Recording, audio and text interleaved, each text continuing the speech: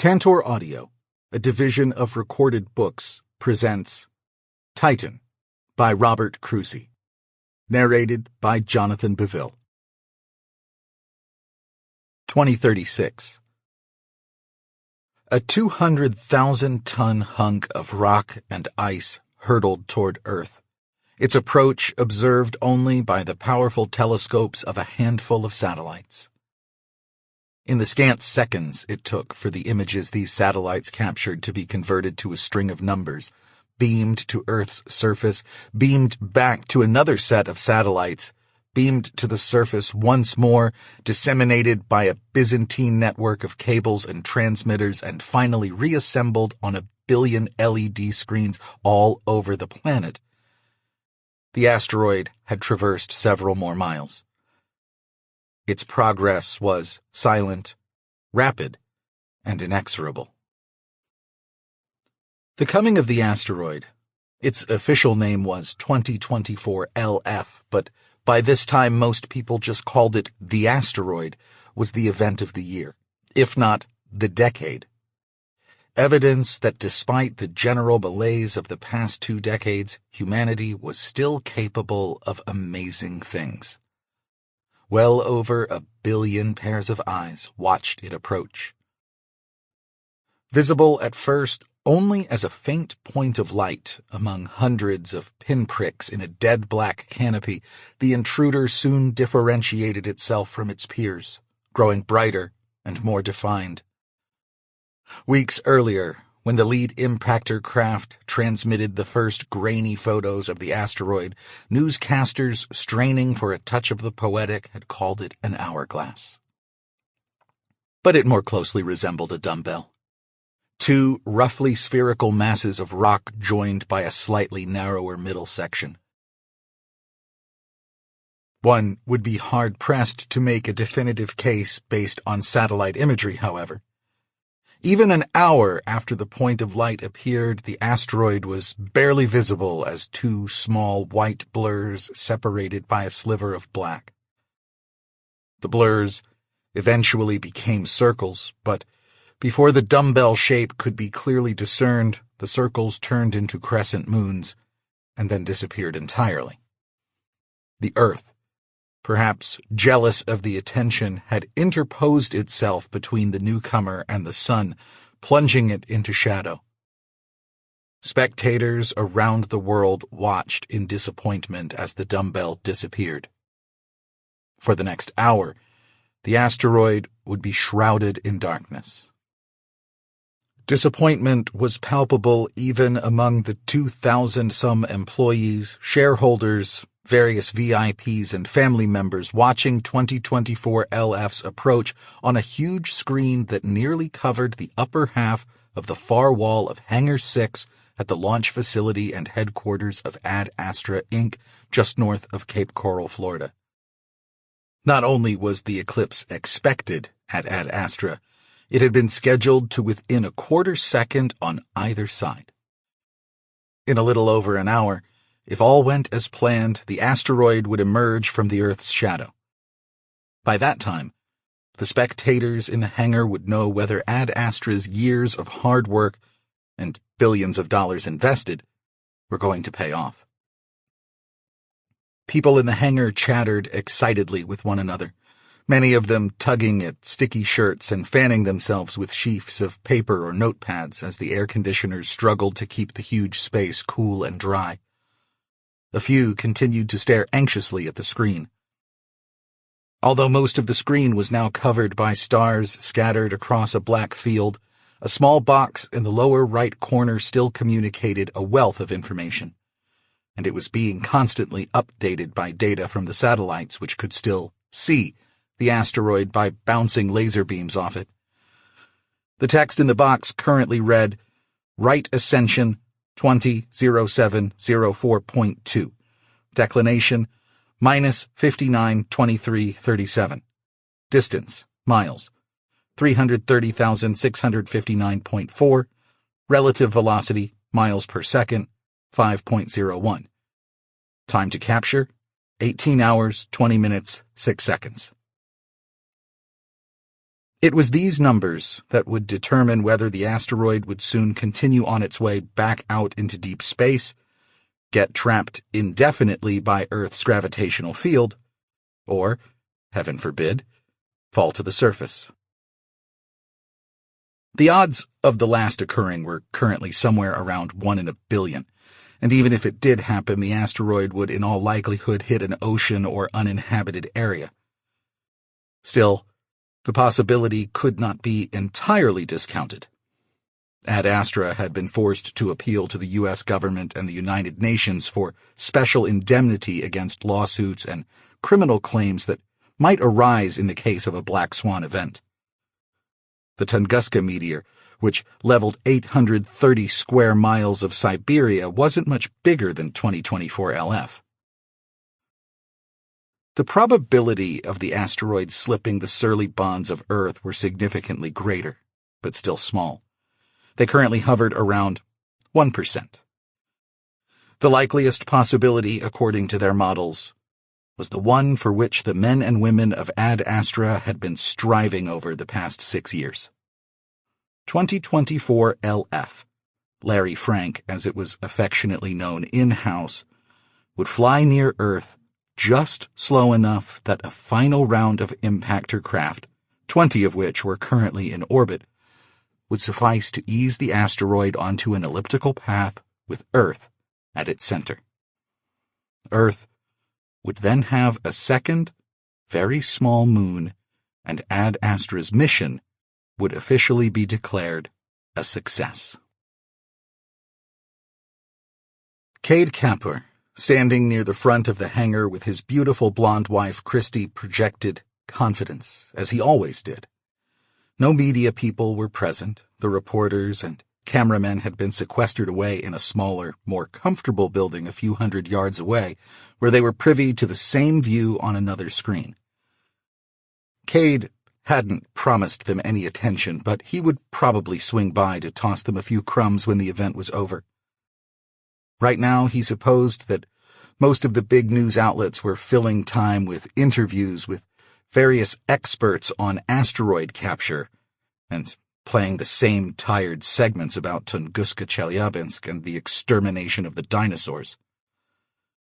Predictions of imminent doom made for good TV, no matter how far off base they were. The diehard skeptics, the ones who were convinced that moving an asteroid into orbit around Earth was simply not feasible, were rarely heard from these days. From the beginning, back when Kade was just a young entrepreneur with a dream, he had always believed it could be done. More than that, it had to be done. If humanity was going to survive, it needed to colonize space. And space could not be colonized by building things on Earth and launching them into space on huge, expensive rockets. If extraterrestrial settlements were going to be viable, humans had to be able to build things, spaceships, dwellings, factories, in space, with raw materials that could be found in space. The first thing they needed, though, was water, for drinking, for bathing, and for irrigation. Water could also be broken up into hydrogen and oxygen, which could be used together as spaceship propellant. Water was too heavy to carry into space in large quantities, and without water, any other endeavor in space was going to be phenomenally expensive and probably short-lived. That was why his team had picked 2024 LF as the first asteroid to be redirected into Earth orbit. Ad Astra's scientists estimated that it contained over 1 million gallons of water. To carry that much water from Earth into space would cost over $100 billion. The 2024 LF redirect mission cost 1/10 of that, and future asteroid redirect missions would be much cheaper now that the infrastructure was in place. Still, $10 billion was a lot of money, even for Kade Kapur, and even with the rapid inflation the U.S. had seen over the past several years. If this mission failed, Ad Astra would go belly up, and Kade would be ruined. So, although the grin on his face never wavered, relief washed over him as the numbers on the screen continued to show that the asteroid was precisely in the center of the capture window. The physics of determining the trajectory of an asteroid are complex, but straightforward. Most of the uncertainty in predicting Larry Frank's course came from the limitations on taking precise measurements on an object millions of miles away.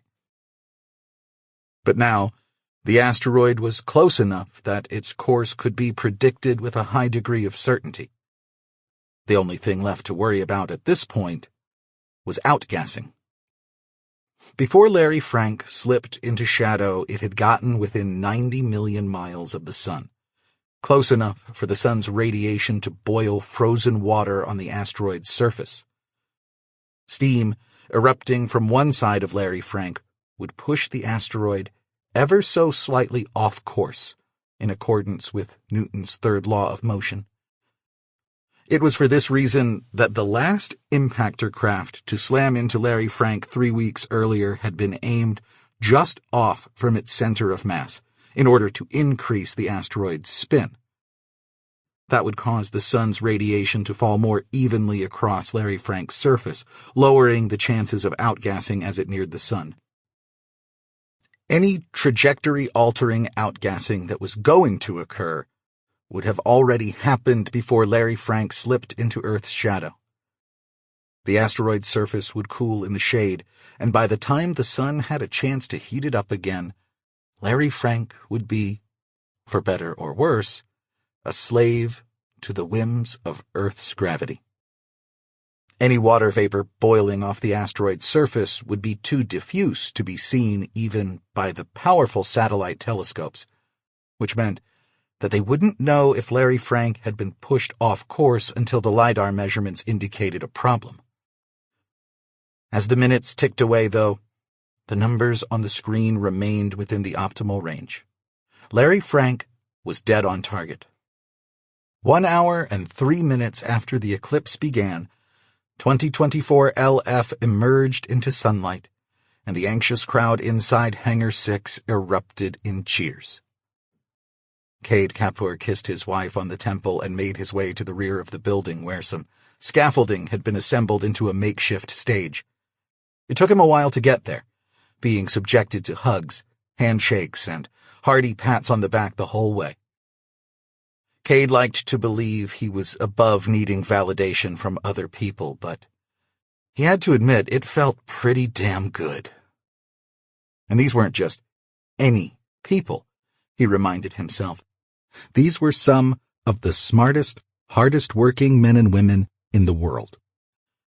He'd hand-picked many of them himself in a relentless quest to build the best team of scientists and engineers on the planet. And by God, they'd done it. They'd moved a motherfucking asteroid into orbit around Earth. 2036. Kade climbed the ladder and stepped up to the microphone. "Ladies and gentlemen," he said, pausing to glance at the giant dumbbell-shaped rock over his right shoulder. "Allow me to introduce you to Earth's second moon." The crowd, which had managed to subdue itself for a few seconds when Kade took the stage, exploded instantly into cheers and howls of exultation. The roar inside the cavernous building was deafening. Kade, genuinely taken aback by the magnitude of the uproar, stood silently, half in a daze. He'd labored alongside these people for 10 years, seen how hard they worked, felt their passion for the project. But so intent was he on his goal that until now he hadn't realized that every one of them was just as consumed by fervor for the mission as he was. He was the catalyst, the spark that had ignited the fire that blazed in each of them. He'd given them purpose and a chance to be part of history, and their joy and gratitude nearly overwhelmed him.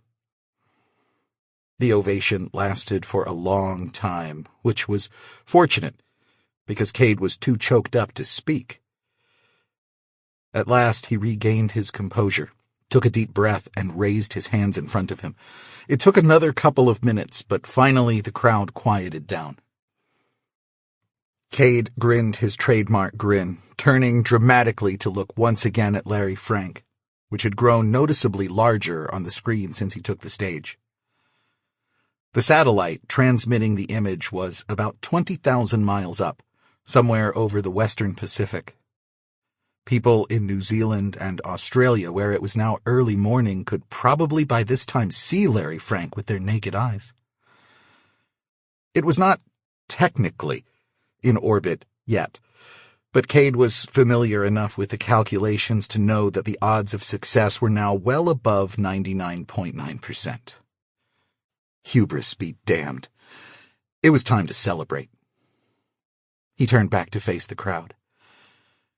"This has been a hell of a long road," he said, and the crowd burst into cheers and applause again. All right, he said, his grin widening. "Y'all have to quiet down, or we'll be here until Cerulean gets off the ground." Raucous laughter rang out.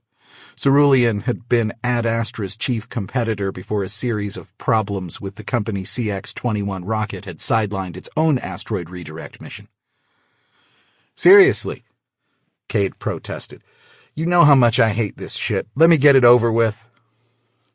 More laughter followed, but the crowd soon quieted down enough for him to continue. "As I was saying, this has been a hell of a long road, and not an easy one.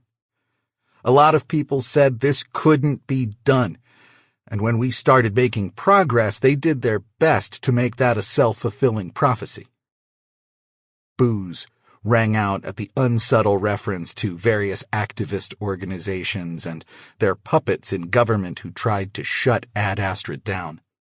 Those who objected to spending money on space projects while there were still problems to be solved on Earth. Those who objected to the mere existence of billionaires like Kade Kapur. Those who claimed that altering the orbit of an asteroid was a violation of some natural order. And of course, those who worried that a redirected asteroid might fall to Earth and wipe out civilization. There was some merit to that last objection, Kade would admit, but there was a solid counter-argument to it. Once the infrastructure was in place to redirect an asteroid, humanity would be much better prepared to deal with asteroids that threatened to collide with Earth. And those were hardly the only political challenges they had faced. The wealth tax passed by Congress in 2027 had nearly ended Ad Astra's prospects before it even started. In 2029, a species of snail thought to be endangered was found on the land Kade had planned to use as a launch site, delaying construction for 9 months and obligating him to pay $180 million to construct a snail habitat. After which, it was discovered that the snail in question could be found by the millions in Louisiana. In 2032, Kade was forced to cut back the money he was funneling from his other ventures because of the ratification of the global minimum corporate tax. So it went, year after year, the stagnant global economy and chronic budget deficits prompting the government to enact increasingly reckless and draconian measures to stay afloat. Sometimes, as with the billionaire tax, the measures were short-lived. But the overall trend seemed inexorable. A vicious cycle had taken hold in which onerous regulations and high taxes led to a stagnant economy, which led to poverty, unemployment, and budget shortfalls, which led to calls for increased taxes and regulations on businesses. The country's trajectory was as intransigent as gravity. By the time the Samson 4 rocket launched carrying the first battery of impactors in December 2034, the national debt was $50 trillion, more than double the country's gross domestic product. The federal government was drowning in debt, and Kade knew that eventually they would come to shut Ad Astra down. No matter how important Ad Astra's mission was for the future of humanity, the Fed saw space exploration as an excessive luxury, and the goose would be on the chopping block before it had laid a single golden egg. Kade didn't know what form the shutdown would take. Perhaps Congress would pass a law allowing them to seize assets of companies engaged in frivolous activities, as had happened in Japan and some European countries. Maybe they'd pass another wealth tax, this time barring American citizens from leaving the country. Or hell, maybe the president would just wake up one morning and send the FBI in to seize Ad Astra's headquarters. After all, that was what she'd done with Vodacor, under the pretense that the company had sold American military technology to the Chinese. And Blankenship was a Republican, for fuck's sake. Nobody at Vodacor had ever been charged with a crime, but the company was essentially kaput, the bulk of its assets having been sold for pennies on the dollar, reducing the federal budget deficit by 0.01%. It was idiotic. In 5 years, the government would have made more on tax revenue on Vodacor than they'd made on the sale of its assets. But nobody had ever accused the federal government of thinking ahead. The only chance Kade had against the momentum of such bureaucratic stupidity was to make it so blindingly obvious that Ad Astra was a boon to the government and to the nation as a whole that even the most rapacious socialists in Congress would think twice before shutting the company down. Sure, he probably could have bought himself some time by throwing a few million more at congressmen who were on the fence about space exploration. But he needed every dollar he had to fund Ad Astra. Occasionally, he had been forced to violate his no-politics rule, the most notable incidents being in 2031 when he, along with the founder of Cerulean and several other aerospace companies, successfully lobbied for the passage of the Asteroid Redirection and Ownership Act, commonly known as ARROW. Although it was still technically impossible to own an asteroid, ARROW granted mining rights for 40 years to any company that successfully maneuvered an asteroid into orbit. Thanks to that law, in just a few hours, Ad Astra would have exclusive rights to all the water on Larry Frank, as well as any other minerals they might find there. Already, they'd received over $17 billion worth of bids from companies eager to start drilling into Larry Frank. In one fell swoop, Ad Astra had changed the economics of space exploration, putting the entire solar system within human reach. This was bigger than the opening of the Silk Road, the discovery of the New World, the prospect of the Northwest Passage, and Magellan's rounding of Cape Horn all rolled together. They had opened a doorway into the infinite reaches of space. Even the bean counters at the IRS, he hoped, could grasp that. The tax revenues from space exploration over the next few decades would dwarf the value of Ad Astra's assets. But we persisted, Kade went on. Even when they said it was impossible, when they said we were wasting our time, when they said there were more important things to do, we persisted. Because we know the future of humanity, if it is to have a future, is in space. We persisted because those people do not understand and so cannot be counted on to do what is necessary. We persisted because humanity was not put on Earth merely to survive, but rather to meet the challenges we faced here so that we could one day leave our home and live amongst the stars. Kade paused again as the cheers and applause threatened to drown him out. But you didn't come here today to hear from me, he went on after a moment. Well, most of you came here today because I'm paying you damn good money to watch TV. He turned to look at the dumbbell again as the audience burst into laughter. He turned back to face the crowd. And at least a few of you came here today because you, like myself, have a hell of a lot of money riding on this venture. More laughter. Hey, Rami, he said, spying a slightly built man in the front row. What's the stock at right now? 84.15, Rami shouted, the barest hint of a smile playing at the corner of his mouth. Gasps and then cheers followed. Up 14% since yesterday. Not that you've been watching, said Kade. Rami's face reddened a bit as more laughter rang out, but his smirk only grew wider. Rami Esak, Ad Astra's second employee, was known to have a big bet on company stock.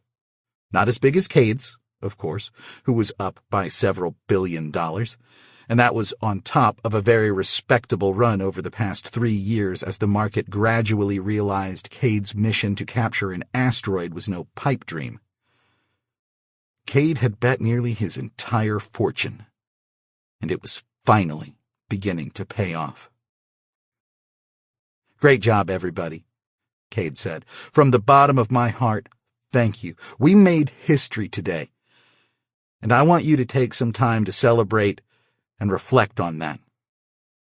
And then tomorrow morning, I want you to get back to work, because we're just getting started. Cheers and applause rang out. Kade waved and then climbed back down the ladder.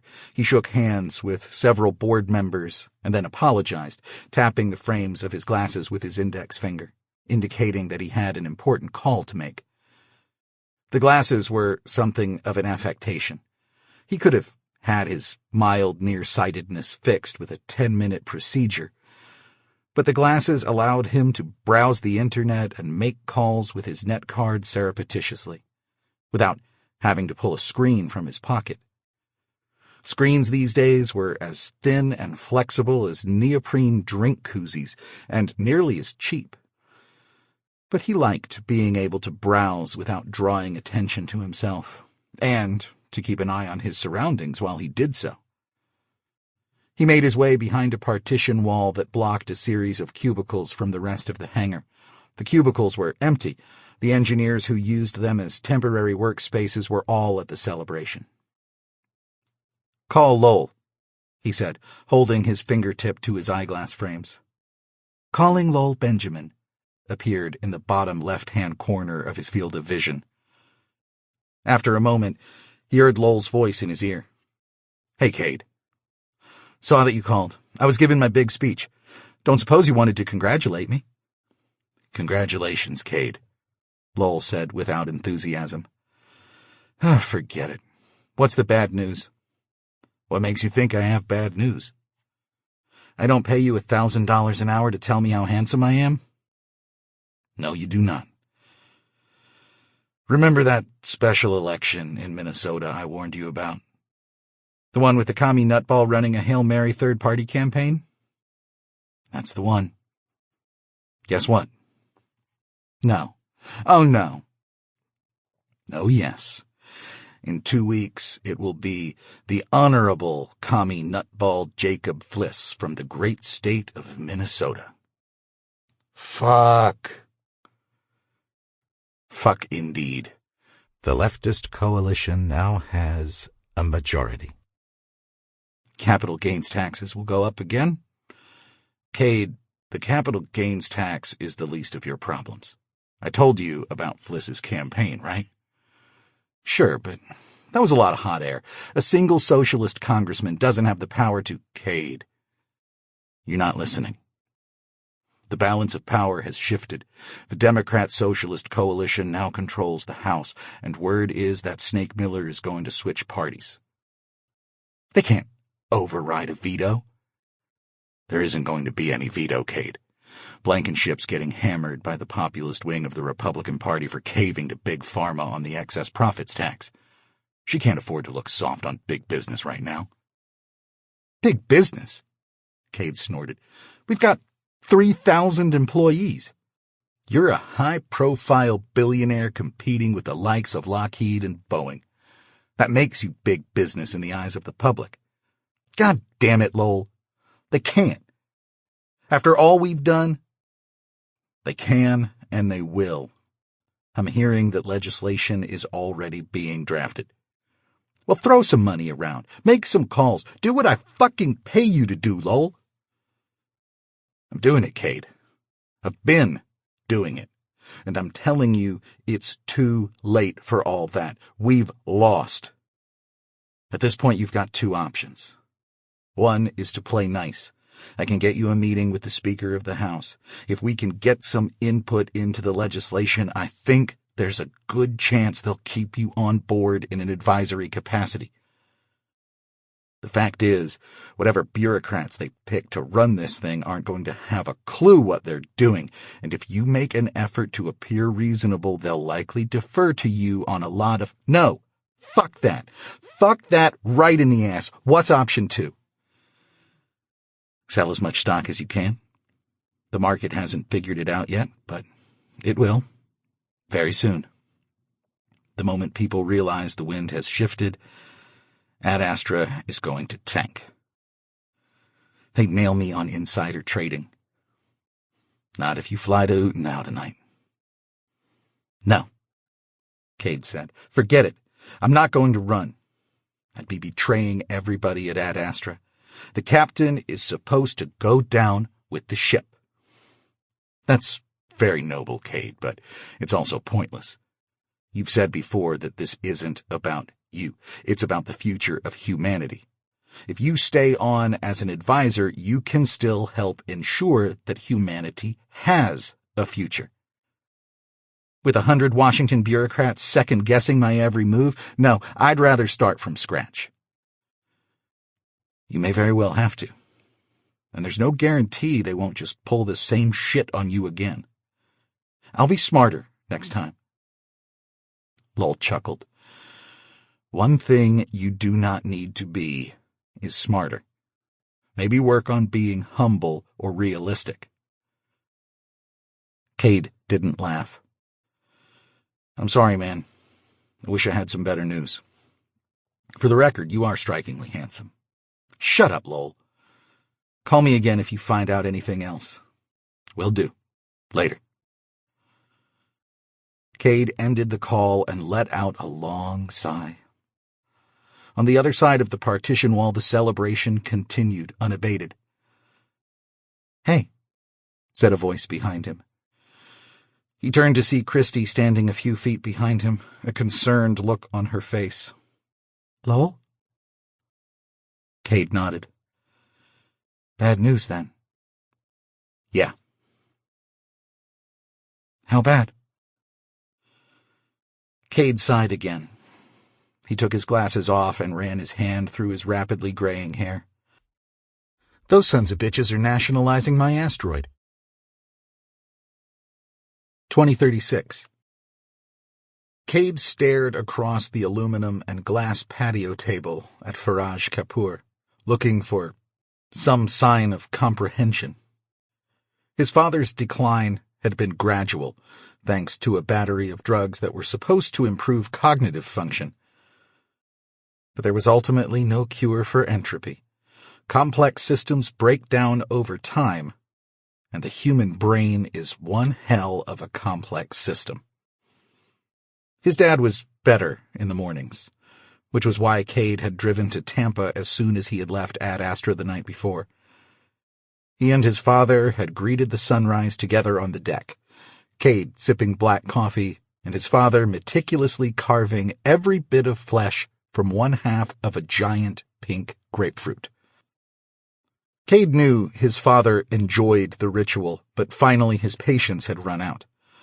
The markets would open in New York in just over 2 hours, and by now everyone would know about Fliss's upset in Minnesota. If the news about Senator Miller changing parties came out, Ad Astra's stock would drop like a meteor. Well, what do you want me to do about it? his father asked in response to Kade's summary, seeming not so much irritated as bemused by Kade's predicament. Ever the hard-nosed engineer, his father constantly probed for what he called the hard facts of a problem. These days, though, it wasn't always clear whether he was really asking for clarification or just repeating one of the stock phrases that had accumulated in his mind over the years. The neurologist had told Kade that this was a coping mechanism sometimes employed by highly educated people who were slipping into dementia. Their linguistic skills remained largely intact, allowing them to create rhetorical smokescreens that hid the magnitude of their own confusion. "I don't want you to do anything, Dad," Kade said. "I'm just bouncing ideas off you like I always do." Said his father. "It's a tough problem, all right." "It sure is," said Kade. He resisted the urge to let out a frustrated sigh. This was a mistake, he thought. He doesn't have a clue what I'm talking about. I should be in Cape Coral right now, coming up with a plan. But what plan? What did he think he was going to do? If the U.S. government decided to steal your property, there wasn't a fucking thing you could do about it, particularly if that property was in orbit 50,000 miles away. Ad Astra couldn't even launch a rocket without the government's approval. They weren't calling it theft, of course. They weren't even going to use the word nationalize. In the U.S., it was still easier to sell socialism if one avoided socialist language. According to Lowell, whom Kade had talked to for another half an hour on the way up from Cape Coral, the people working on the bill to nationalize 2024 LF were planning to use the old "space belongs to everyone" trope. For Kade, space belongs to everyone was an admission that socialism only worked where there weren't any people. Nobody ever said New York belongs to everyone or the Pentagon belongs to everyone. As far as Kade was concerned, Larry Frank was real estate, and it belonged to Ad Astra, just as surely as his wife owned 300 pairs of shoes. More so, as Ad Astra had moved the asteroid from a place where it was essentially inaccessible and of no use to anyone. He and his team had created wealth ex nihilo, and it was being stolen right out from under him. "Only one way to deal with that kind of people," his father said. Rather than elaborate, he went to work on the final chunk of grapefruit. A dragonfly, caught inside the screen-covered aluminum frame that enclosed the concrete patio, buzzed in a lazy figure-8 over the little oval-shaped swimming pool. "And what's that, Dad?" Kade asked. Kade's right hand rested on his thigh, and he dragged his index finger across a hand screen, browsing the morning's emails with the heads-up overlay from his glasses. Both were wirelessly connected to the credit card-sized net card in his pocket. Stealth was hardly necessary to keep his actions from his father, but he developed the habit while trying to make better use of his time when sitting through the endless meetings that were an unavoidable part of his position as CEO. Through the sliding glass door, Kade saw his mother holding a coffee pot in a solicitous gesture. Kade smiled and shook his head, pointing to his wrist, although he wasn't wearing a watch. His mother, understanding, returned to the kitchen. Kade had to get back to Cape Coral soon, as he preferred not to stop on the way. These days he was likely to be recognized, and he didn't have time for impromptu photo ops. "Smash the frame," his dad said quietly. And Kade thought at first that he was talking about his grapefruit. "Sorry, Dad. What's that?" "Use your imagination. Smash the frame. Reject the premise." There it was. The string of stock phrases his dad was using to cover the fact that he'd lost the plot. Kade closed the email window, scanned the headlines on his news aggregator, and slipped the pad back into his pocket. Mercifully, there had not been anything yet about the plan to nationalize the asteroid, but a few outlets were hinting at Senator Miller's defection. It wouldn't be long now. Kade doubted he would make it back to Cape Coral before the story broke. His dad set down the serrated spoon next to the empty grapefruit husk and pushed his plate away. "Only way to deal with bullies." "Bullies, Dad?" Kade asked. Maybe his father had followed what Kade had told him after all. "Bullies?" his father exclaimed. "That's what we're talking about, right? Those punks harassing your friend. What did you say her name was? Cute little dark-haired girl." Kade sighed. His father had been doing this more and more lately, regressing to some conversation they'd had 20 or more years before. There was no telling what might trigger it, a word, a phrase, a dumb insect buzzing futilely over a swimming pool. Sometimes there was a tangential connection to the topic at hand. Other times the only connection was a delusion born of misfiring neurons. "Valerie," Kade said. "Valerie Munoz. Listen, Dad, I've got to get going." "Valerie," his father said. "What a little cutie." "Yep," Kade said, getting out of his chair. He walked over to his dad and put his hand on his shoulder. "I'm going to hit the road, Dad. I'll see you next time, okay?" "Oh, okay. See you, Kade. Say goodbye to your mother." "I will, Dad. Love you." "Love you too, son." 10 minutes later, Kade was on the freeway doing 80 in his Lexus LS 900. 2014. Valerie Munoz had been 2 years behind Kade at Bryan Smant Academy in Pasadena. She and Kade hadn't exactly been friends. Until May of 2014, they had hardly spoken a word to each other. At the age of 13, Kade was dealing not only with the typical awkwardness of adolescence, but also the highly atypical awkwardness of having a highly atypical brain. Besides, she was an 11-year-old girl, and he was a 13-year-old boy. What were they going to talk about? Kade only knew Valerie at all because they shared 6 blocks of the walk home from school. Valerie lived 2 streets over from the Kapurs. Sometimes his father would show up at school unexpectedly and give the two of them a ride home. After they dropped Valerie off in front of her house, he would jibe Kade endlessly about his girlfriend, prompting vigorous protests from Kade. "She's in 6th grade, Dad." And judging from the number of words she had spoken to Kade, he wasn't even sure she was fluent in English. But she was cute. Valerie had transferred from the Pasadena public schools just after the winter break. Kade felt a little bad for her. She was very shy and seemed to have trouble making friends. Kade did too, of course. But he told himself he wasn't particularly interested in having friends. He spent most of his time reading science fiction and playing with Kerbal Space Program. He thought he'd located a potential common interest when the kids in his class started talking about cryptocurrencies. But they gave him funny looks when he started talking excitedly about smart contracts or Byzantine fault tolerance. They just wanted to brag about how much money their dads had made, or would have made if they had just held on. So Kade kept to himself. One day, he and Valerie were followed most of the way home by a group of 3 older boys. Kade thought they went to the public high school across the street. The boys never got closer than about 30 feet, but they made remarks about Valerie and Kade that made his face redden. He was relieved when, as he and Valerie turned down Valerie's street, the boys kept going straight.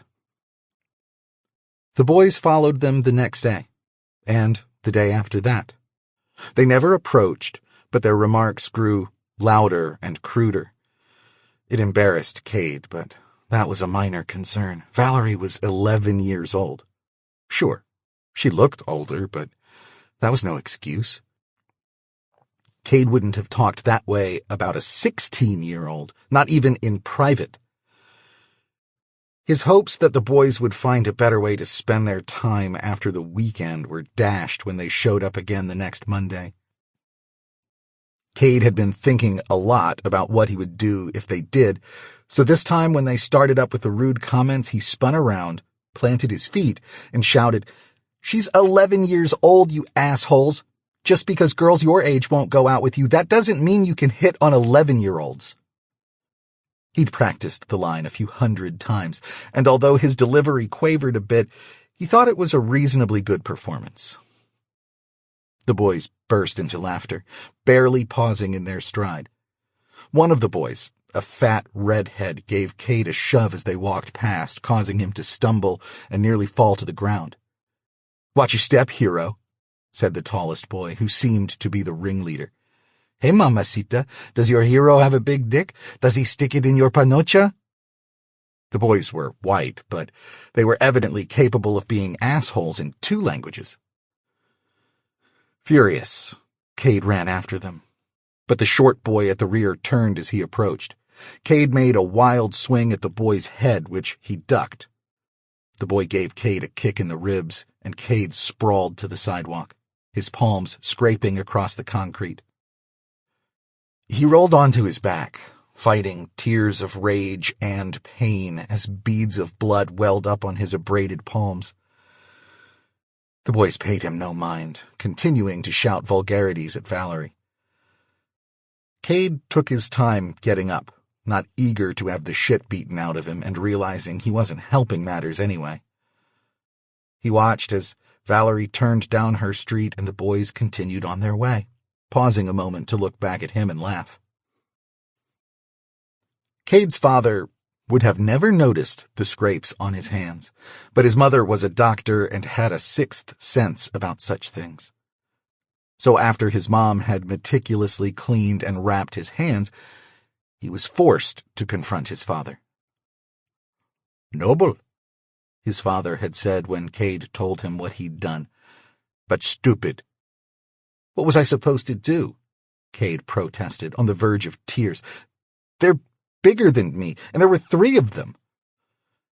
"I assume you've considered apprising the authorities?" "What authorities? Our school? Their school? The police? What is anybody going to do about it?" His father nodded. "I concur with your assessment. Have you considered solutions other than open confrontation?" "I mean, we could take a different way home, I guess. But the thing is, I don't even know if it bothers Valerie. I think I'm more upset about it than she is, so I'm probably causing her more trouble if I ask her to go a different way." "You can ask her what she wants to do." "Yeah, but she'll probably just go along with whatever I suggest. She doesn't talk much, and girls never come right out and tell you what they want." "Don't let your mother hear you say that, but, again, I agree with your assessment." "They'll probably still follow us," Kade went on. "And anyway, she shouldn't have to take a different way home." "You mean you shouldn't have to give in to them?" "That too." "Well," his father said, "only one way to deal with bullies. Smash the frame. Reject the premises." "Huh?" "Bullying is a standard power dynamic. Did those punks seem surprised when you turned around and started yelling at them?" "No. They laughed." "Exactly, because you reacted like a victim. You bought into their power dynamic, smashed the frame, break the power dynamic." "How?" His dad shrugged. "This is your problem, Kade. Frankly, I'd say you're better off doing nothing. It doesn't seem like those boys are interested in doing serious harm. If you hadn't reacted, they'd probably have gotten bored of the game. Did it occur to you that that's why Valerie didn't react? She's likely dealt with bullies before." Kade flushed. Had he actually made things worse for Valerie? "Anyway, now it's your problem," his dad continued. You're stuck in a power dynamic with these boys now. How you get out of it is up to you." His father stubbornly refused to give him any actionable advice. Looking back on it, Kade liked to think that his dad would have taken stronger action if he thought Valerie, or Kade, was in any serious danger. But with his dad, one never knew for sure. Even back then, Kade Kapur acted according to an internal logic that was never fully evident to anyone else, even his wife. As for going to his mother, Kade knew that was pointless. His mom would advise him to avoid confrontation at all costs. She worked in hospital emergency rooms for most of her career, and those experiences tended to bias her heavily against any course of action that might cause bodily harm, to Kade or to anyone else. In the end, Kade decided his father was right. His involvement was only making things worse for Valerie. The next day after school, he told her he couldn't walk home with her anymore because he was going to be staying late to tutor another student. Valerie said nothing, but her eyes went wide with fear. Had he been wrong? Was his presence actually reassuring to her? It didn't matter. Whether she realized it or not, he knew he was only making things worse. "Okay, listen," he said, tearing a scrap of paper from a notebook he carried. "This is my number. My name is Kade, in case you don't know. If anybody gives you trouble, you can call me." He jotted down his phone number and handed it to her. Valerie, like every other kid at Smont, carried a mobile phone. She looked at the paper, looked up at Kade. Were those tears in her eyes? She turned away. She ran off toward home. "I mean it," Kade shouted. "If you have any trouble, call me." Kade let out a heavy sigh. He felt worse than ever. He had intended to take a different route home, but he decided to follow Valerie at a distance to make sure she was okay. The three boys fell in behind her shortly after she passed the high school, as usual. Kade couldn't hear them, but he knew they were taunting her. Occasionally they would look around, probably wondering where Kade was, but he kept a safe distance, moving stealthily between trees and houses. Valerie turned down her street, and the boys kept walking as usual. Kade followed them a bit longer and then went home. The next day was much the same way, except that the boys didn't look behind them as much. The third day, they didn't look for Kade at all, but this time, rather than walking off when Valerie turned down her street, the boys passed her and then stopped on the sidewalk, blocking her way. Valerie's house was only 6 houses down, but it may as well have been 100 miles. She might be able to dart past them on the street, but she would never outrun them if they went after her. Usually, there were some adults outside at this time of day, mowing the lawn or washing the car, but today it was cloudy and drizzling. Everyone was inside. Valerie barely hesitated before continuing down the road, the way the boys ordinarily went. If she continued another block, she could turn at the next street and circle around to her house from the other side. But again, the boys followed. When Valerie turned at the corner, they went after her. Kade ran. The boys weren't watching for him, but he wouldn't have cared if they were. Better for them to attack him than Valerie, if that's what they intended. The houses on this street were farther apart and farther from the road, making it unlikely that anyone would hear her if she screamed. He considered shouting, but bit his tongue. Surprise was the only advantage he had.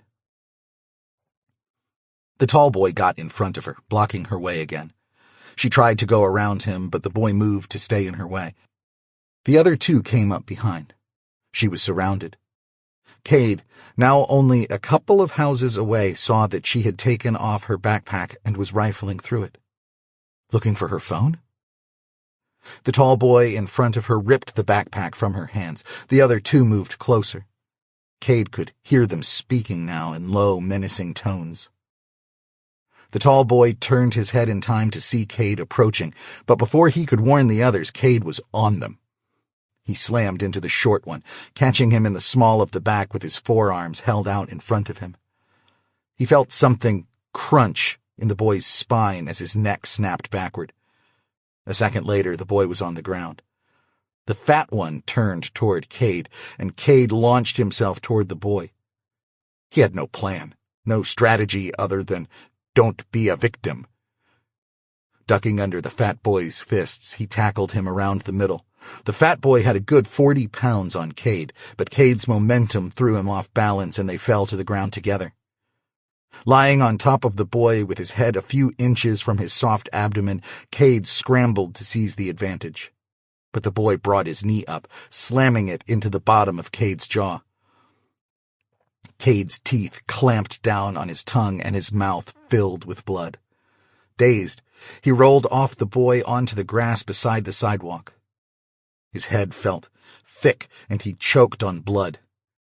He tried to put his hands up, but it felt like he was moving underwater. The fat boy was on top of him, raining blows down on his head and neck. Kade coughed, spraying blood across the boy's face and shirt. The boy recoiled. "Gross!" he shouted. "Look what you did to my shirt!" Kade scrambled away. The short boy was still on the ground, moaning softly. The tall one was holding Valerie, one arm pinning her arms and the other wrapped around her throat. Valerie struggled mightily, gasping for air, her feet dangling nearly 2 feet off the sidewalk. "Don't be a victim." Fatty, having recovered from his horror at being splattered with blood, had gotten to his feet and was walking toward Kade. He looked mad. Without the advantage of surprise, Kade didn't stand a chance against him. Kade crawled away, and the boy followed, kicking him hard in the ribs. Kade fell to his side. He wanted to curl up, put his hands in front of his face, and just lie there until it was over. Maybe a grown-up had heard the commotion and would come to break things up. "Don't be a victim." Kade got back on his knees and tried to stand, but the boy kicked him again, knocking him over. "Don't be a victim." Kade got to his knees. This section of sidewalk was broken, cracked by the roots of a big elm tree. A chunk of concrete the size of a softball had separated from the corner. "Don't be a victim." The boy kicked him again, but this time Kade leaned into the blow so the boy's shin struck him at the same time as his foot, spreading the impact across Cade's ribcage. Kade reached forward with his left hand, sinking his fingers into the dirt around the chunk of concrete. "Don't be a victim." The fat boy kicked him again. Kade fell, but his fingers remained anchored in place. He dug into the dirt, trying to penetrate far enough to get a hold on the concrete. "Don't be a victim." The boy kicked him again and again. Kade was vaguely aware that the short boy had gotten to his feet. Apparently, Kade hadn't broken his spine. A shame, that. While the fat boy kicked at Kade, the other two subdued Valerie. Where were the adults in this neighborhood? Not a single car had passed since the fight began, which felt like it was hours ago. "Don't be a victim." There. The chunk of concrete had come loose in Cade's hand. The fat boy was winding up for a real doozy of a kick. Kade got to his knees, pivoted right, and swung the chunk, connecting with the fat boy's kneecap.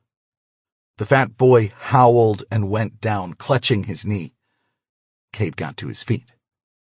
"Don't be a victim." "Put her down, asshole," Kade heard himself shout. The short boy had his arms wrapped around Valerie's legs, and he and the tall boy struggled to keep control of her. Kade never knew if it was something in his tone, something in his eyes, or just the 5-pound chunk of concrete in his hand.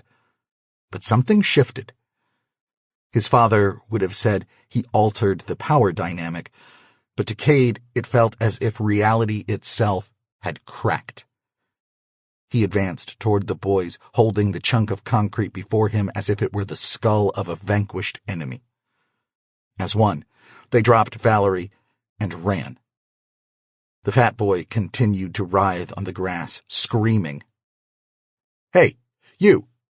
a man's voice shouted from somewhere in the distance behind Kade. "What are you doing?" Kade realized he was standing over a crying boy holding a chunk of concrete in his hand. Depending on when the man started watching, this might not look good. Valerie got to her feet, disheveled but apparently unhurt. Kade made a split-second decision. "You should go home," he said thickly, a wave of bravado washing over him. "I'll take care of this." Valerie looked from Kade to the fat boy on the ground and back to Kade again. "She thinks I'm a monster," Kade thought. "Some kind of psychopath." She ran to him and threw her arms around him. Kade, his arms pinned to his side, dropped the chunk of concrete. And then, before he could think of anything to say, she was gone, running down the street toward home. Kade realized his whole body was shaking. "Jesus Christ, kid," said the man's voice behind him. "What did you do?" Kade said nothing as the man, a jogger Kade had seen in the neighborhood before, knelt down next to the fat boy, whose lung capacity seemed to be limitless. The jogger touched the boy's knee, and somehow the boy managed to ratchet his screaming up a notch. The jogger got to his feet. "Don't move," he said sternly to Kade, and pulled a cell phone from his pocket. Kade said nothing. He could barely talk anyway with the way his tongue was swelling up. It didn't matter what happened now. He'd done what he had to do, and that was all that mattered. He spat blood, and then lay down on the grass and waited for the police to come. 2036. Kade laughed to himself as he guided the Lexus down Interstate 75 past Sarasota, remembering the episode with Valerie. In retrospect, it was lucky he'd bitten his tongue nearly in half. When the policeman finally showed up, Kade hadn't been able to tell him anything. That night, he and his parents met with a lawyer who suggested it would be helpful if Kade could tell the police he'd seen red, and hadn't been fully aware of what he'd been doing. Evidently, a chunk of rock was considered a deadly weapon under California law, and there was some question whether Kade's response was properly proportional to the threat. So Kade told the police he didn't remember picking up the concrete or hitting Marcus, the fat kid. Probably because his head was still fuzzy from being clocked by Marcus's knee. It was a lie, though. Kade remembered everything, and he knew exactly what he'd been doing. He had wanted, if not to kill Marcus, at least to maim him, for life if necessary. And he felt no guilt or remorse about it. Like his father said, it was the boy's own fault. In the end, no charges were pressed. Some people probably would have considered his father's advice irresponsible, but Kade didn't think so. Sure, he could have given Kade more specific advice and possibly saved him a trip to the police station, but he would have been robbing Kade of a more general life lesson. There's only one way to deal with bullies. He wondered what had triggered the memory of Valerie Munoz in his father's mind. Was it just the random firing of neurons? Or had he seized on a connection between the episode with Valerie and Kade's current situation? There was only one way to handle bullies, and one thing was certain. The federal government was the biggest bully of all. They had made a deal with Kade, allowing his company to claim ownership of 2024 LF in exchange for future benefits to the American space industry. And now they were reneging, with no justification other than the fact that they could, and there wasn't a damn thing Kade could do about it. Don't be a victim. It was true, he realized. He'd been thinking like a victim. He'd ceded the frame, accepted the power dynamic that had been presented to him. But he was Kade Kapur. He was no victim. Whenever he'd been in a situation like this in the past, he'd been able to get out of it by rejecting one or more premises and reformulating the problem. So, reject the idea that there's nothing you can do. Reject the bully-victim dynamic. Reject the zero-sum formulation of the problem. Smash the frame. Think bigger. The vague outline of an idea began to form in Kade's mind. Yes. Think bigger. Much bigger. He tapped the phone icon on the dashboard display to switch control of his net card from his hand screen to the dash. Call Myra. Myra Bostwick, the senior astrophysicist at Ad Astra, answered a moment later. What's up, Chief? What are you working on? This is a joke, right? I'm doing mass spectrometry on Larry Frank. You know, the asteroid we lassoed yesterday? Drop that, Kade said. New project. Okay, now I know you're joking. Dead serious, Myra. I'm dealing with some bullshit in D.C. The kind of bullshit that could make or break Ad Astra. I'm listening. How many candidates do you have for the M-type redirect? Ad Astra's second big mission was going to be moving an iron-rich metallic asteroid into orbit. 4, the last I checked. Haven't spent a lot of time on it lately, as you might imagine. What's the mass of the biggest candidate? Hold on. There was a long pause. Looks like just over 2.4 million metric tons. Is that all? That's over 10 times the mass of Larry Frank. It only made the cut because its orbit is just about ideal. We could get it on a circular orbit intersecting Earth's with just a small nudge. The Hohmann transfer would be a bitch, though, with that much mass. I need something bigger. For what? All our research indicates that there's no relation between mass and mineral content. If you just want to take samples, the mass doesn't matter. Makes more sense to look for something small that comes closer to Earth. I'm not talking about taking samples. Humor me. I want a list of asteroids over 100 million metric tons, ordered by accessibility. And by accessibility, you mean? I mean how easy it would be to move them into orbit around Earth. A weighted value, taking into account velocity and trajectory, the same way we picked Larry Frank. We picked Larry Frank primarily based on its size. Big enough to make mining worthwhile, small enough to be movable. We rejected anything over 80 million tons outright because the number of impactors we'd need to alter its orbit would be insane. Let me worry about the mass. Just give me a list of, say, the 20 M-type asteroids over 100 million tons that would require the least amount of energy to move into Earth orbit. Even though the smallest of those asteroids is too big to move using our current technology. Yes. Well, okay. How long will that take you? Not long. We've got the bigger rocks pretty well cataloged. Give me half an hour, with an estimated mineral content breakdown. Of course. Thanks. Kade ended the call. An hour later, he walked into the Cape Coral office. It was 8:50 a.m. The New York exchanges would open in 40 minutes. By the time he got to his desk, the news was out. Senator Eldon Miller of New Mexico was changing parties. The leftists now had control of both houses of Congress. The only thing that could stop the nationalization bill was a veto from President Blankenship herself. An email from Myra had arrived with an attached spreadsheet listing the 20 big asteroids that would require the least energy to move into Earth orbit.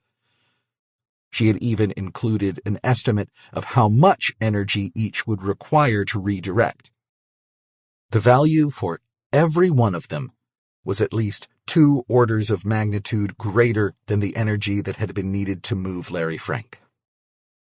The asteroid with the lowest value in the energy to move to Earth orbit column was ironically the largest one.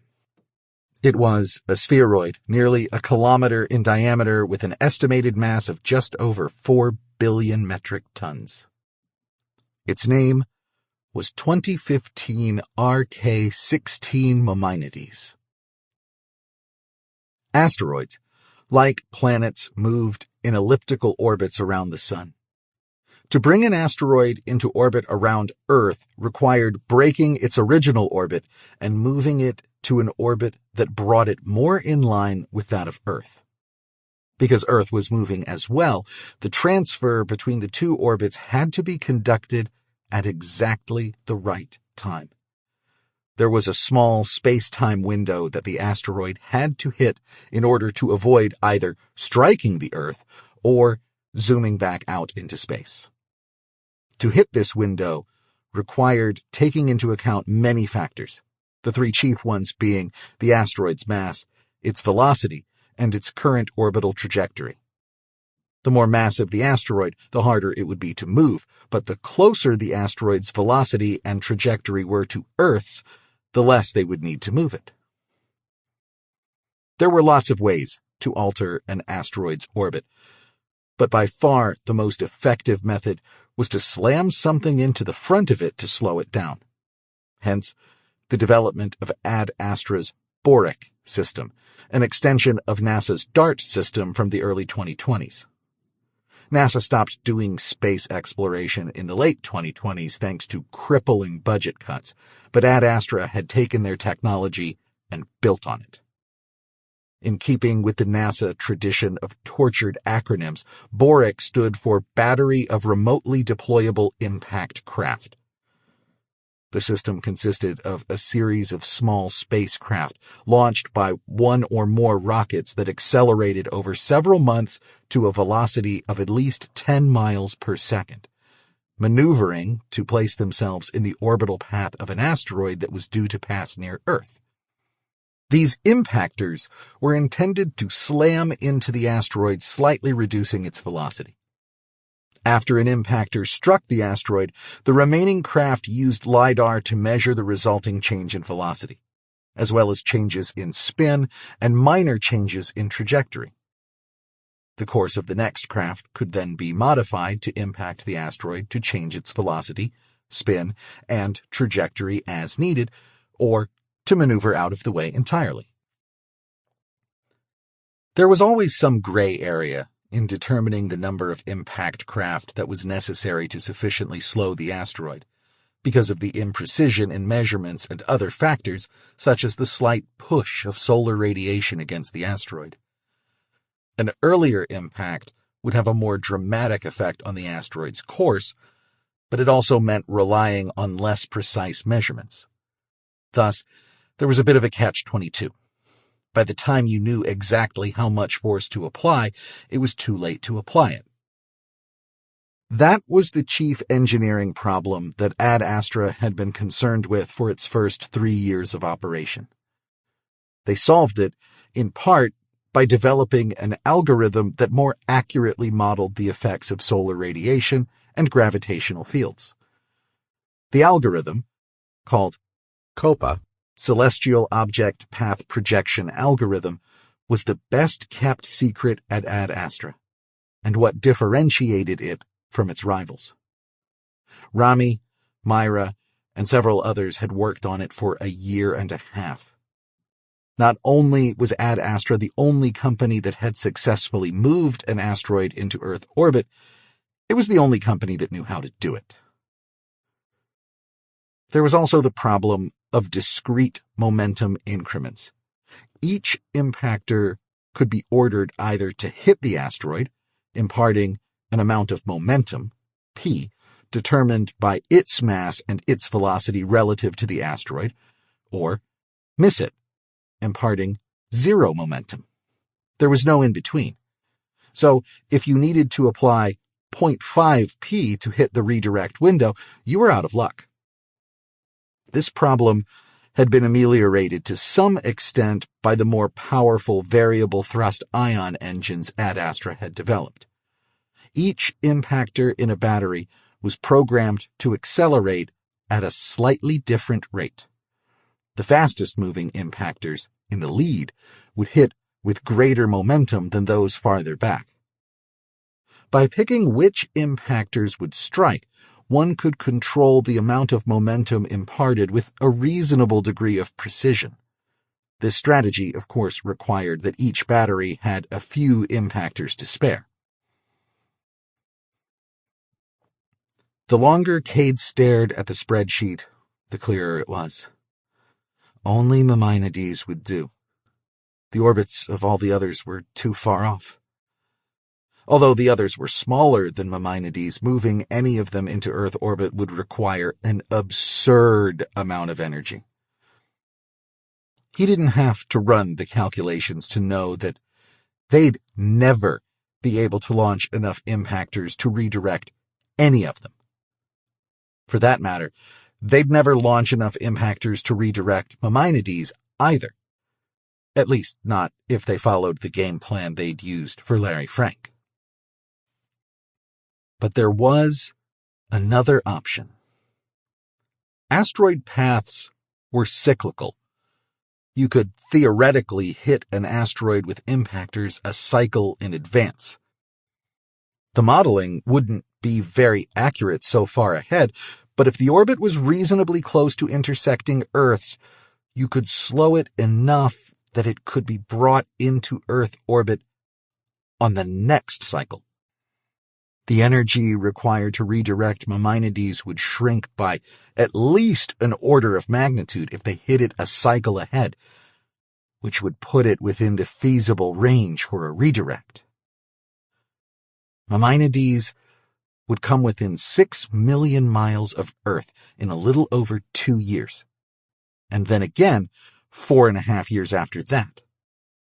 2 years would give them just enough time to organize a mission, launch the rockets, and accelerate the impactors to impact velocity before it swung by Earth the first time. None of the others on Myra's list was positioned that well. And besides, why settle for a smaller asteroid when the biggest one was his best bet for success? There were risks, of course. But even an asteroid 1/100th the size of Maimonides could end all life on Earth if it scored a direct hit. If you're already going to take the risk, why not go big? He knew what Myra and the rest of the team would say. Trying to move an asteroid that size was crazy. But to Kade, it was just physics. Orbital dynamics were well understood. An asteroid wouldn't just jump out of its orbit and fall to Earth any more than a baseball traveling 80 miles per hour from a pitcher's hand toward the catcher's mitt would suddenly veer off toward first base. Things could go wrong, but with enough redundancy, you could get the risk down to almost nothing. And there were, he reminded himself, risks associated with doing nothing as well. Humanity would be stuck on this planet, doomed to die off in a nuclear war, environmental catastrophe, or, like the dinosaurs, when the next big comet or asteroid struck. If he could move Maimonides into orbit around Earth, not only would they have proven they could handle anything the solar system could throw at them, they'd be halfway to colonizing other planets. He tapped out a reply to Myra's email. I want to know what it will take to redirect Maimonides. I assume first round of impactors will be launched at least a cycle in advance. Launch windows, number of launches, impactors, Earth capture window. By tomorrow EOB if possible, still not a joke. He sent the email and then tapped his desk screen to call Lowell. "Market's open in 15 minutes, said Lowell. "Got any hot stock tips for me?" "You said you could get me a meeting with the Speaker of the House, right?" "Sure. He's a big fan. Will probably talk your ear off about colonizing Mars." "A big fan who wants to steal my property." "You know what they say. Theft is the sincerest form of flattery." "I'm pretty sure that's not how it goes, Lowell." "Whatever. You want a meeting, you got it." "I don't want a meeting with him." "You don't?" "No. I want you to tell him to table the nationalization bill." "Table it." "Bury it. Table it. Feed it to the dog. Whatever you do with bills you want disappeared, tell him that unless he wants to make an enemy of the president, he'll kill that bill." "You have Blankenship on your side?"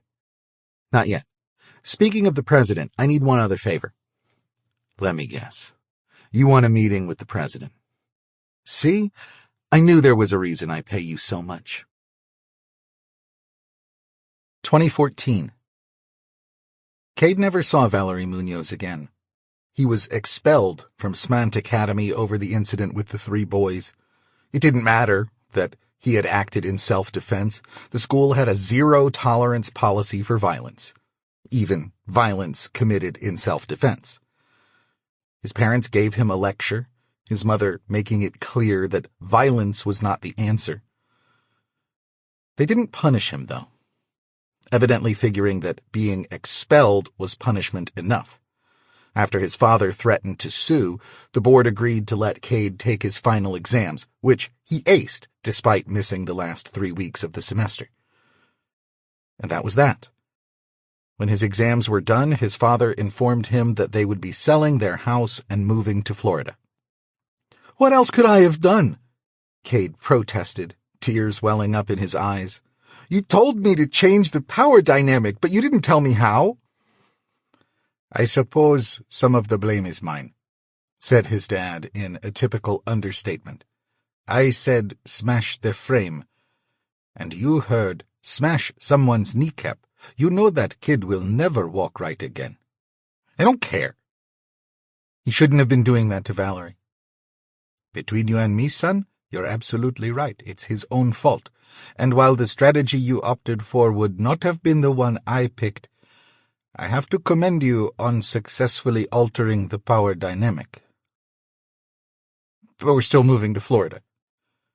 "Yes. Understand, son, that this isn't just about you. It's been a long time coming. Your mother is pretty fed up with her job.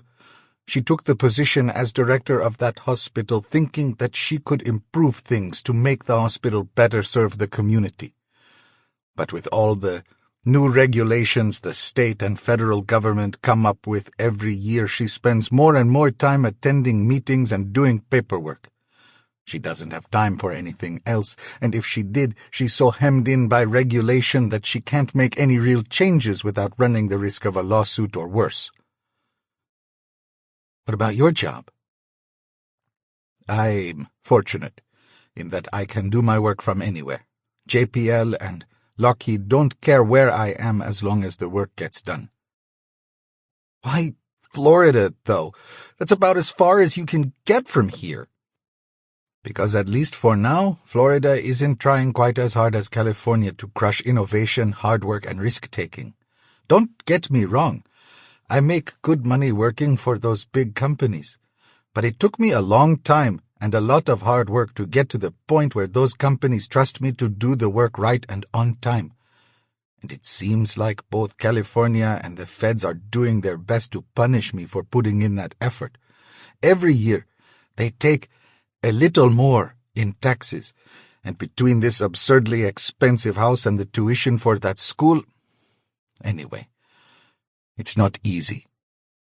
Your mother and I agreed never to go into debt except for the mortgage on this house, which is why I drive a 12-year-old Ford and our family vacation is going to visit your mom's sister in Montana once a year. Moving to Florida will give us a little breathing room, I hope. Your mother has an old friend who has a private practice in Tampa, and she's been trying to get your mom to take over part of the business. We've been thinking about it for a while, and now seems like the right time. I guess that's what my teachers call white privilege, Kade said. What? His father asked, surprised. You know, white people have all these connections with other white people. So even though you and Mom aren't rich, you have benefited from the way the power is structured in society. Good Lord, son.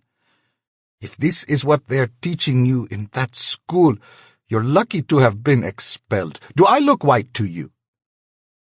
Of course not. You're Indian, but still, Mom. I'm American, Kade. I came here from India and became an American citizen. I have Indian heritage, and I'm proud of that, but my skin color has nothing to do with my success. And your mother would say the same thing. She's of Scotch-Irish descent, but she's American. We both worked extremely hard to get where we are, and it's insulting to suggest that it has something to do with our race. Did you know that Indian Americans have the highest median income of any ethnic group in the United States? On average, we out-earn whites, that is, Americans of European descent, by over $40,000 per year. Really? Asked Kade. Then why didn't I tell you this before? Because I didn't think it mattered.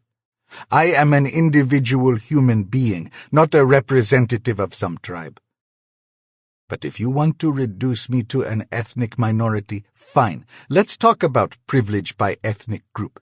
Asians of all sorts, even East Asians, many of whom came to this country with nothing but the clothes on their backs, do better in school and earn more than whites on average. And it's not just Asians either. Nigerians out-earn whites as well. Why don't we talk about Nigerian privilege? And on the flip side, there are millions of white people in this country who live in abject poverty. Where is their privilege? Well, I suppose that privilege in itself probably isn't enough to make a person successful. You still have to put in some effort. Are you saying that white people who are poor are lazy, Kade? I mean, I guess some of them? And what about black Americans who are descended from slaves? Are they poorer than Nigerian Americans on average because of laziness? I wouldn't call it laziness, but slavery and Jim Crow laws kept black people down for a long time in this country. That's absolutely true. But let me pose another question. No black American alive today was ever a slave, and Jim Crow ended in the 60s. Presumably, bigots who hate black people do not typically make an exception for Nigerians. So how is it that a dirt-poor Nigerian who came to the U.S. in 1980 typically does better in school and earns more than the great-grandchildren of slaves? I guess cultural differences? Kade stammered. Not white privilege. I don't see how white privilege would apply if we're talking about different groups of African Americans. Indeed. In fact, if you look at which ethnic group performs best, skin color turns out to be a piss-poor explanation in general. Whether one is white is very far down on the list of explanatory factors. Kade's father sat back in his chair, letting all this sink in. After some time, he continued. For the record, your mother's friend with the private practice is of Haitian descent. Not that it matters. And she's been bugging your mom to join her because your mother is one of the best doctors in the entire country. Now tell me again how this is all about white privilege. I guess it's not. No, it's not, his father said, nodding. And do you see how insulting it is to suggest that it is? Your hypothesis assumed that because your mother's friend is successful, that she must therefore be white, and that she asked your mother to partner with her because she is white. You reduced two very capable, extremely hard-working people to racial stereotypes erroneously, I might add. I get it, Dad. Good, because I swear to God, Kade, if I hear one more word about white privilege from you, well, I'm not going to kneecap you with a hunk of concrete, but it's going to hurt. Sorry, Dad. No, it's good that we are having this discussion. Privilege is a real thing, and it's good to be aware of it. You are more privileged than most. You have the privilege of having two loving parents, for one thing. You've had the privilege of living in a nice house in a good neighborhood. Up until 5 minutes ago, I'd have said you were privileged to have a good education. I guess I figured that a private school wouldn't feed you that racist bullshit, and that's on me. I should have paid closer attention. Most of all, though, you're privileged to live in what is, for the moment, mostly a free country. You can do whatever you want, be whatever you want. Do you know how rare that is throughout human history? Do you know how rare it still is in most places in the world? Yes, Dad. They did teach us some history and geography. Good, Kade. You've got some of your mother's genes and some of mine. You could pass for white, or you could pass for Indian. That means you have a choice. You can choose to be a victim, moaning about your oppression in hopes that people will feel sorry for you and give you things. I'm not a victim. No, you are not. And I'll tell you a secret. Even if you were a victim of some kind of systemic oppression, it's better to act as if you weren't. I don't mean better for society. I mean better for you. Huh? Kade, we are not chimpanzees. Use English, please. Sorry, said Kade. I don't understand. A marine biologist once conducted an experiment where he put a hungry shark into a large holding tank. Then he released several smaller fish in the tank along with the shark. As you would expect, the shark swam around the tank and quickly gobbled up the smaller fish. Then the biologist placed a glass divider into the holding tank, dividing it into two separate partitions. He then put the shark back into the tank on one side of the divider and put some smaller fish on the other side. Once more, the shark swiftly attempted to attack. This time, though, it collided into the divider. The shark tried for the fish again and again, but he couldn't get to them. After about an hour, the shark finally gave up trying. At this point, the marine biologist took out the divider. Still, the shark made no attempt to attack. It would have starved to death if the marine biologist hadn't given it some food. Do you know why? Because it thought the divider was still there? The shark starved because it had been trained to think of itself as a victim. Is that story true? Almost certainly not. Stories don't have to be true to be valuable, though. I get it, Dad. I'm not a victim. I won't think of myself as a victim. Good. Now, another option you have is to realize how privileged you are, feel guilty about it, and spend your whole life trying to make up for it. That doesn't sound like much fun either. It isn't. It is also pointless. You'll never repay the debt for the privilege you've been given. That leaves you with one option. Accept your privilege and the responsibility that comes with it. Work hard. Be your own person. Make the most of your freedom. Help others when you can. Don't judge them, and don't be afraid of making mistakes. Above all, stay humble. A wise man once said that a lot of people were born on third base and go through life thinking they hit a triple. Do you understand? I think so. Good. You smell that? It's almost dinner time. Go wash your hands. Your mother makes some damn fine curry for a white woman. 2036. President Ramona Blankenship regarded Kade with a bemused smile. Your friend Lowell must really like you, she said. He called in a lot of markers to get this meeting. I've got the Prime Minister of New Zealand waiting. Tall and blonde, the president possessed a set of pronounced, slightly bird-like features that had limited her prospects as a swimsuit model, but lent her enough schoolmarm severity to make her a credible political leader. I thought that guy looked familiar, Kade replied, straight-faced. He didn't dislike President Blankenship. He hadn't voted for her. But then he hadn't voted since 2024, reasoning that, given the likelihood of his vote changing the outcome of a national election, it was a poor use of his time. In any case, it seemed to matter less and less who occupied the Oval Office. Hemmed in domestically by untouchable entitlement spending and internationally by the expansionist Chinese government, the president was essentially the crisis manager-in-chief.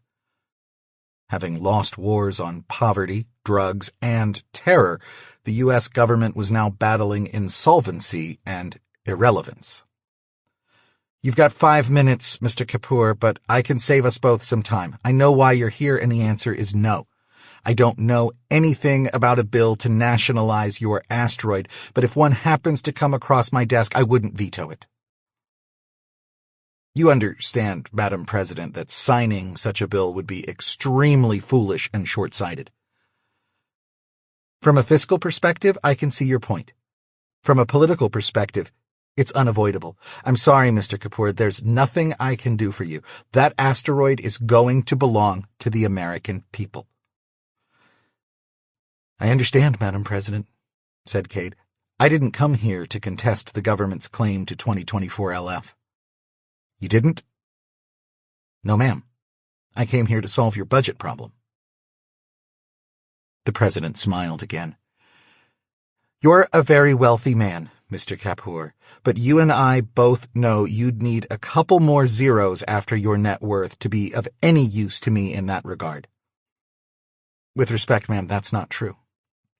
The government's problem isn't lack of money. It's lack of faith. Faith. Mr. Kapur, you're running out of time and I'm running out of patience. Please, ma'am, call me Kade. Let me cut to the point. People have lost faith in the United States. Our manufacturing has moved overseas. Our military now runs a distant second to China. We punish entrepreneurs so there's no innovation. We print money as fast as we can just to keep up with all the handouts we've promised to people. Our money used to be backed up by gold. Then it was backed up by the full faith and credit of the United States. That worked okay, as long as there was something for people to have faith in. But nobody has faith in our government or in the country itself anymore. Our money is collapsing because it isn't based on anything. And you're going to give people something to believe in, Mr. Kapur? We are. You and I. And you're going to be known for centuries to come as the woman who saved America. You've got my attention. Go on. My people have proved that it's possible to pluck an asteroid from its orbit and put it in orbit around Earth. I know you've heard this sales pitch before, but whatever your advisors have told you about the momentousness of what we did last week, it's bigger than that. We've established a stepping stone to the rest of the solar system. Having a ready source of water in orbit solves 80% of the problem of colonizing space.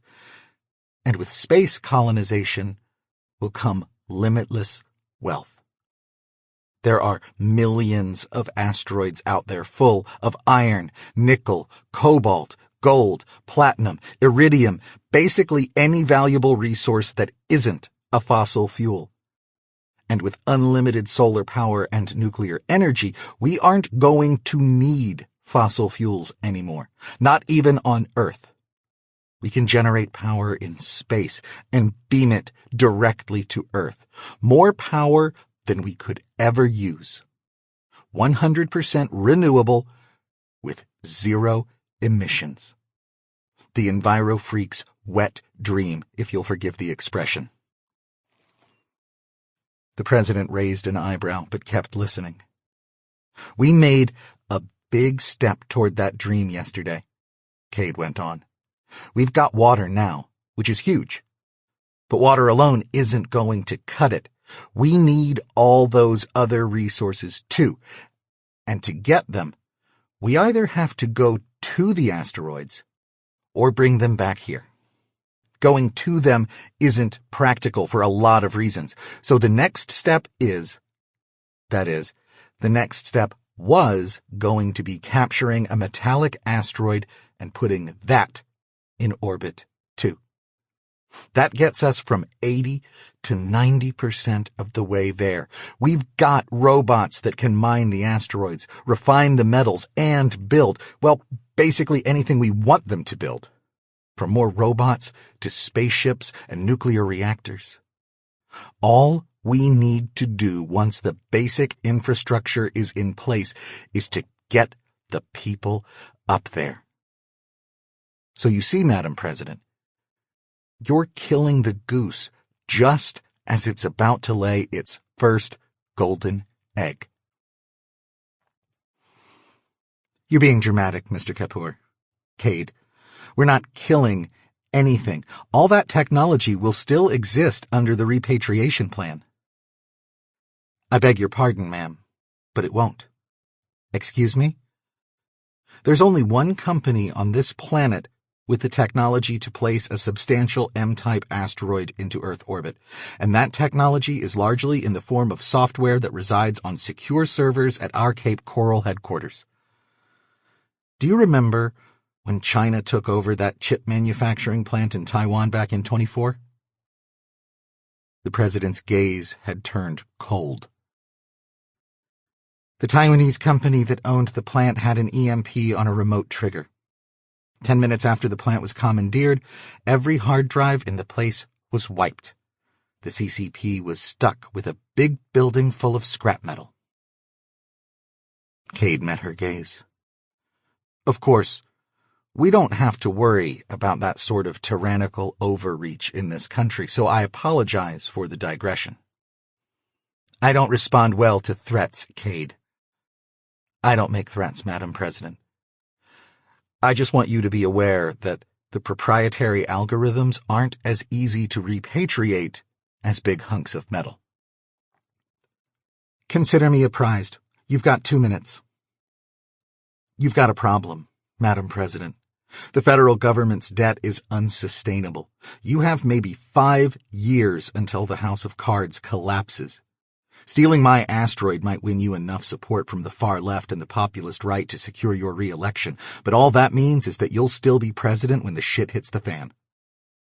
And again, whatever your advisors have told you, the collapse of the dollar will be far worse than anyone is expecting. The U.S. dollar still has value because it's the blood running through the veins of the global financial system. When the Treasury misses its first bond payment, or the market realizes that the government is printing money at an unsustainable rate, that system is going to have a massive coronary. And you are going to be remembered as the president who let it happen. And your solution is what? Moving another asteroid into Earth orbit? Not just an asteroid. A metallic asteroid nearly a kilometer across. 4 billion metric tons of metal. That's 20,000 times as big as 2024 LF. I'm talking $10 trillion worth of minerals. The national debt is over $50 trillion. We don't have to pay off the debt. All we have to do is convince people that we can meet our obligations. Debt isn't a problem as long as the market believes we can keep making interest payments. Faith in the Treasury means that the real interest rates remain low. Borrowing money is inexpensive, and we keep paying. A virtuous cycle.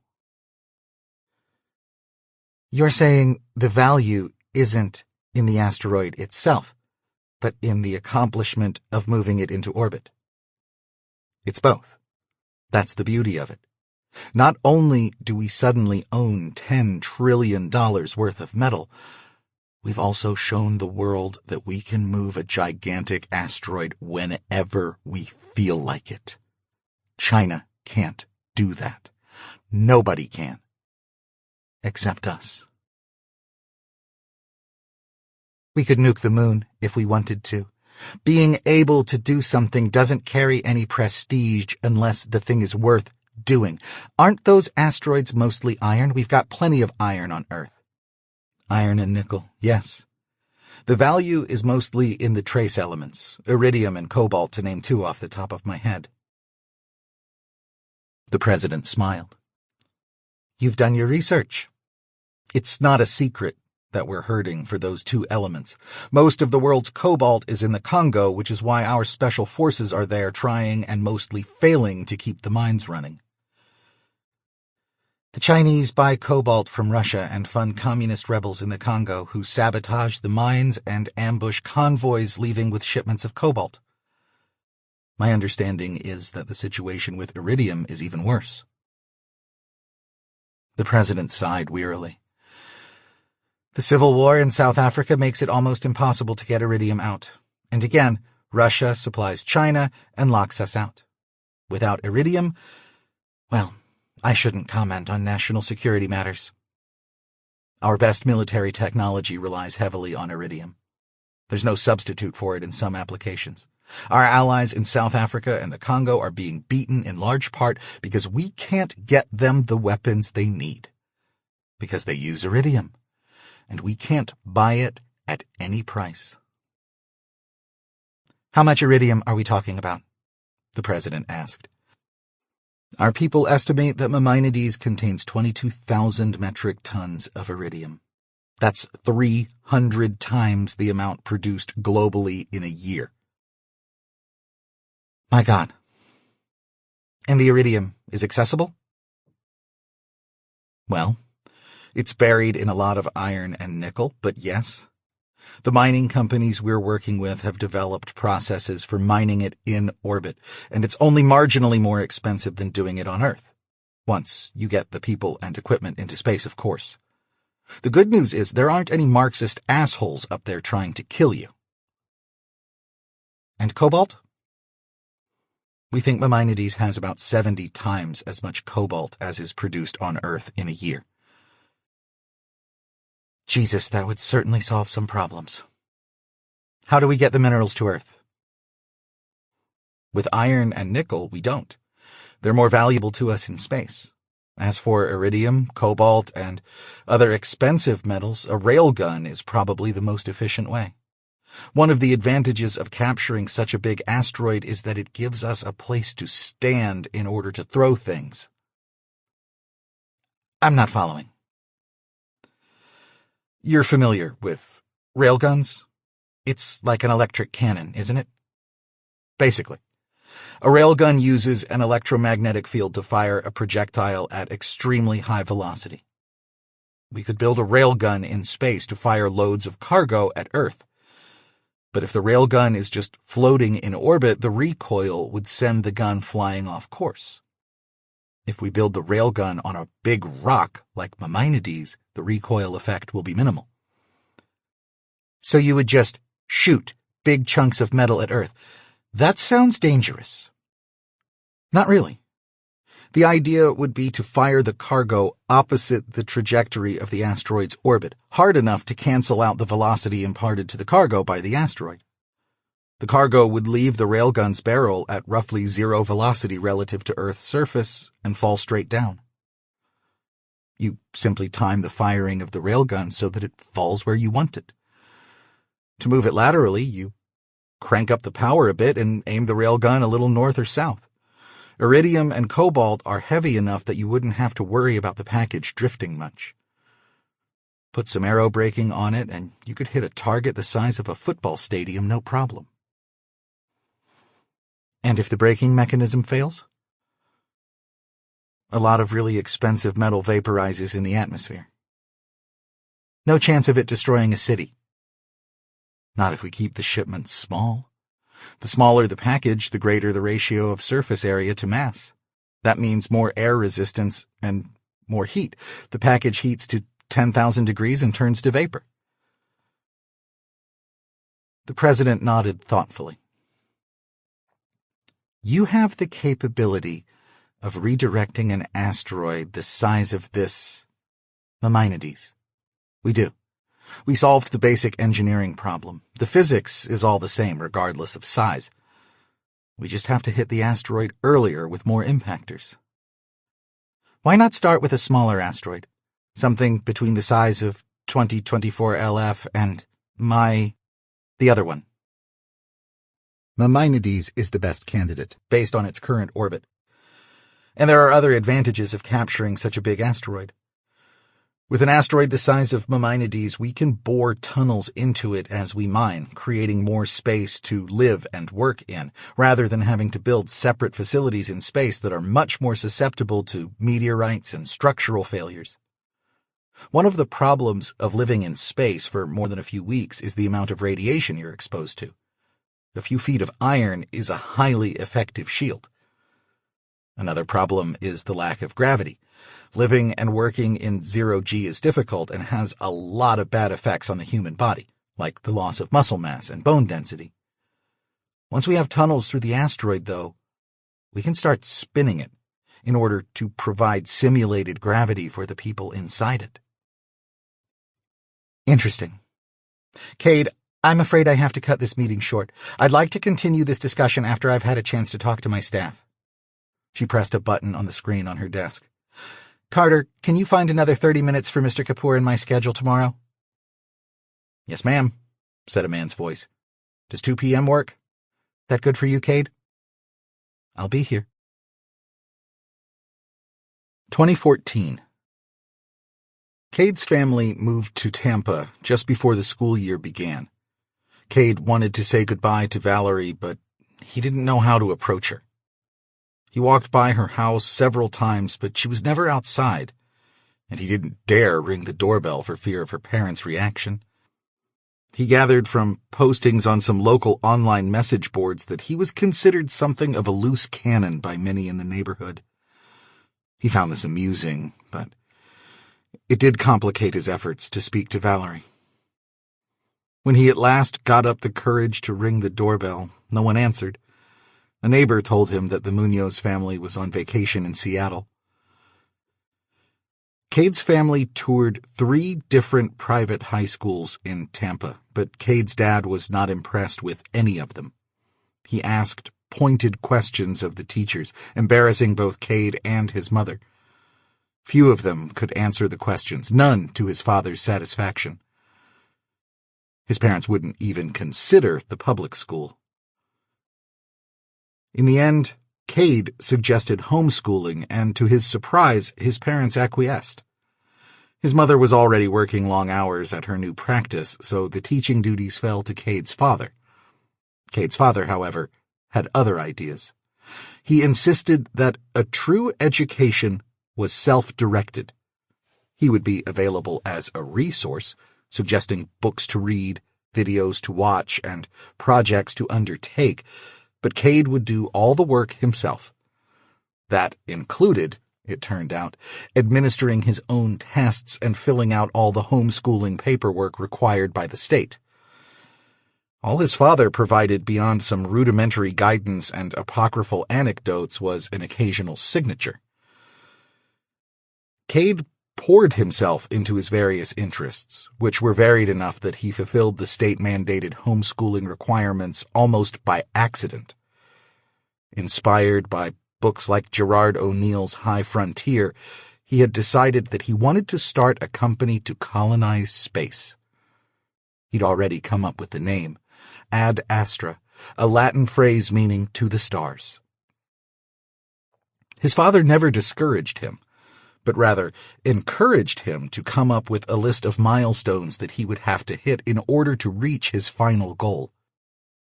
He may have intended this as a way of getting Kade to understand the true scale and difficulty of the challenge he'd set for himself, but Kade took it as an opportunity to develop a concrete plan. The biggest problem was that the startup costs for such an endeavor would be enormous. He would have liked to go to work for an aerospace company like his father did, but while such a position would provide vital experience and a steady income, it wouldn't come close to garnering him the sort of capital he was going to need. Knowing that being able to write software was a skill that would serve him well whatever route he took to his goal, he taught himself several programming languages and familiarized himself with multiple operating systems and relational database systems. The cost of living was lower in Florida than in California, but his mother had taken a big pay cut going from hospital administrator to a partner in a small private practice that only took cash. So they lived frugally. Kade's father continued to do work for several big corporations, and as Kade's skill in programming developed, his father occasionally farmed out chunks of projects to him. By the time Kade passed the state high school assessment test, he was on a first-name basis with half a dozen senior managers at as many different multi-billion-dollar corporations. The work was enjoyable enough. Kade liked the challenge of writing elegant code that accomplished a task in as few lines and CPU cycles as possible. But it was also frustrating, because big corporations tended to have a lot of ridiculous rules, security protocols that made things less secure, code formatting rules that made the code harder to read, rules about accounting for his time that made him less efficient, etc. Big corporations whose biggest customer was the federal government were even worse. Most of the work Kade's father did was related to helping the company comply with various federal regulations. It was only tangentially related to aerospace. So when Kade was offered a high-paying job at a Silicon Valley startup, he took it. The year was 2019. Kade was 18 years old. The only catch was that Kade would have to spend at least some of his time in the office in Palo Alto, and commuting to the Bay Area from Florida wasn't practical. Kade, who had never before lived away from home, bought a plane ticket at 18 and flew to San Francisco. He found an absurdly overpriced studio apartment within walking distance of the startup and went to work. The company, called Spectral, had been founded by a Hollywood agent and the former CTO of a Fortune 500 software company. Spectral had received a huge infusion of venture capital from a group of private investors, and it already had several big-name celebrities as clients. Kade was Spectral's 14th employee. Spectral's business model was simple. It offered a way for the rich and famous to do business online anonymously. If, for example, a certain pop sensation decided she wanted to build her dream vacation getaway in rural Colorado, she could use Spectral's platform to handle all the details of the transaction without ever revealing her identity. Real estate brokers, builders, zoning boards, and anyone else involved in the various transactions would know only that the client was someone represented by Spectral. They could infer that it was someone of means, but that was all. The seller, not knowing the buyer was worth $100 million, wouldn't hold out for top dollar, knowing she could afford it. Environmental groups wouldn't try to shame her on social media for cutting 50 acres of old-growth forest. Tabloids wouldn't run stories about her irresponsible spending spree. Crazed fans wouldn't be waiting for her at the gate before she'd ever set foot on the property. Because it was vital to Spectral's public image that their data remain absolutely secure, they had hired a well-known internet security expert and ex-hacker named Steve Grasson as their system administrator and lead programmer. So confident were they in their security that Spectral offered a $1 million bounty to anyone who offered proof of having hacked their system. The weak link in Spectral's system, as always when secrets needed to be kept, was the human beings involved. The company trained its employees in proper security procedures, had them sign bulletproof non-disclosure agreements, and paid them well, providing large annual bonuses if no sensitive information leaked during the course of a year. Spectral also provided security training to its clients, but little could be done to prevent a loquacious pop star from oversharing. The vital thing was to ensure that the source of any leak could be identified and that it could be proven to originate from outside Spectral. Kade, who had received national security clearance before even graduating from high school thanks to his dad pulling some strings to get him approved to do work for major defense contractors, was hired as Spectral's second programmer. Steve Grasson had designed Spectral's database and built its custom apps. As an assistant programmer, Kade was ostensibly not privy to Spectral's client data, but in practice it was virtually impossible to prevent him from snooping if he felt like it. A typical man Kade's age might have been curious about the private lives of Hollywood stars, if only to use the information to pick up women. Kade, however, had absolutely no interest in celebrities of any sort. Even the tech billionaires he hoped one day to emulate, he gathered there were at least 3 among Spectral's clients, didn't particularly interest him. He assumed that these people had affairs, hired prostitutes, met with the heads of murderous foreign regimes, went on elephant hunting safaris, and committed other sins with the help of Spectral, but he didn't care. None of that information was going to get him where he wanted to be. Even if he didn't find the idea of blackmail morally repugnant, he wouldn't have been tempted. Blackmail was a zero-sum game, which, to Kade, meant that it was a game for losers. He didn't want to get rich by stealing from someone else. He wanted people to voluntarily give him money because he provided something of value. 2 years into his employment at Spectral, rumors surfaced on the internet about a ranch in southern Mexico that employed prostitutes as young as 14. Among the ranch's clientele were said to be several wealthy Americans. No names were mentioned, but enough details were leaked to make Spectral's CEO Basil Callis nervous. Ordinarily, a company concerned about its data security being compromised would have hired an outside firm to perform an audit. But Callis was evidently so paranoid that he insisted the matter be handled in-house. Callis interviewed every employee who had access to the relevant data, each of whom swore they were not the leak. Kade was tasked with determining whether any of the leaked information had been obtained by hacking Spectral's systems. He began by tracing the source of the rumors to a posting on an internet message board by a user going by the handle Von Doom. The posting suggested that a wealthy retired politician was one of the ranch's frequent customers. Going through the client records in Spectral's database, Kade had no trouble identifying a certain ex-senator as the culprit, but it was unlikely that anyone without access to that data would have made the connection. The message seemed to be intentionally vague. Either the poster had more information than he had posted publicly, or he was an excellent bluffer. It was as if he was releasing just enough information to make Spectral nervous. Kade thought it unlikely the information had originated from a hack of Spectral's systems. Why release vague teasers online when he could have gone to Spectral with the data and collected the $1 million bounty? Or for that matter, kept the information to himself and used it to blackmail the people involved. Such a hack would have given the hacker access to a lot more data. Why hadn't he released anything else?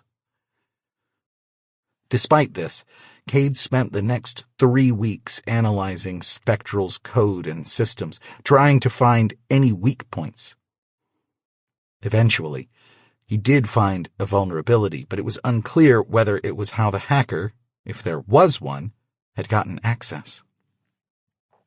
By this time, it appeared that Von Doom was not going to release any more information or threaten any of Spectral's clients with blackmail. Kade's boss, Steve Grasson, instructed him to patch the vulnerability and forget about it. Kade got the distinct impression Grasson had already told Callis that there had been no hack.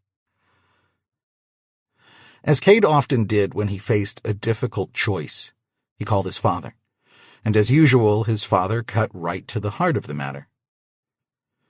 "Do you think the information was acquired by hacking Spectral's database?" he asked. "It seems unlikely," Kade replied. "This vulnerability, it's not something your typical hacker could exploit.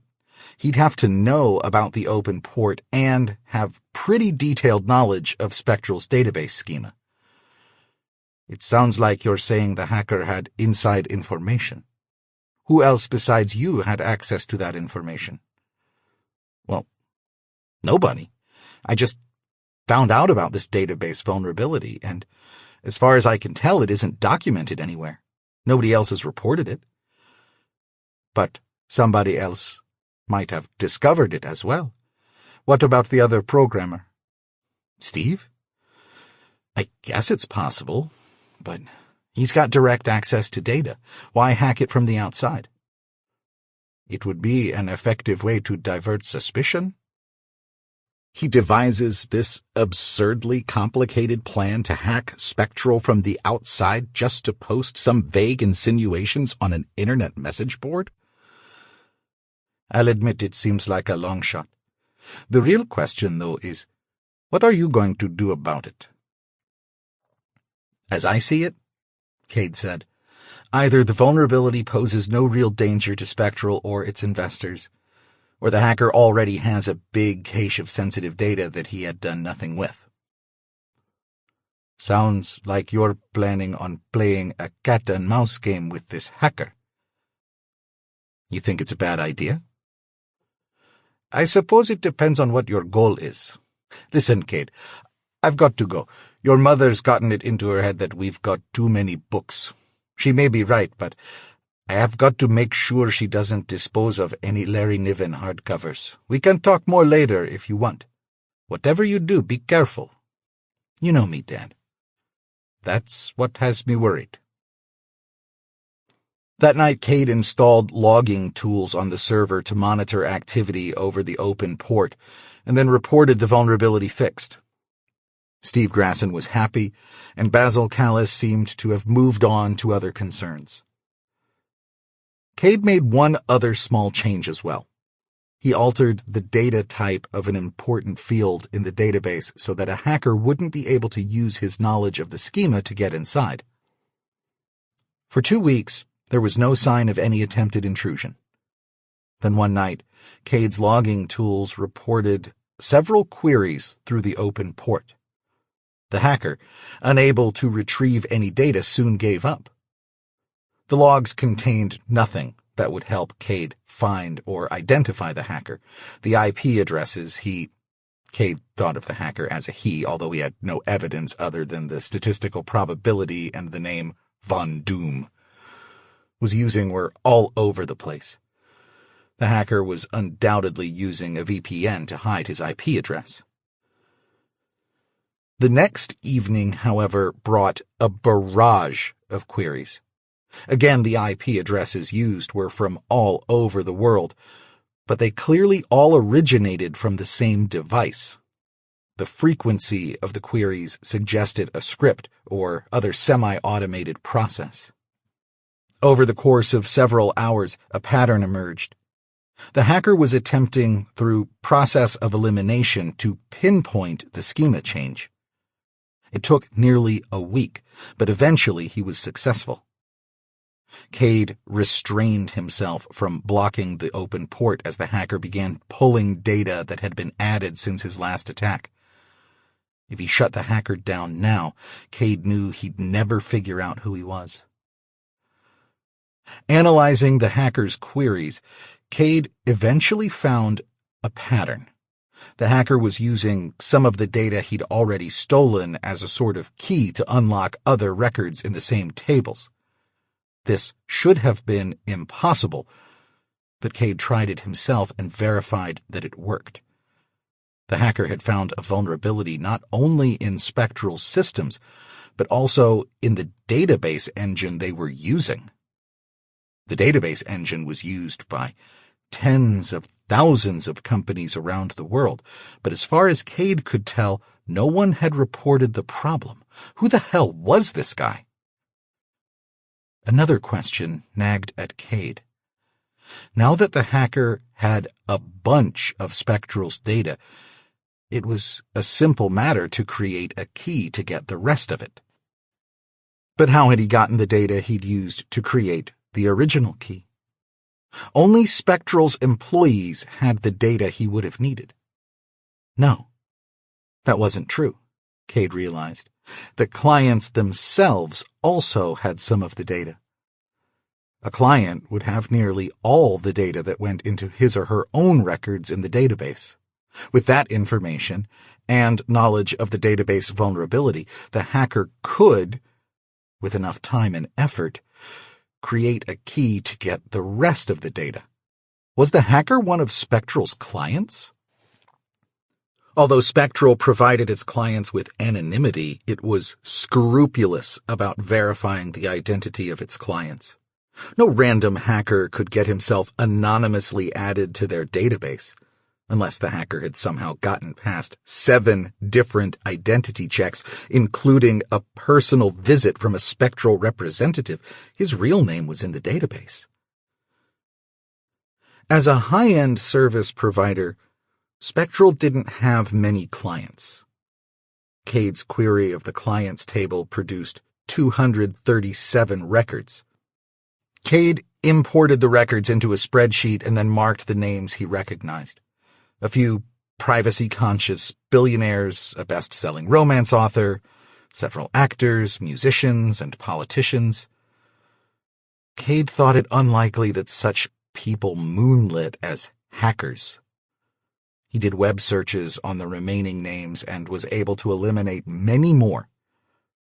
He had 43 clients left to check when he came across an entry that made the hair on his arms stand up. The man's name was Rami Essek. 2036.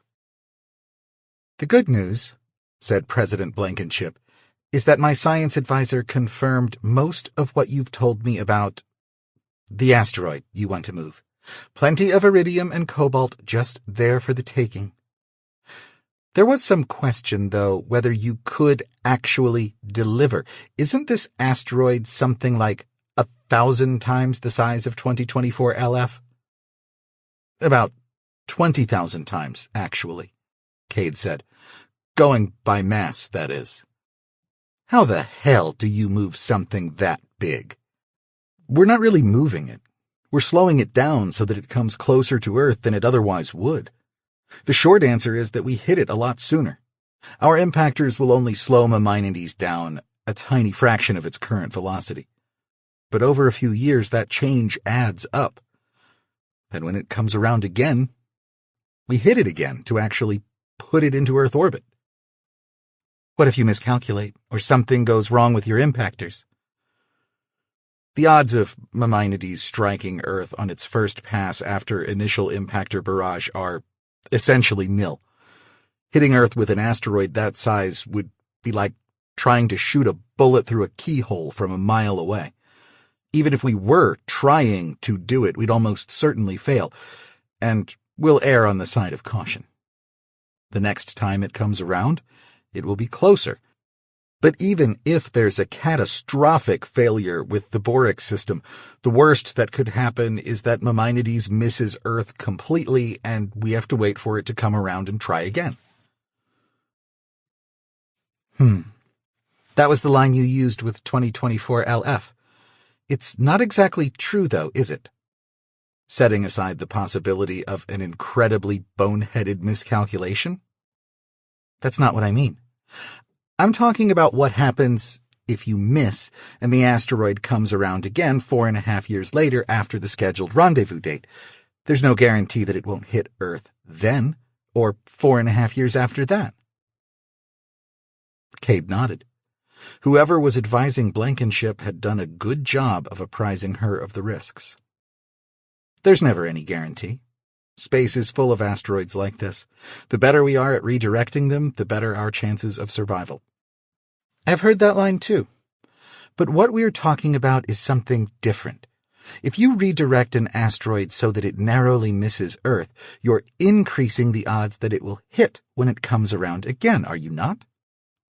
Well, yes. As I say, we cannot completely eliminate risk. And there's no reason we can't redirect the asteroid when it comes around again. We'll have the infrastructure in place and plenty of warning.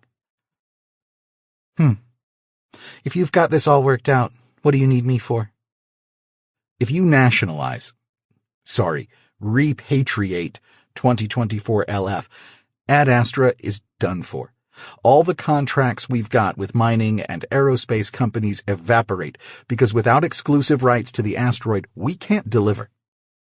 But even if we were fully solvent, we don't have the cash on hand to pull off a mission this size. You just got done lecturing me about our unsustainable debt. My plan doesn't require the federal government to take on any additional debt. In fact, it doesn't require any cash from the government at all, and will actually relieve some of your debt burden. So now you're printing money out of thin air. Careful, Kade, the Treasury doesn't like competition. We don't need more money. We need to make the money we have worth something. And we do that by giving people hope for the future. All right, I'm intrigued. Tell me how you plan to finance this project without any cash from the government. Kade smiled. A new company will be formed, chartered by the federal government. I'm partial to the name High Frontier Mining Company, but we can go with something else if you'd like. The government will provide the company a guarantee of exclusive mining rights on the asteroid. The government will also allow conversion of treasury bonds to stock in the company at a discount. The point of this would be to alleviate some of the debt as well as reassuring investors of the value of their bonds. Clever. Make T-bonds more attractive by giving people the option to exchange them for stock. Exactly. And not just any stock. Stock in a company with potentially infinite returns and zero competitors. A company with the backing of the U.S. government and founded by the first man to move an asteroid into U.S. orbit. If we handle this right, this could be the biggest IPO of all time. Imagine having to tell your grandchildren that you missed out on an opportunity to get in on the ground floor of the company that made it possible for humans to colonize the solar system. You call this hope for the future, but it's really just speculation on an astronomical scale. But that's what speculation is. We're going to do what every entrepreneur with an idea does. Ask for cash now in exchange for the promise of a better future. Madam President, the American people are tired.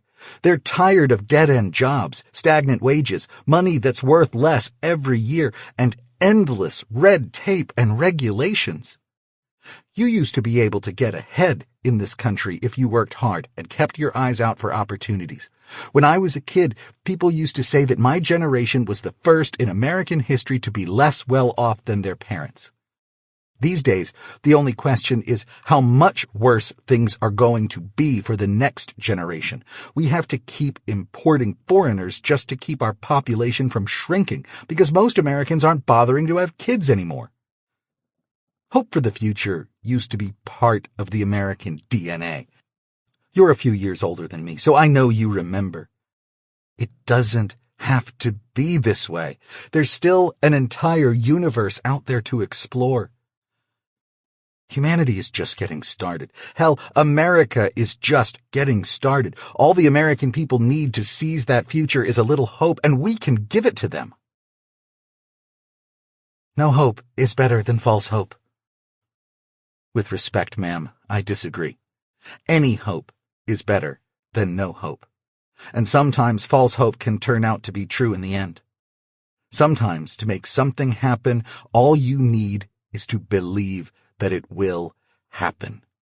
If you and I stand up before the American people and tell them America is going to colonize the solar system, they'll believe it. And they will make it happen. You give a good speech, Kade. You should have gone into politics. I'm passionate about the things I believe in. Since I was a little kid, I've believed that it's humanity's destiny to live among the stars. Okay. So, High Frontier Mining Company gets a big infusion of cash from this IPO, then what? High Frontier is essentially a shell company. It has a board of directors and a stock ticker, but no assets. What it does is hire other companies to make asteroid mining a reality. Starting with Ad Astra. We're the only company that can capture Maimonides, or any asteroid worth mining. It will look a little fishy if the first thing that this company does is to hire one of its founders' other companies. Not at all. We'll make it clear that it's our intention to hire Ad Astra from the outset. Ad Astra transfers its ownership of 2024 LF to HFM, and in return, HFM hires Ad Astra to handle the Maimonides redirect mission. People are going to say we're just shuffling paper around. Kade couldn't stifle his laughter. With respect, ma'am, he said when he'd regained his composure, you know where you are, right?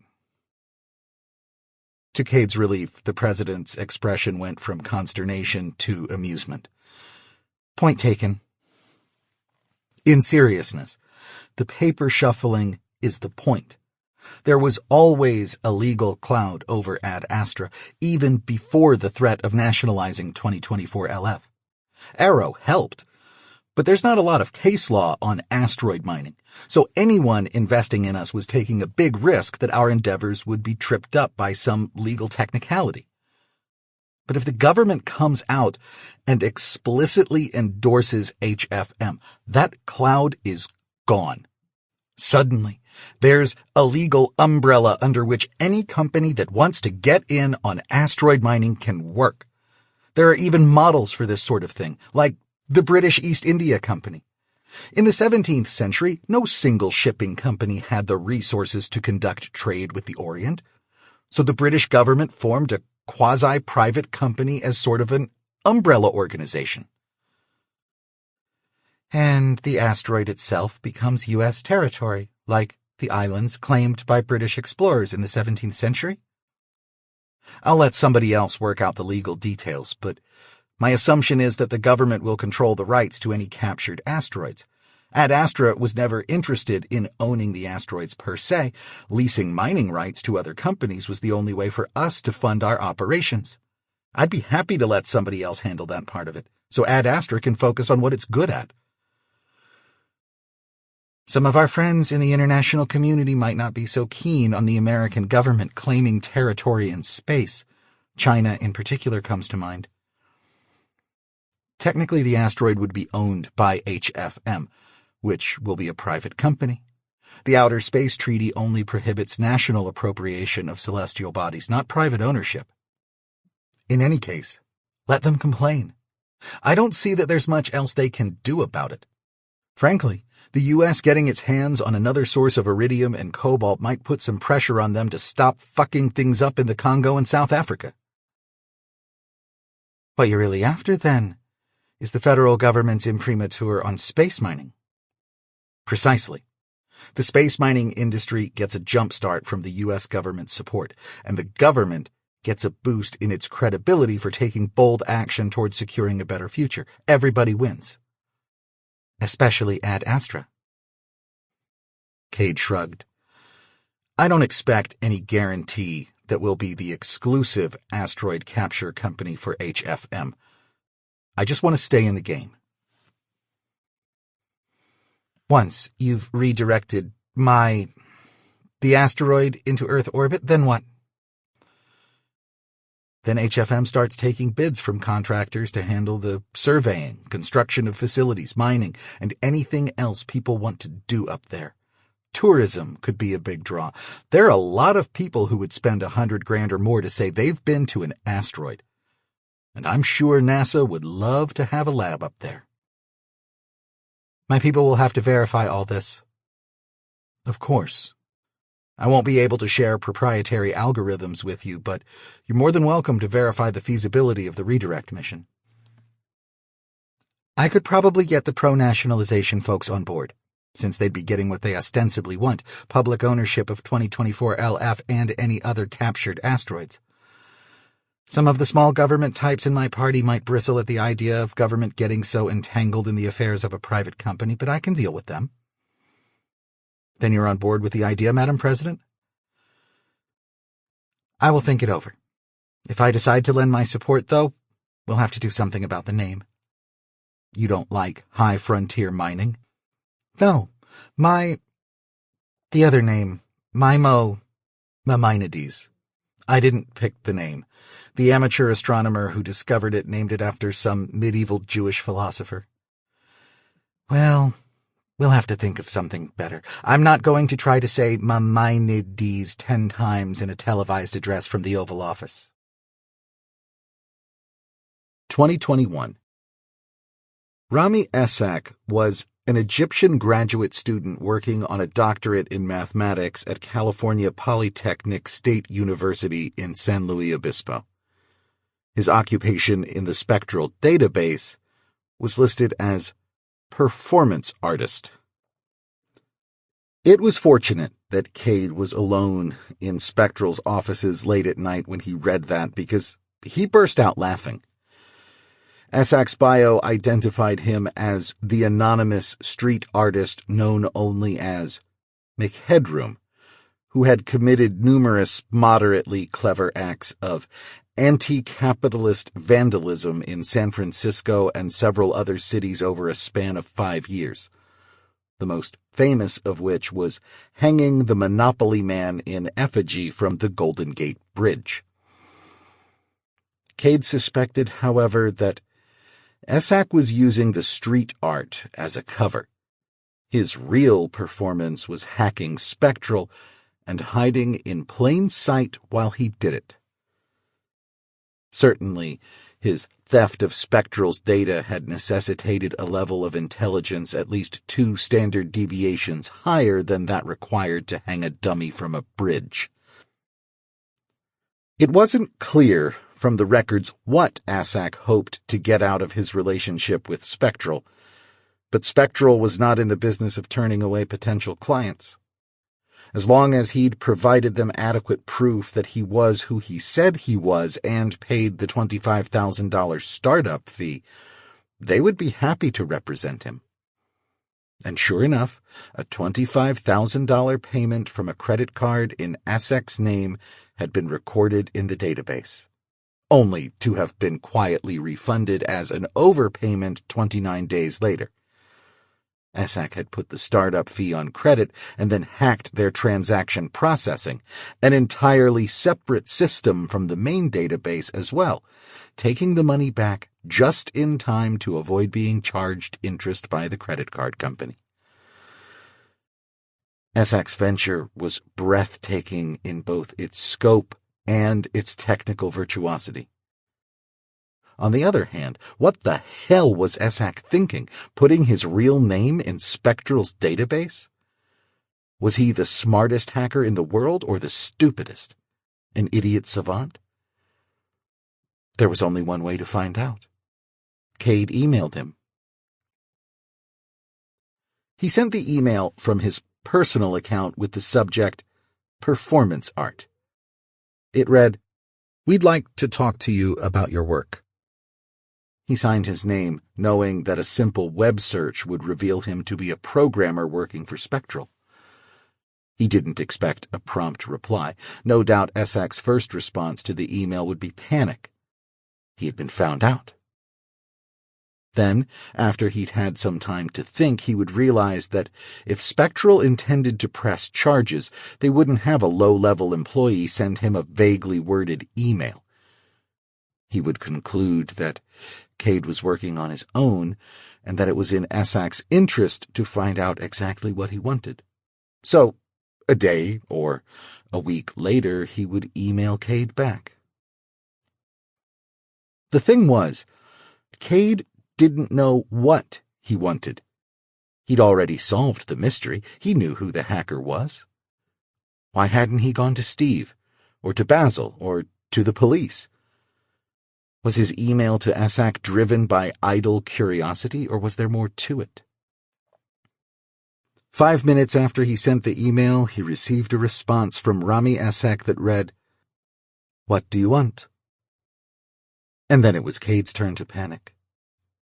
Sitting in a cubicle in the climate-controlled Palo Alto office at 2 a.m., his eyes fixed on the 30-inch flat-panel monitor on his desk, he broke out in a sweat.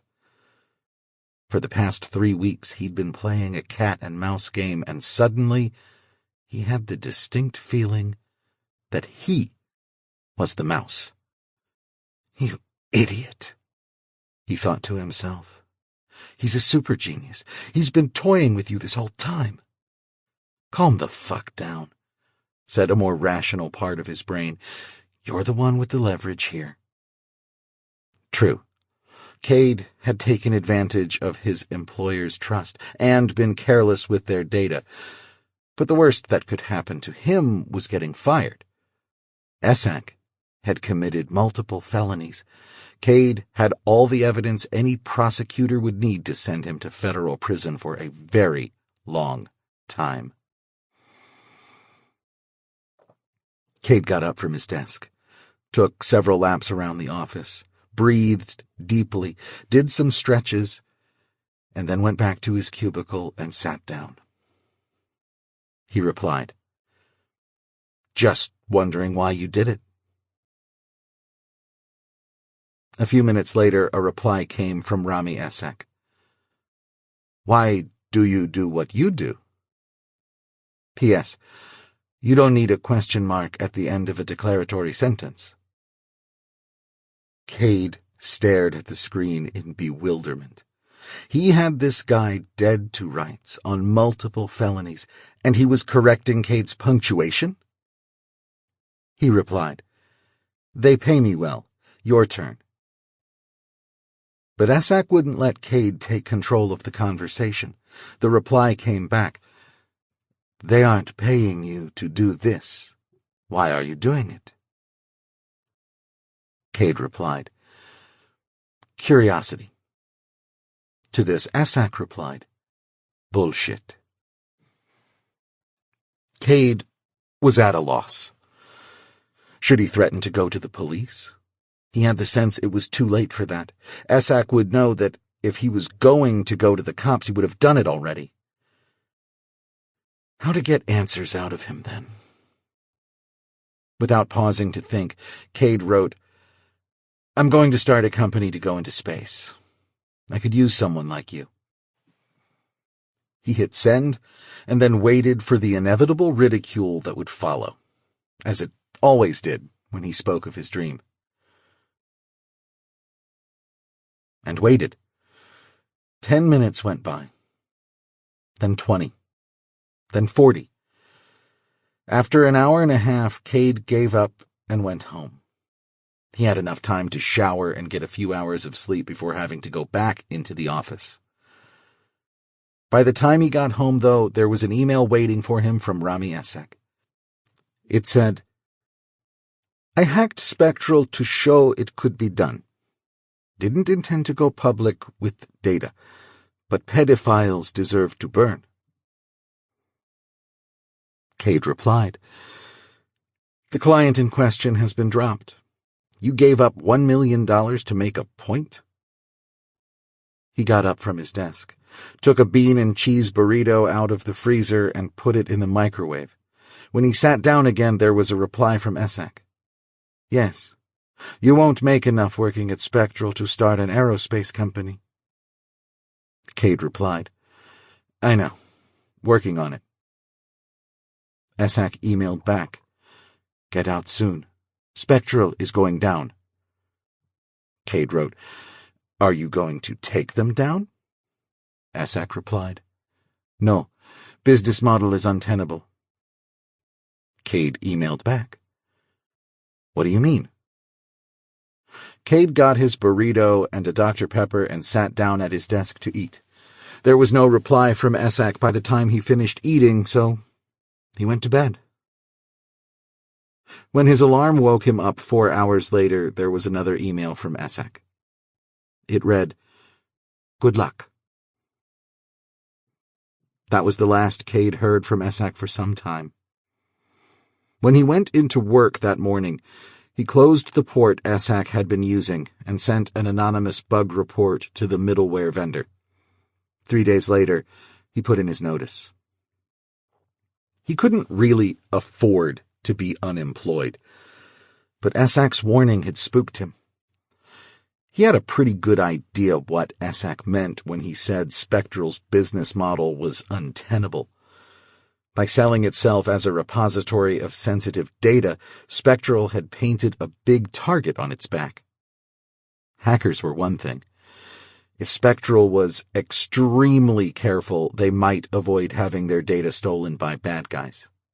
It was the ostensible good guys, though, that posed the real threat. It was an unavoidable fact that anonymity attracted people who were up to no good.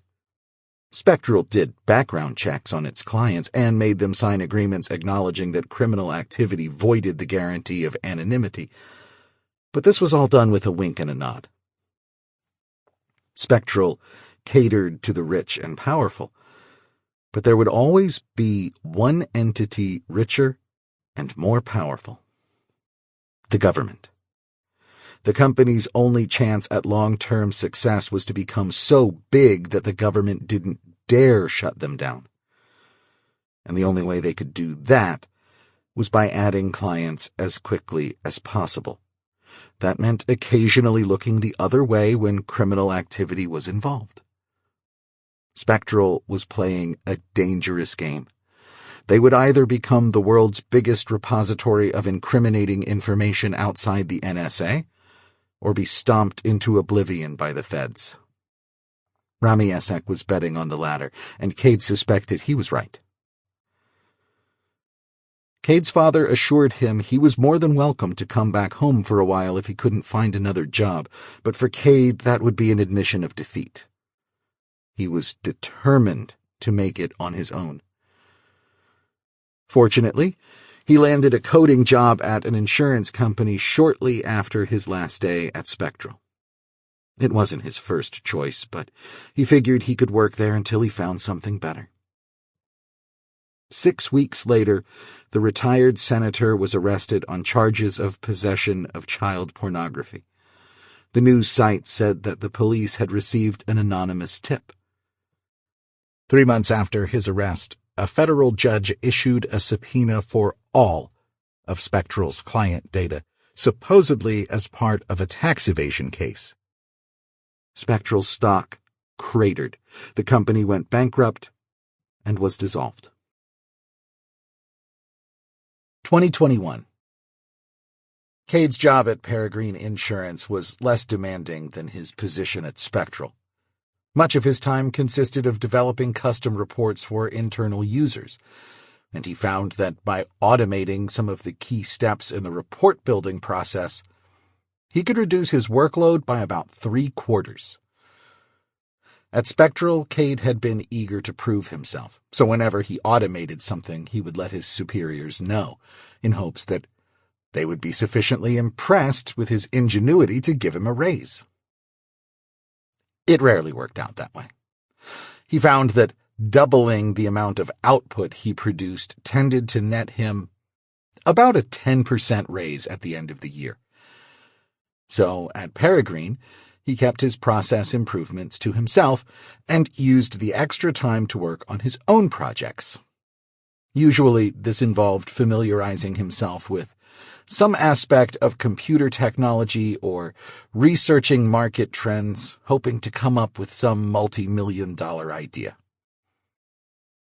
What he thought about most, though, was how a company like Spectral could have avoided its fate.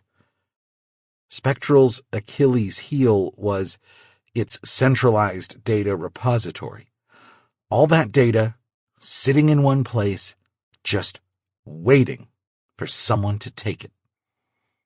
If you could get away from a single centralized data repository, you could eliminate that threat.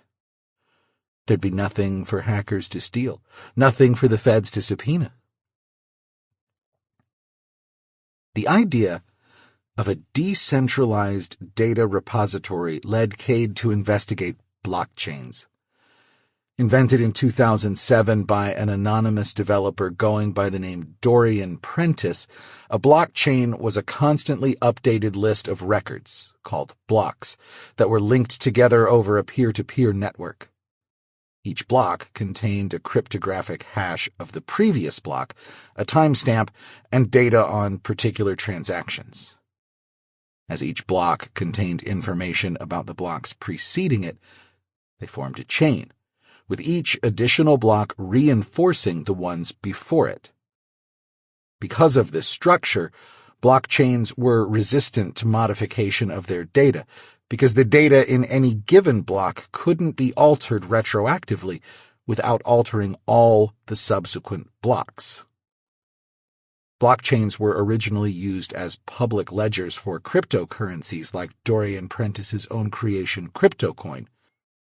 Dozens of other cryptocurrencies, Lumenium, Matrix Coin, Asterisk.coin, IOTA, Silacoin, to name a few, were created using variations of blockchain technology. Often collectively referred to as crypto, such currencies were still used in only a small fraction of financial transactions worldwide. But a cryptocurrency that became widely adopted would solve a number of the problems associated with fiat currencies. Many other sorts of blockchains were developed in the decade or so following. One application Kade found particularly interesting, developed in 2018 by an anonymous consortium, was called Asterisk. The Asterisk documentation Kade found online called it a metacurrency. According to the documentation, Asterisk was designed to allow easy creation of exchange contexts called agoras, after the Greek word for market. According to the Asterisk documentation, an agora was a virtual market space with a set of rules that were agreed upon by all participants. In the 3 years since it had been publicly released, Asterisk had not made more than a tiny ripple in the world of digital commerce. But the more Kade read about agoras, the more it seemed Spectral's business model could be replicated almost entirely by creating a specialized agora. What Spectral offered its client was anonymity plus legitimacy, a guarantee that although they would not reveal the client's identity, that client was trustworthy. Participants in an agora were anonymous by default, so there was no need for the sort of anonymization provided by Spectral. And the Asterisk model had its own way of conferring legitimacy. Each user profile had a history of transactions that could be used to demonstrate trustworthiness. Parties to a transaction could also provide quantifiable feedback regarding the transaction that would affect the user's reputation score within that agora and to a lesser extent other agoras. Each agora had its own currency, which was referred to by appending .coin to the name of the agora. The basic Asterisk framework included Many standard smart contracts, including one that allowed a user to loan .coin to another user on terms agreed upon by both parties. Payments could be made manually or set up to be automatically deducted from the borrower's account. Failure to make payments per the agreement incurred automatic penalties to the borrower's credit score. There were standard smart contracts in the asterisk framework for setting up purchase agreements and escrow accounts. There was even a way to convert .coin from one agora to another at an exchange rate that was allowed to float freely. As Kade saw it, the asterisk model would allow him to do most of what Spectral's back-end systems did without the centralized database. The main problem was that almost nobody was on asterisk. On the other hand, a problem could be an opportunity. Kade envisioned a company that acted as a broker. If a potential client wanted to execute a financial transaction anonymously, the company would get both parties set up on the same agora and let them work out the details. Some transactions, like purchases of land, couldn't legally be done with complete anonymity, but there were still advantages to handling as much of the business as possible through the agora. Kade's company would still have to keep some records, of course, but all transaction data would exist only in asterisk. The other problem was that Kade didn't have the connections to set up a high-end business like Spectral. He might have tried contacting some of Spectral's clients, but those people would undoubtedly be reluctant to trust an unproven startup after being burned by Spectral. Kade decided to go the opposite route.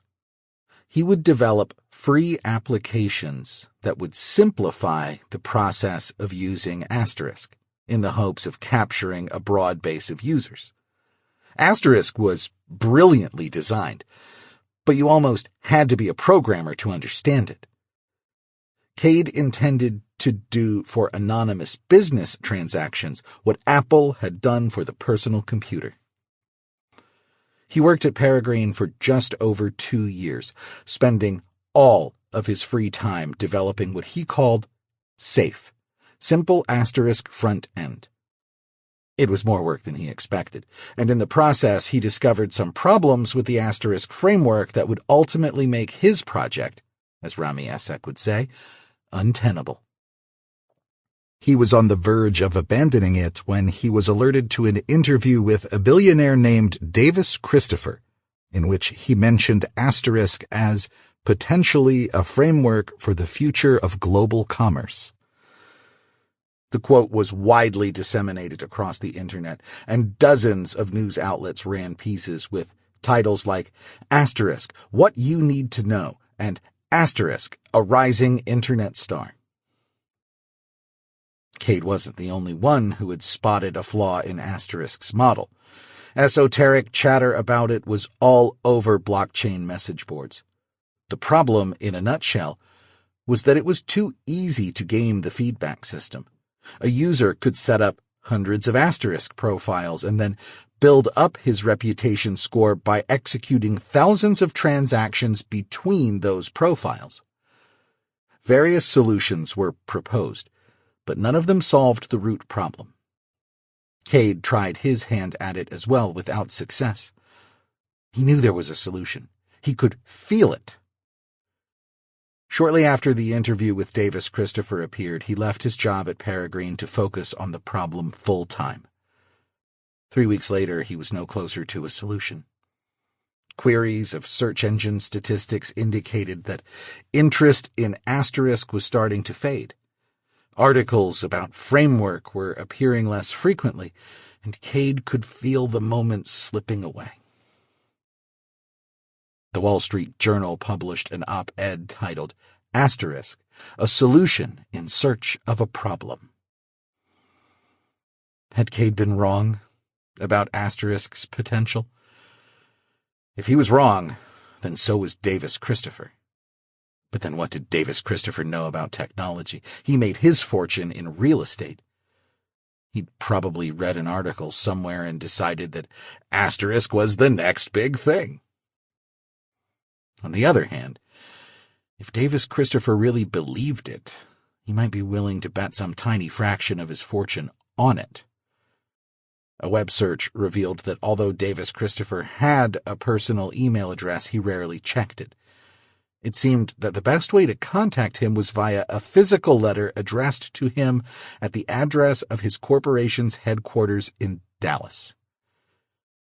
Kade spent a day composing a letter, trying to communicate the essential facts in a compelling way while keeping the letter to less than a page. When he was done, he emailed the text to his father to review. His father deleted most of the text, leaving 3 short sentences. Kade printed out the revised version, signed it, and mailed it to Davis Christopher. A week later, when Kade was still tearing his hair out trying to solve the feedback problem, he received an email from Davis Christopher's personal secretary inviting Kade to meet with him at his ranch outside Dallas. Kade forced himself to wait an hour before replying. 2 days later, he was on a flight to Dallas. 2021. Kade knocked on the door of the modest suburban home of Davis Christopher precisely at 9 a.m. on the day of their appointment. He had checked the address he'd been given 3 times, thinking that there had been a mistake or somebody was playing a joke on him.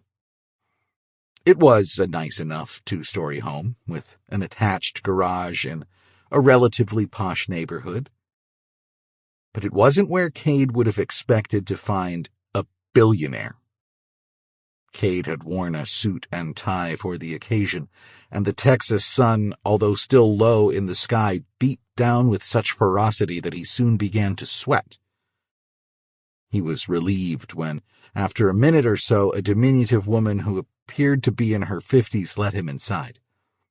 The woman, Mrs. Christopher, his assistant, both, offered to take his jacket, and Kade gladly accepted. She hung it in the coat closet, then led Kade to Davis Christopher's study in the back of the house. Kade was again struck by the ordinariness of the place. It was a perfectly nice little study, with IKEA bookshelves overloaded with titles in a bewildering range of subjects, all nonfiction, Kade noted, and distributed according to a scheme that seemed to derive in equal parts from the Dewey Decimal System and chaos theory. A man Kade took to be Davis Christopher himself sat at a large oak desk, but with his back turned to Kade, staring out the window at a backyard enclosed by a cedar fence and dominated by a medium-sized ovalish swimming pool. "Mr. Kapur is here for you, dear," said the woman.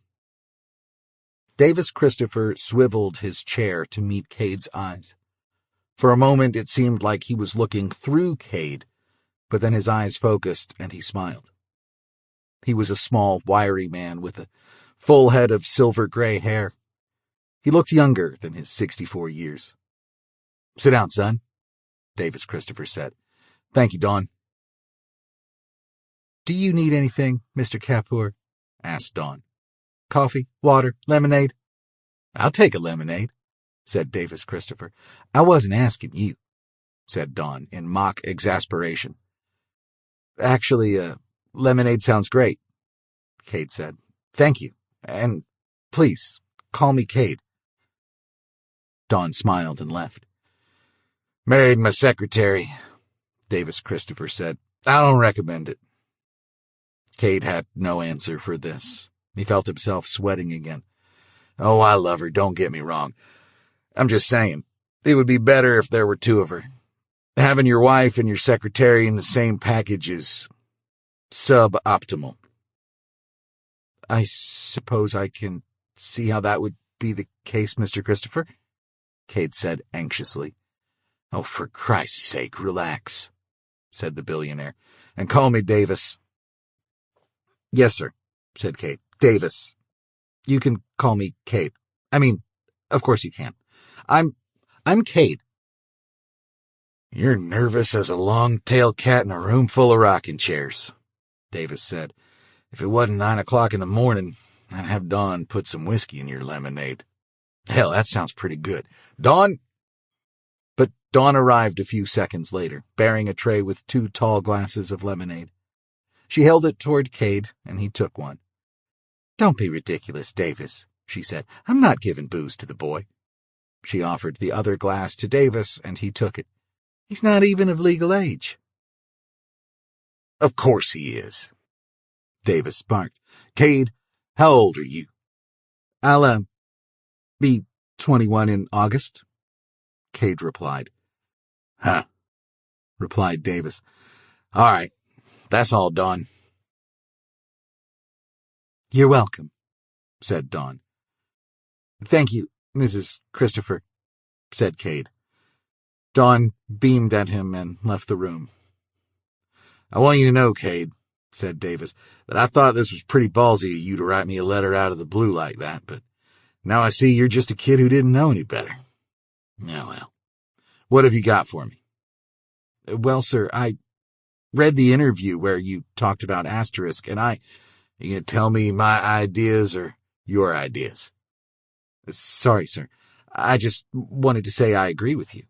I was talking out of my ass, Davis said. Sir?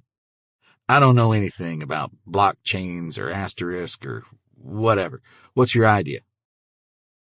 I'm building some applications. A suite of applications, you could call it, that make it easier for users to set up asterisk profiles and use the framework to conduct transactions. Have you solved the feedback problem? What? The feedback problem. Isn't there a problem where you can rack up unearned reputation points? Well, yes. I thought you said you were talking out of my ass. I was wrong. I forgot. I actually do know something about this. Sometimes I forget what I know and what I don't. Hazards of being a polymath. Have you solved the feedback problem or not? I'm very close. 300,000. Sir? I give you $300,000 in exchange for 49% ownership in your company. What's it called? It doesn't have a name yet. You incorporated? No, sir.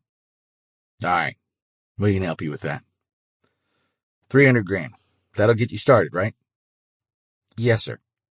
I have my people write up the papers. I think I've got some whiskey in my desk. You want some? If you're having some, sir. 2021. Kade's elation about receiving funding for his venture was short-lived. A month later, he was no closer to solving the feedback problem. 2 weeks after his meeting with Davis Christopher, he had finally broken down and asked Rami Essek for help. Rami had sent him a few suggestions, but Kade had explored them to the best of his ability and gotten nowhere. Finally, he sent Rami an imploring email.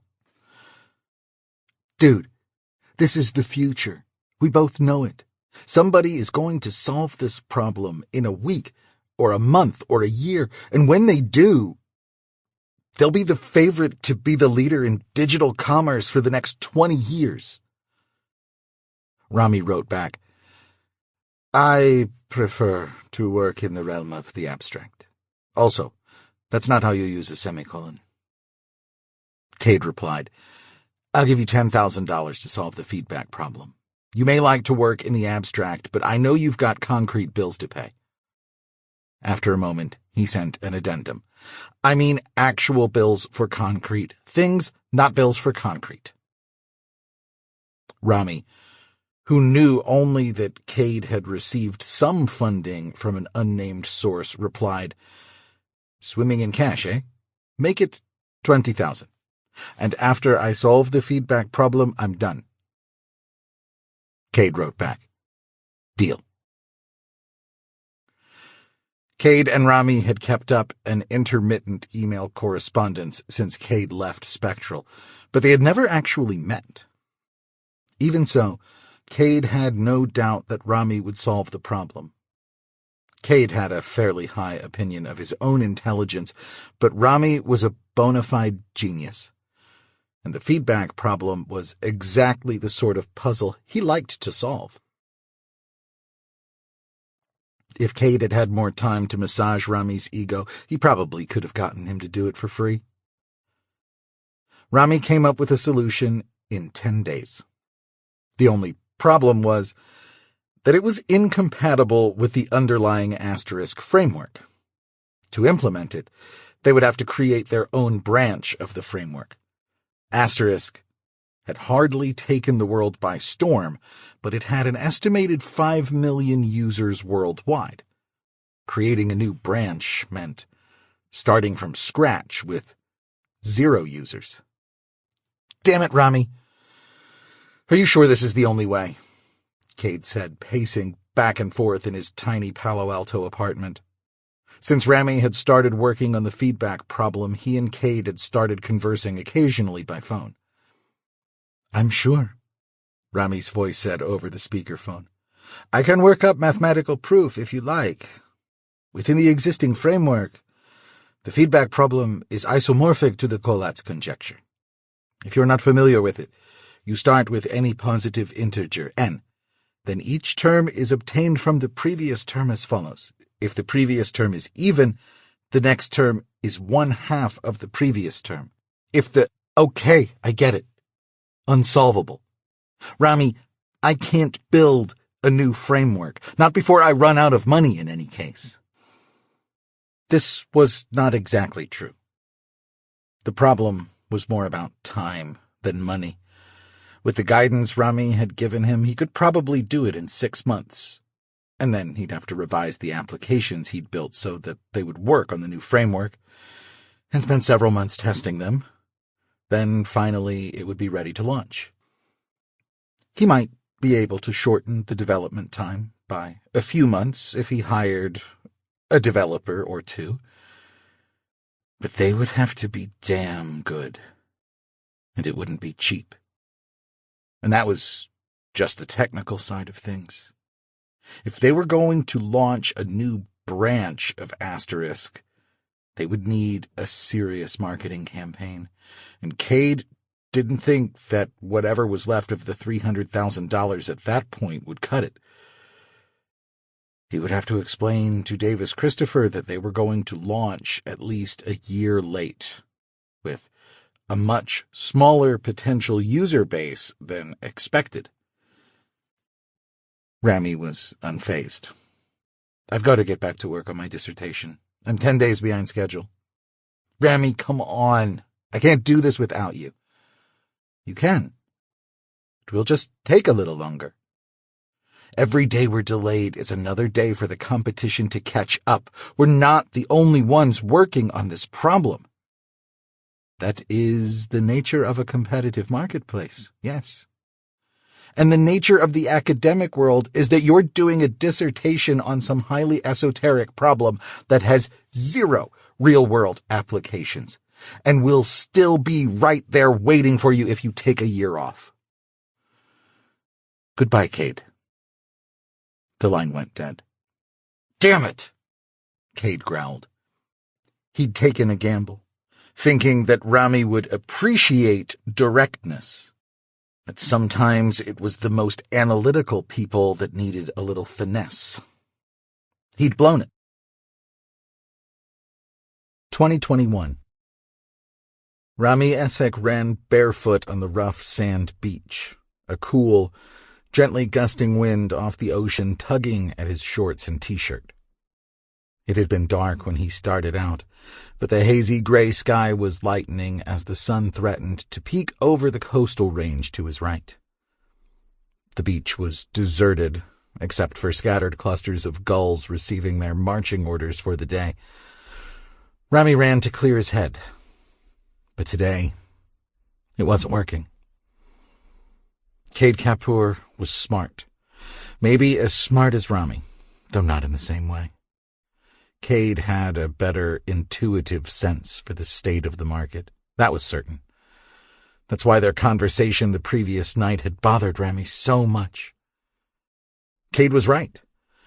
At some point, in a few months or a few years, somebody else was going to come up with a fix for the flaws in Asterisk. It wouldn't be as good as Kade and Rami's version, but it would be good enough. And that version of Asterisk would come to dominate the market, just as surely as VHS beat out Betamax. And Kade would have to start over on something else.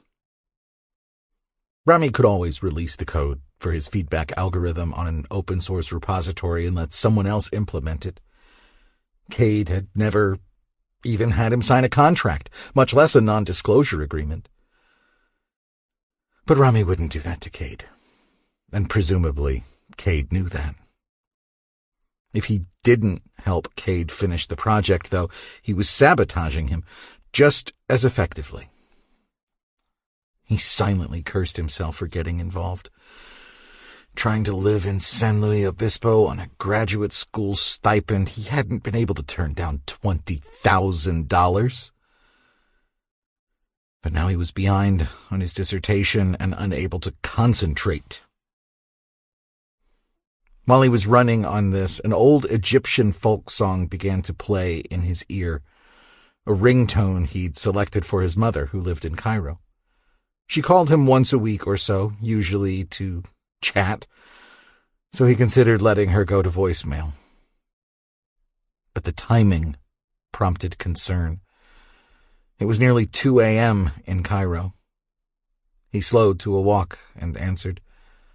"Hey, Mom," he said. "Everything okay?" Yes, fine," she said. "Are you sick? Your breathing is so loud." "I was going for a run, Mom. Why are you up so late?" "Couldn't sleep. So I thought I might do some work, but I can't get on the internet." "You're calling me for tech support?" "You were always my favorite son," she said. "Don't tell Bahir." His mother was a poet, having published 2 well-received compilations of verse, some in English, some in Arabic, and she liked to browse the internet for inspiration. That's what she called it, anyway. Her practice was to write until she hit a block and then spend a few minutes browsing the most vapid content she could find on the web. She claimed that while her conscious brain was focused on what she was reading, her unconscious kept working on the problem. "The service is probably down, Mom." Lately, the unrest in Libya had begun to spill over into Egypt, with some terrorist groups targeting the country's infrastructure. The internet service had been unreliable even before the attacks. And now there were occasional electrical outages as well. "I just talked to Noor next door. Hers is working fine." "Why is every old lady in your neighborhood up at 2 a.m? Be respectful, Rami. Can you fix it?" Rami sighed. "I can try." After 10 minutes of laborious troubleshooting, Rami's mother announced that she was once again able to access that invaluable source of poetic inspiration, Wikipedia. "A lot of this information about Everybody Loves Raymond is wrong," she said after a moment. "Who writes these things?" "Just random people. Mom, if it's wrong, you can fix it." "I don't think they let just anybody make changes to the Everybody Loves Raymond page. There have to be controls." "There really aren't, Mom. It's Wikipedia." "It's probably someone in New York. That's where all the Jews are. The American ones, I mean." "Mom, there is no Jewish conspiracy to propagate disinformation through the Everybody Loves Raymond Wikipedia page." "Well, who said anything like that? You're being ridiculous, Rami. The Jews in New York are busy controlling the weather. How are the maths going?" Okay." The silence from his mother was somehow worse than anything she might have said. Rami had always been the smart one, the special one, the one who was going to do great things. No one in his family had ever specified what these great things might be, but it was generally understood that the more academic and impractical his achievements were, the better. The son of a poet and a structural engineer, Rami was a natural mathematician. From a very young age, he'd had an uncanny intuition for numbers and equations, and his parents had encouraged his gift with private tutors and expensive schools. He'd earned a full scholarship to the University of Chicago, and then, after receiving a dual major in mathematics and information theory, had been accepted into the Cal Poly graduate program for mathematics. Neither of his parents, to say nothing of his other, mostly less educated relatives, had the faintest inkling of what Rami was actually studying. It didn't matter. What mattered was that he was getting an advanced degree in mathematics from one of the most prestigious American universities. And after he completed his studies, he would undoubtedly land a teaching position at an equally prestigious university, where he would spend his days writing papers, imparting wisdom to the youth, and thinking big thoughts. For his parents, who had both come from hard-scrabble backgrounds in the Cairo slums, it was the apex of success to have a son who had risen so far above the day-to-day struggle of material existence. As Rami was frequently reminded in subtle, and not so subtle ways, however, someone had to pay the price for the opportunities he'd been given. In Rami's case, that someone was his older brother, Bahir. Canny and personable, but lacking Rami's abstract intelligence, Bahir had the determination and political savvy necessary to get things done in the legally and ethically nebulous business environment of Cairo. Rami's father had worked as a builder and architect before landing his current position as one of the city's engineers. Bahir had tagged along with him while Rami was still in diapers, seeing firsthand how some of Cairo's biggest and most impressive buildings were built, and how others were torn down, often over the objections of the tenants. When Rami was old enough to feel left out, he started begging to go along on these excursions. Bahir never spoke about what he and their father had been up to, which only intensified Rami's curiosity. One time their father returned with his right hand wrapped in gauze, and another time his shirt was spattered with blood. It didn't take a genius to deduce that these excursions were not mere business meetings. Their father had a few close associates who often accompanied him and Bahir. They were large, rough-looking men who sometimes came to Rami's house to pick up their father, but never came inside. Rami got the impression that these men worked for their father in some capacity, the exact nature of which Rami tried hard not to think about. It was not until Rami was a teenager that he realized their father had superiors as well, chief among whom was a man he heard referred to only as Timsah, meaning crocodile. Rami never saw Timsah, and his father rarely spoke of him directly. On the first occasion that this happened, Rami detected an odd modulation in his father's voice, which he had never heard before. It wasn't until his father's next conversation with Timsah that he realized what it was. His father was afraid. In the beginning, Bahir seemed shaken by some of these excursions, but he would not speak a word of what happened to Rami. Their mother seemed to have some idea of what the excursions were about, but she never asked any questions. Even Rami's attempts to eavesdrop on his parents' conversations were fruitless in this regard. Evidently, his father simply never spoke about his business to her. Rami's requests to go along on the excursions were rebuffed, and he soon learned not to ask questions. At one point, it was suggested that if he could not restrain himself, he might have to be sent to a boarding school in London. From that moment on, he kept his inquiries to himself and redoubled his academic efforts. This seemed to mollify them. At the same time, he did some digging of his own. Mostly on the internet. This was where he learned to hide his tracks through proxies and VPNs from the government, from his parents, and from anyone else who might have questions about a young man in Cairo researching criminal organizations.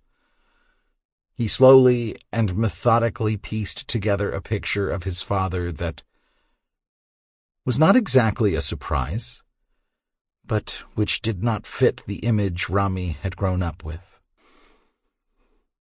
To Rami's relief, his father did not seem to be a member of any of the more radical Islamist organizations that had proliferated in the region since the toppling of Saddam Hussein in Iraq. Rami's family had always gone through the motions of Islam for the sake of appearances, but his father was too hard-nosed and materialistic, in the philosophical sense, for religion to hold much appeal for him, and his mother was, at best, agnostic. As far as Rami knew, neither of them had any sympathies for Al-Qaeda, ISIL, or any of the other more extreme jihadist groups. Rami learned that his father was, however, a high-ranking lieutenant in a criminal organization aligned with anti-government militias in Egypt, Libya, and Algeria. The organization also had ties to major political parties in those countries and elsewhere. Egypt was still one of the more stable and peaceful North African countries, but as with the other nominal democracies in the region, there was no clear line between legitimate and illegitimate groups, but rather a complex web of interrelated parties, religious groups and militias that could be laid out along a continuum. At one end of the continuum were the most reputable political parties, which were at least publicly in favor of transparency, fairness, and the rule of law. And at the other end were the radical jihadists, whose goal was to destabilize the region in order to create an opening for a fundamentalist Islamic state. The organization to which Rami's father belonged, called the Islamic State in Egypt and the Maghreb, was somewhere in the middle. ISIM was either allied with or outright controlled several other groups along much of the continuum. Rami's father's evolution from street tough to respected builder to city engineer was clearly due in no small part to his involvement with ISIM. But it was unclear to what extent his father adhered to its tenets. Knowing his father, Rami suspected his involvement was largely pragmatic. Throughout his teen years, Rami respected his parents' policy of not talking about his father's work. But after experiencing a few months of independence at the University of Chicago, he felt emboldened enough to ask his brother during one of their occasional phone conversations what sort of work he was doing. Like their father, Bahir held a cushy government job, in Bahir's case as a city building inspector. But Rami knew his brother spent most of his time on tasks assigned by his father or someone else at ISIM. Whatever these tasks were, they allowed Bahir to drive all over northern Egypt in a Mercedes with a pistol on his hip and an arsenal of other weapons in the trunk. "Baby brother," Bahir had chided, "do not ask why you do not want to know." "I do want to know, big brother. That is why I asked. You think you do. But like Adam, who was tricked by Eve, you would regret getting what you wanted. Enough with the condescending bullshit, Bahir. If you won't tell me, just say so. I won't tell you. But it is for your own good, Rami. Focus on your maths. Make the family proud. And that was the end of it. 6 years had passed, and although they still talked on occasion, the topic of Bahir's avocation had never again been broached between them. "How is Dad?" Rami asked his mother as he continued his stroll along the beach. An errant surge sent a sheet of cold water to envelop his feet before sliding back into the Pacific. Over the distant hills to his right, the sky was turning pink. "He's away on a business trip," his mother said curtly. "If I email you the edits, do you think you can get it to the people who run Wikipedia?" "Mom, there are no people who run Wikipedia. They're just people, like you. Edit it yourself. Why is Dad on a business trip during Ramadan?" All non-essential businesses shut down during the Muslim holy month. There was no legitimate reason for his father to be away from home at that time. No wonder his mother couldn't sleep. "I will write it all up. You just have to get it to them." "Mom, why is Dad on a business trip during Ramadan?" "Rami, you know I can't talk about what he and Bahir get up to." "Bahir is with him." "Rami, please." "What are they doing, Mom? What is so urgent that they need to leave Cairo to do business during Ramadan?" "Focus on your maths, Rami. Make us proud. I will email you those changes." "All right, Mom. I've got to go. I love you." "I love you too, Rami." Rami slipped his phone in his pocket and stood for some time, staring out at the white caps in the distance. An infinity of sine waves, sometimes overlapping and sometimes canceling each other out, terminating in a chaotic graph being eternally rewritten a few inches from his toes. At last, he turned and made his way toward the dry sand and the parking lot beyond, where his 2008 Toyota Prius awaited him. He unlocked the car and took a seat behind the wheel. Taking a deep breath, he pulled his phone from his pocket and made a call. After a few seconds, Kade Kapur answered. "I'll do it," Rami said. "You will?" Kade replied, stunned. "Are you going to have time to work on the framework and your dissertation at the same time?" "No," Rami said. "I think you've ruined me for abstract work. I want to be part of history." "You will be," Kade said excitedly. "Rami, this is going to revolutionize the way people—" "Not with this," Rami said. "I'll help you with the framework. But this is a means to an end. You're right. This thing is going to be big, and it's going to make you a lot of money. Enough money to start an aerospace company." "Damn straight it will, Rami. I'm so excited to have you on board. Name your salary." "Whatever you think is fair. I don't need a lot." "I can probably get you a pretty good-sized stake in the company, too. I just have to run it past—" "No, I don't want to own any part of the company. Owning things makes me antsy. I don't want to have to go to stakeholder meetings or hire people or shop for health insurance plans or any of the other shit you have to do when you have a stake in a company. I want to build software and solve problems. That's it." "You've got it, Rami. Just wait. This is going to be amazing." 2023. Valerie Munoz hated the Sunday brunch crowd. She wasn't keen on the Saturday night crowd either, but at least there was a predictable baseline of behavior on Saturday nights. It was all drunk college kids and couples out on first or second dates. She could count on being hit on 4 or 5 times, and usually she could stoke the embers of hope just enough to get a decent tip, which she collected with a hand that had magically sprouted an ostentatious diamond ring. It was a shameless ploy, but she thought of the augmented tips as hazard pay. The Sunday brunch crowd, in contrast, was a volatile mix of families with small children who had just been released from church, fixed-income retirees who tipped $1 for every hour they monopolized a booth, and tipsy soccer moms gossiping about whatever member of their clique hadn't shown up that day.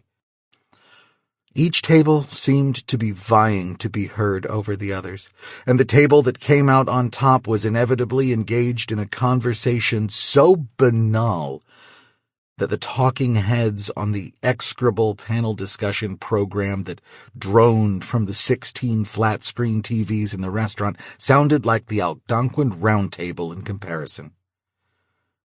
Valerie was aware that her attitude was not helping. She reminded herself that the waitressing job was temporary. Once she graduated from college, she would, well, hopefully, get some other kind of job, preferably one with health insurance. It wasn't clear what sort of job she might get. She had changed her major 3 times. Currently, it was biology. She had considered going on to veterinary school, but recently someone had told her that veterinarians had the highest suicide rate of any profession. And she felt like she didn't need to check off any more risk categories for that particular problem. It was these sorts of thoughts that ran in a near-constant loop in the back of her mind as she struggled to keep up with the pointless intricacies of the breakfast orders of Table 13. It was always the women who did this, she thought. Men just ordered what was on the menu. Maybe they'd substitute French fries for hash browns. Women treated the menu as if it were a collection of elements that had to be assembled according to a secret alchemical formula into the perfect brunch food. Turkey salad sandwich on an English muffin instead of a croissant, no onion, no pickle, Valerie said, scribbling at her notepad. Sweetie, no, said the chubby, middle-aged woman with bleach blonde hair, shooting a long-suffering glance at her friends across the table. Turkey salad sandwich, English muffin, onion on the side salad instead of a pickle. No lettuce. No lettuce in the salad? No lettuce on the sandwich, the woman said, clearly never having encountered someone as stupid as Valerie. Oh, okay, said Valerie. You can't really substitute a side salad for the pickle. I mean, I can give you a side salad, but you'll be charged for it. I know that, the woman exclaimed, rolling her eyes. Valerie gripped the pencil tightly, forcing herself to take a deep breath. And to drink? Iced tea. But I want the ice in a separate cup. Do you have stevia? I only see Splenda packets. Miss? But Valerie's attention had been captured by something on the TV screen facing her. The panel discussion program had mercifully ended, and a financial program had started. Valerie had never been very interested in money or economics, but the program caught her attention. The host was interviewing a handsome young man about Valerie's age. With his dark hair and tan skin, he could have passed for Mexican. But Valerie knew he was not. She would have known those big brown eyes anywhere. Kade Kapur, all grown up. Oblivious to the consternation of the gaggle of women sitting around the table before her, she slipped her notepad into her pocket and walked closer to the TV. She strained to hear over the din of the restaurant. Just the start, Kade was saying. As governments and big corporations become more intrusive and controlling, the need to do business anonymously is only going to grow. The camera cut to the interviewer, a pert young blonde woman who nodded in a thoughtful manner. Her eyes narrowed, indicating that she was about to ask a serious question. After a carefully timed pause, she asked, "What about the criticisms leveled by some that your network is used by criminals and terrorists?" The camera cut back to Kade, who smiled disarmingly. "Okay, first of all," he said with a slight chuckle, "it's not my network. My company, Stellaris Systems, built a better version of an existing framework, and a lot of people are jumping on board. But we don't own it, and we don't control it. We just help people navigate it. Asterisk is a peer-to-peer system that's distributed across several million computers. As to the second part of your question, do you know what the number one currency used by criminals is? The US dollar. Nobody is calling for an end to the US dollar as far as I can tell. Look, if you develop a useful technology, bad people are going to use it as well as good people. That said, the Asterisk framework, and particularly our implementation of it, Stellaris, has a built-in means of discouraging criminal behavior." "And what is that?" asked the interviewer. "Well, let me ask you this. Would you rather live in a good neighborhood or a bad one?" "A good one, of course. And what differentiates a good neighborhood from a bad one?" The interviewer smiled and shrugged, as her role in the discussion required. "Trust," said Kade. "In a good neighborhood, neighbors know and trust each other. In a bad neighborhood, people are strangers to each other. It's a low-trust environment. And low-trust environments breed crime. Well, the Stellaris network is a high-trust neighborhood. Actually, a whole bunch of neighborhoods called agoras. People know each other, not necessarily by name, but by reputation, and they trust each other and they look out for each other. That's the genius of the Asterisk system. And in my opinion, Stellaris is the best implementation of it. Because you solved the feedback problem. That's right. The first implementation of Asterisk was a little too easy to game. That is, it encouraged bad actors rather than discouraged them. But Stellaris is virtually impossible to game. Our algorithm alters the incentives so that users can actually increase their own credit by identifying attempts to game the system. But doesn't that lead to the sort of problem you have with social media, where a group of people could mass report on an individual and get that person banned, even if the person hadn't done anything wrong? Dogpiling, yeah, said Kade, nodding. The Stellaris algorithm takes that into account as well. What really differentiates Stellaris is that, at its core, it incentivizes beneficial transactions. Any action that reduces the net value of beneficial transactions is disincentivized. Engaging in dogpiling of a user whose presence has been a net positive for the system will tend to reduce your reputation score, and the algorithm actually learns as it goes, because feedback ratings are applied not just to individual transactions, but to the activity of the algorithm itself. Incentivizes how? Each agora has its own currency, called coin. You can think of it as money, or you can think of it as your reputation in that agora, the way you have a reputation within your neighborhood. Is coin money, or is it reputation? It's both. That's the beauty of it. We've long talked about credit as a sort of measure of one's reputation that can be equated to money. Stellaris takes the guessing and subjectivity out of it. It sounds a little like the so-called social credit system that some have been advocating for. A little, but there are some important differences.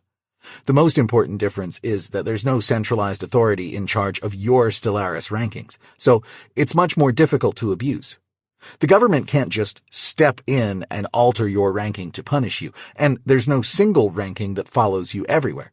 Your ranking is specific to the agora in which you participate. And every one of these agoras has its own coin. Yes. Doesn't that get complicated? Behind the scenes, Yes. To the user, it's mostly transparent. I'm not sure I follow all that, but... Kade laughed. Welcome to my world, he said. My eyes glaze over when our chief developer explains this stuff to me, but to the extent that I understand it, it really is amazing. Back to the idea of good neighborhood versus bad ones. Sure, Kade said, nodding.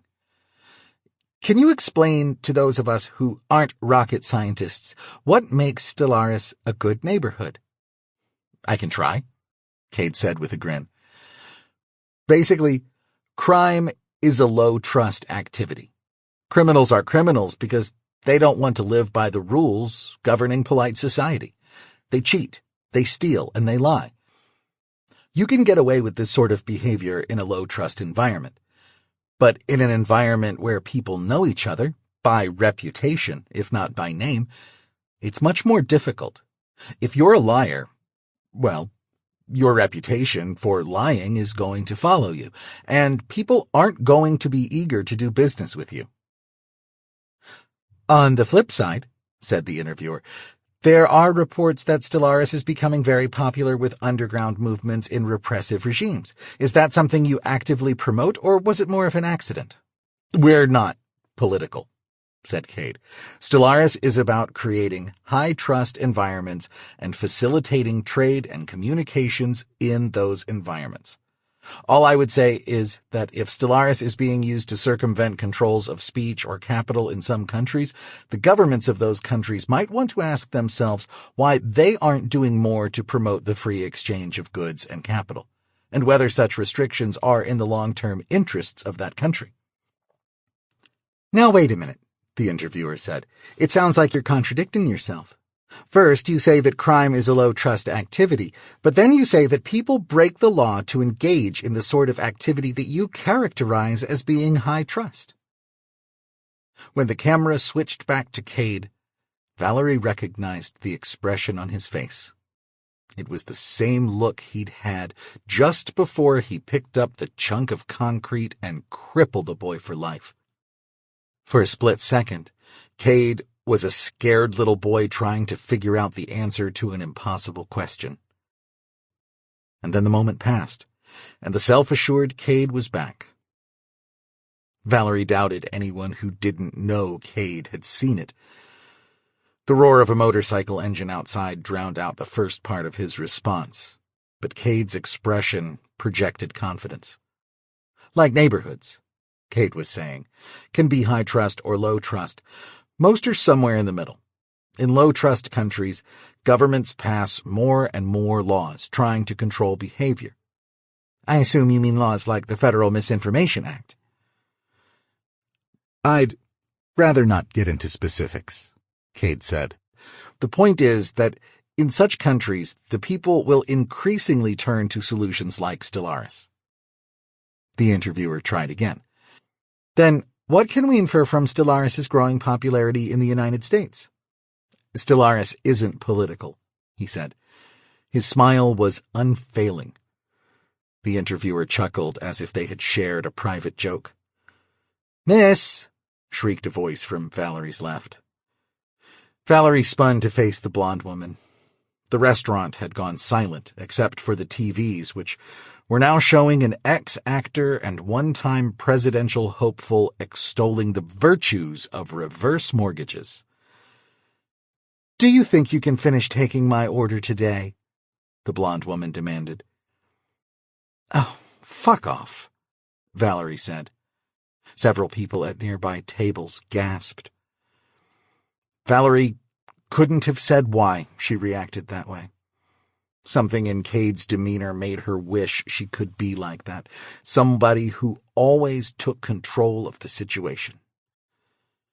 And in the back of her mind was her memory of a brave little Kade telling her, if you ever have any trouble, call me.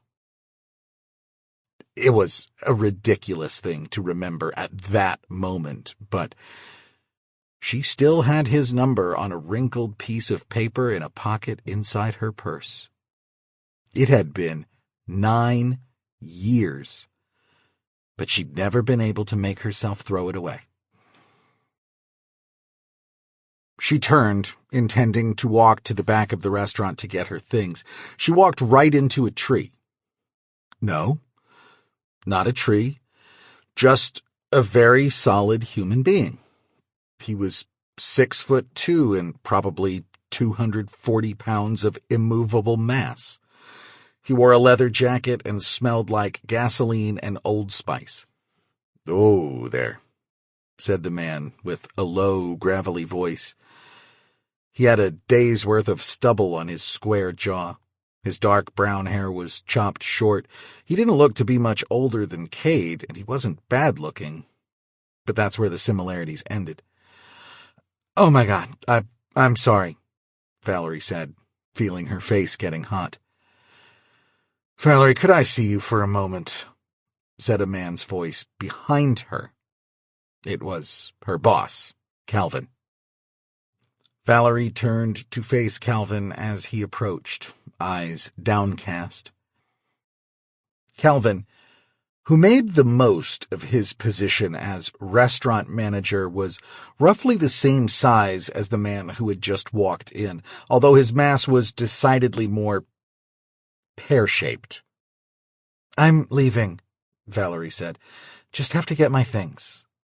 She started toward the back of the restaurant. "That's right, you're leaving." "Bro, relax," said the big guy. This did not relax Calvin. "Sir, this doesn't concern you." "Maybe we let her decide that."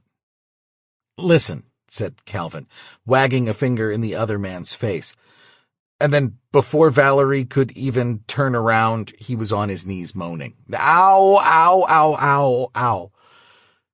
The tall man held Calvin's right hand twisted upside down. Calvin's elbow locked, an arm fully extended. Then the tall man let go and held out his hand. "Sorry, bro, but you best not come at me like that." Gasping for breath, Calvin dragged himself to his feet with the help of a chair, spurning the tall man's offer. The tall man shrugged. As Calvin massaged his hand and glared at the man, Valerie turned and went into the kitchen. She hurried past the 3 cooks and got her purse out of her locker. Pulling the strap over her shoulder, she started back through the kitchen. Then she stopped. She felt inside her purse until she found the little scrap of paper Kade had given her. She pulled it out and looked at it. The number was still legible, barely. She tore it into pieces and tossed it into a nearby garbage can, and then continued across the kitchen. Calvin was waiting for her, arms crossed, outside the door to the kitchen. She ignored him and walked to the front door. She found herself on the verge of tears, but she wasn't about to break down in front of Calvin and the Sunday brunch crowd. "Just get to your car," she told herself. "Then you can cry as much as you want." Momentarily blinded by the glare of the midday California sun, she spent a moment rooting around in her purse for her sunglasses, gave up, and started down the street, shielding her eyes with her hand. She was already sweating, and it was only going to get hotter. San Bernardino was only 50 miles east of Pasadena, but the difference in climate, particularly in August, could be extreme. She was 20 steps down the street before she remembered that her car was in the shop. There was nothing wrong with it, but she'd gotten a notice from the state that her catalytic converter needed to be upgraded to meet the new emissions requirements, and that meant another $500 on her credit card and no car for a week. All for an almost undetectable decrease in the emissions of a car that produced half as much pollution as one of the new EPA-approved SUVs. She would have to take the bus. Getting back tears, she stopped and turned, and once again ran into the tree. "Oh my God," Valerie exclaimed again, as she was enveloped by the scent of gasoline and Old Spice. Her worries slipped from her mind as she went into survival mode. Then she stiffened. "Hey, were you following me?" "No, ma'am."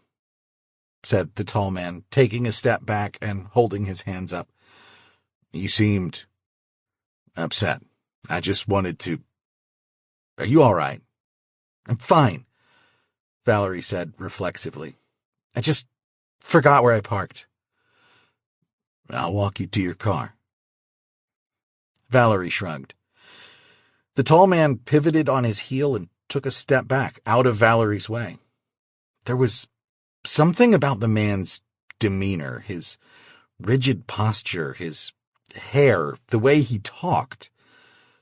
Are you in the army or something? She asked as he fell in next to her. Yes, ma'am. I'm Sergeant Rick Sutherland, 75th Ranger Regiment. Hoo-ah, Valerie said. Her father had been in the army before going to college. You guys down here fighting the Crips? I'm on leave, ma'am. My father is sick. He's at the hospice down on 5th. Oh, said Valerie. I'm sorry. Her own parents had been killed in a car accident the year before she met Kade. What was that about, back at the diner? Poor impulse control, Valerie said. Couldn't this guy see she wanted to be alone? I figured as much, said Sutherland. It seemed like... What were you watching on TV? Huh? Valerie replied. Oh, nothing. I wasn't really watching, just daydreaming. My car is down this way, so I guess I'll see you around. The bus stop was just ahead. If Sergeant Sutherland would just leave her alone...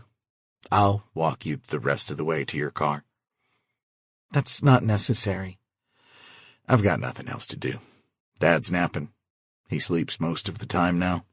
Probably won't be up till 6.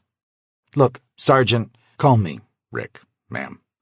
Look, Rick, I'm fine. Really. Go do some push-ups or something. With respect, ma'am, you don't seem fine. You pick up a lot of chicks with that line? Huh? Valerie started to laugh, but the laughter quickly turned into crying. She stepped into the doorway of a hair salon and sank onto the stoop, sobbing uncontrollably. God damn it. She would have been okay if it weren't for Rick's prodding. Now she was going to make a fool of herself, bawling like a baby in public. Rick sat down next to her. You ever ride on the back of a Harley? He asked. Valerie's sobs turned back into laughter. What? That's my bike, down there. He gestured toward a fat boy parked about 50 yards down the street. I got a extra helmet. That could take you home if you want. My car... Ma'am, we passed like 20 parking spots. I don't think you got a car. It's in the shop. I forgot. Okay. I'll take you home when you're ready. Maybe you feel like getting a drink first, though. There's a bar on 3rd that I go to sometimes. Valerie found a travel packet of Kleenex in her purse under her sunglasses and pulled one out. She blew her nose and stared out across the street at a furniture store that had been going out of business for 9 months. Last chance, screamed the giant placard in the window. Rick Sutherland was not her type. She liked smart, understated, quietly determined men like Kade Kapur. She had known Kade was going to be someone important, probably before he had known it himself.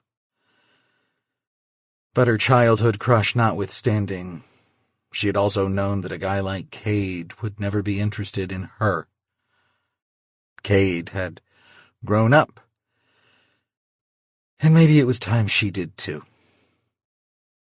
Sometimes growing up meant accepting that in real life, things just didn't work out the way they were supposed to.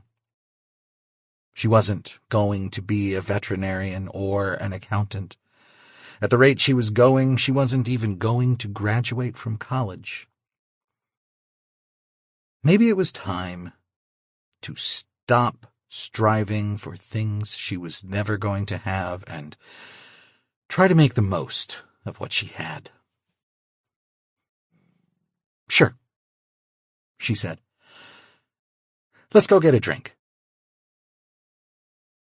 2023. With Rami's help, Kade had been able to release the revised asterisk framework within 18 months of his meeting Davis Christopher.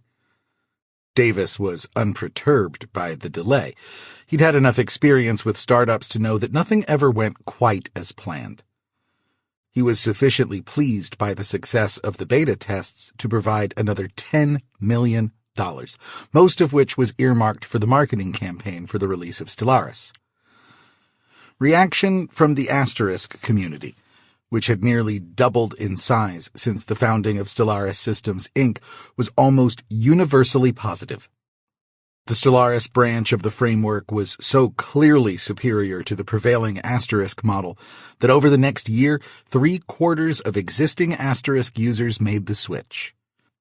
During the same time, another 10 million new users came on board. Stellaris was hailed not only as a robust digital commerce and cryptocurrency platform, but also the likely replacement for social media platforms.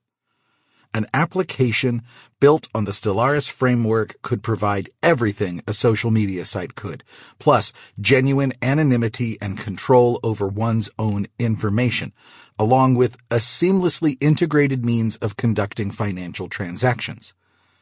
And because it used a peer-to-peer network, there was no need to maintain huge server farms. The computation required to run the application was spread across millions of computers, most of which were idle at any given time anyway. The role of SSI in all of this was primarily to create software that would help people get on the Stellaris network and facilitate its use once they were on board. With the sudden appearance of Stellaris and its meteoric growth, SSI was well positioned to dominate the market. Between the start of beta testing and the release of the framework, Kade hired 18 people, developers, testers, technical writers, and marketing and public relations people. The pace of hiring only accelerated after the release. Soon, Kade had to hire a personnel director. Davis Christopher loathed the term human resources just to keep up with hiring. With the initial success of Stellaris came increased scrutiny. Although there was a good deal of truth in Kade's oft-repeated assurances that high-trust environments tended to discourage criminal activity. The fact was, Stellaris was used by criminals, as well as by many millions of legitimate users. While Stellaris's algorithm was effective at weeding out low-level criminals, it was less successful at eliminating sophisticated criminal organizations. The Italian mafia had thrived in the 20th century precisely because it was a relatively high-trust organization. Loyalty was prized over all other virtues in the mob, and the same was true of many ideological terror groups and cartels in the 21st century. In some ways, Stellaris was a boon to such groups. It lent them a degree of legitimacy and eliminated less reliable competitors. The result was that the criminals who used Stellaris tended to be what the FBI called high-value targets. Stellaris kept only minimal client data on its internal servers, but even so, a federal search warrant would force them to make some very difficult choices. After Kade's FNN interview, where he'd been forced to tacitly admit that Stellaris was being used by anti-government groups, possibly even within the U.S., Davis Christopher flew to Palo Alto to meet him. After a brief tour of SSI's new headquarters, Davis met Kade in the latter's office. "This isn't going to work," Davis said.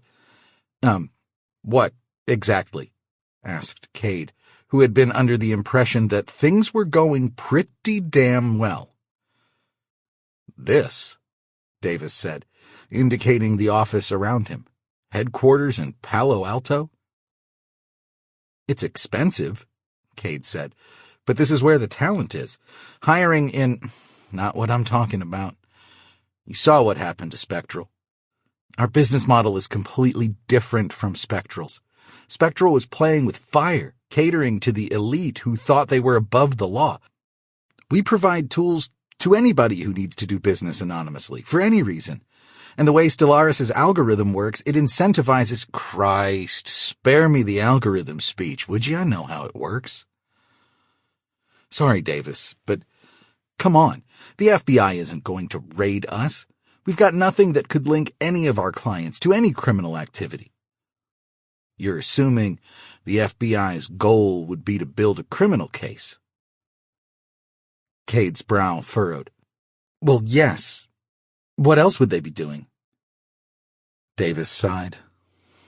You know, you're so fucking smart sometimes that I forget you're just a kid who has no idea how the world works. Kade, the FBI isn't in the business of making criminal cases any more than you're in the business of committing terrorism or tax fraud. What does your algorithm do? Now you want to hear about the algorithm? Yeah, give me the spiel, right where you left off. The algorithm incentivizes behavior that's beneficial to the network and disincentivizes behavior that's... Yes, Davis said, slapping Cade's desk with his palm. Now what do you think the FBI does? Kade thought for a moment. Suddenly, it hit him, and his gut tightened. They disincentivize behavior. Bingo.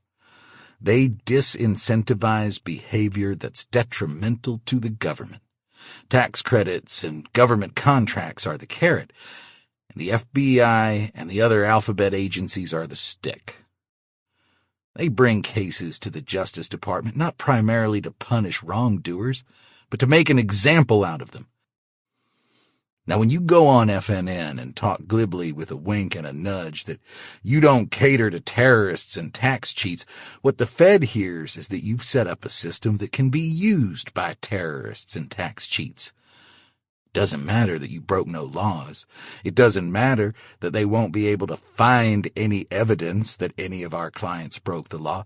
You are, in their thinking, engaging in activity that is potentially harmful to the government. They will get a warrant, and they will find a way to shut you down. You and I will be lucky if we don't end up in prison. Oh, my God, Kade said. Can they really do that? Of course they can. You're too young to remember Silk Road, but you must have heard about it. Darknet, black market, the feds shut it down and arrested the people running it. But Davis, we're not running a black market for drugs and prostitutes. No, we're making it possible for other people to run a black market for drugs and prostitutes. Do you think the feds are going to give a shit about the distinction? Why didn't you say anything earlier? Davis sighed. To be completely honest, I thought you were going to fail. Most of the ventures I invest in do. Maybe 1 in 10 succeeds and makes me enough money to make up for all the losses. My strategy has always been to invest in people rather than ideas, and I could tell you had potential. I figured SSI would crash and burn, we'd all learn something, and you'd move on to the next big thing. Even after I wrote that $10 million check, I thought the odds were good somebody was going to beat us to market with better implementation. But here we are, way out ahead with no real competition. And then you go on the most watched financial news show in the country and basically dare the FBI to shut us down. I didn't. I know that's not what you intended. But that's how they will see it. I guarantee somebody at Justice is working on a FISA warrant right now. There has to be something we can do. There is. We can divest ourselves from SSI, sell it off to the highest bidder, and hope we find a sucker. Hell, we might still turn a profit. Take that money and sink it into your next endeavor. Kade frowned. It wasn't that he didn't have other ideas. The problem was He was counting on SSI's exponential growth to generate the capital he would need to start Ad Astra. Starting over with another company would cost him time. Just a few months ago, a billionaire named Scott Dennis had announced the formation of a company called Cerulean Endeavors, with the ultimate goal of colonizing Mars. Kade thought Cerulean's approach, building components on Earth to be assembled on Mars, was fundamentally flawed, but it was a competition that he didn't need. Both Cerulean and Ad Astra would have to prove themselves by reliably launching low-cost, reusable rockets to carry satellites and other payloads into space. And if Cerulean beat him to the market, it would be tough to catch up. What if we move it offshore? I've been thinking we might have to do that eventually anyway. It seems to be pretty easy to set up a corporation in Belize or the Cayman Islands. Davis sighed heavily. Kade, relocating on paper is not going to cut it.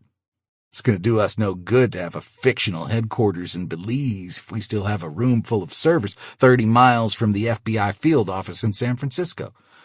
You'd have to physically move the entire operation out of the country. We could move the servers and leave the people here. Kade, you're smarter than that. If your people have access to the data, then the FBI will too. Kade said, "Damn it." More importantly, if you and I remain in the country, we're subject to arrest. Do you really think they'll arrest us? I've got sources at Justice. They'll warn me if anything like that is in the works, but I doubt that will be their opening move. They'll start with a friendly phone call to my office. If that doesn't work, they'll send a cease and desist letter. Bureaucrats follow the path of least resistance. Arresting us is probably plan C. So, we would have to actually move to Belize. Belize is no good. Extradition treaty. Same for the Caymans. Besides, you know what's keeping the U.S. Marines out of Belize? Davis asked. Kade, at a loss, threw his hands in the air. Malaria? The same thing that kept the Chinese out of Hong Kong. Not a goddamn thing. The only reason the U.S. doesn't own Belize, the Cayman Islands, and every other tax haven in this hemisphere is that seizing them hasn't been worth the hit to the U.S.'s respectability. You may have noticed, though, that our reputation isn't what it used to be. Our level of debt is unsustainable. Crime rates are skyrocketing. Schools are churning out students who can't read or write but have been taught America is irredeemably racist, and we're losing an arms race to China. The U.S. is a dying empire. At some point, somebody in Washington's going to decide they have nothing else to lose and a lot to gain by seizing all those tax havens. Maybe 10 or 20 years from now, but when it happens, we want to be somewhere outside the U.S. sphere of influence. What about Switzerland? Better, but still not great. Switzerland has a history of refusing to extradite, but I wouldn't count on them not buckling to U.S. pressure. The way things are going, there isn't going to be any neutral ground in a few years. Then there's nowhere we can go? Well, said Davis, I wouldn't say that. Where? Antarctica? Listen, Kade, if you're determined to stick with Stellaris, there may be a way, but I can't go with you. My wife would never agree to it. And as much as the idea of being 5,000 miles from Mrs. Christopher appeals to me on an emotional level, I'd be lost without her. And if I can't leave the country, that means I can't have any involvement in SSI. You want me to buy you out? Davis laughed. With what? No, I was thinking more along the lines of a silent partnership. But that still wouldn't insulate me enough from criminal liability. How's this? We restructure my investment in SSI as a loan, say at 10% interest, with a balloon payment due in 5 years. That gives you time to generate some revenue and gets me something for my trouble without implicating me in any of your legally questionable behavior." "Thanks," said Kade, "I think. But you haven't told me how I avoid getting arrested." "Utenau," said Davis. Utenau? That island in the Pacific? An island country in the Pacific, an independent constitutional monarchy since the end of World War II. Didn't the U.S. have an airbase there? Until sometime in the 1970s, yes. The Navy still leases an airstrip. Utenau allows it as long as the U.S. doesn't meddle in its affairs. Like foreigners shielding their assets there. Right. Couldn't the U.S. take Utenau by force, just like with Belize or the Caymans? Not without pissing off China. Utenau is within an area China considers its sphere of influence. They don't complain too much if we land a plane there once in a while, but they'd raise holy hell if we claimed the island. And China can't take Utenau without pissing off the U.S. Exactly. So it's not so much neutral territory as it is territory that's claimed by both sides. Under the circumstances, it's the best we can do. I've done a fair amount of business with the king of Utenau. What sort of business? Between you and me, moving assets out of the U.S., I still own over $10 billion of dollar-denominated assets, but I've been quietly moving my fortune outside of Uncle Sam's purview for a few years. Precious metals, foreign currencies, and cryptocurrencies mainly. That was one of the reasons for my interest in Asterisk. Anyway, the point is, I can make a few phone calls and the king himself will probably meet you at the airport. "If we do this," Kade said, "we're essentially betting that SSI isn't worth going to war with China over." That about sums it up.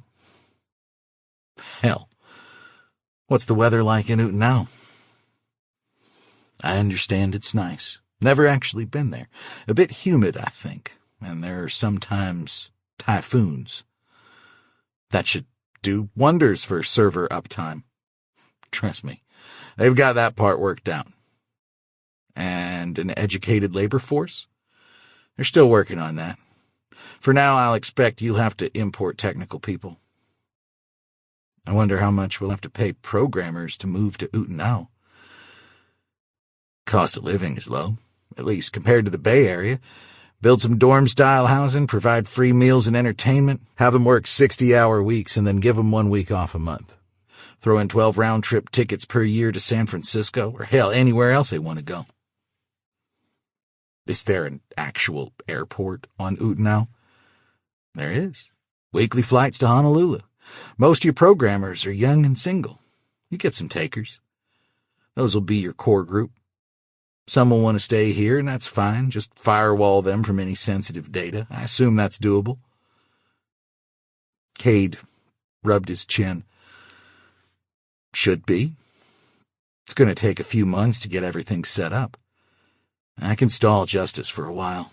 Just stay off TV and we'll be fine. The market for programmers is tight, Kade said. We're already having trouble finding good people.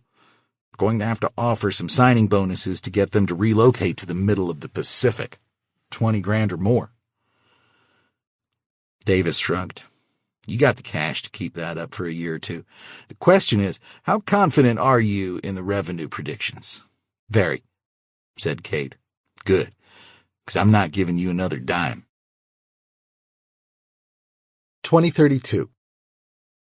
Utenau was an archipelago of 26 geologically young islands about 1,000 miles northeast of Australia. Colonized by France in the 1880s, it arose to moderate importance as an Allied base during World War II. Although the islands remained under nominal French control for the duration of the war, the presence of several thousand American troops tended to undermine colonial authority. And after the war, the French struggled to maintain control. An independence movement formed and slowly gained in popularity until the French formally withdrew in 1974. 2 decades of political turmoil between various factions culminated in the crowning of 17-year-old King Anat, a descendant of one of the pre-colonial Utenaoan tribal chiefs, who promised to organize a constitutional convention to determine the country's form of government. Although originally selected only as a unifying figurehead, the young king made such an impression on the various factions, who otherwise agreed on virtually nothing, that he was made chief executive in perpetuity. While a parliament would be elected to handle Utenao's legislative business, enforcing the country's laws would fall to the king, who also held the formidable responsibility of symbolizing the country's unity. The monarchy would not be hereditary. The Constitution explicitly stated that elections for the office of president were to be held in the event of the king's death. Now 74, Anat remained firmly in charge. The 3 mainstays of the Utenaoan economy were agriculture, tourism, and offshore financial services. The country was widely known as a tax haven, and since the 1990s, King Anat had cannily played China against the United States, accepting loans and other economic assistance from both. The country, with a population just under 100,000, also had a nascent tech sector, fueled by companies like SSI fleeing the increasingly onerous regulation and politically motivated censorship in the United States and elsewhere.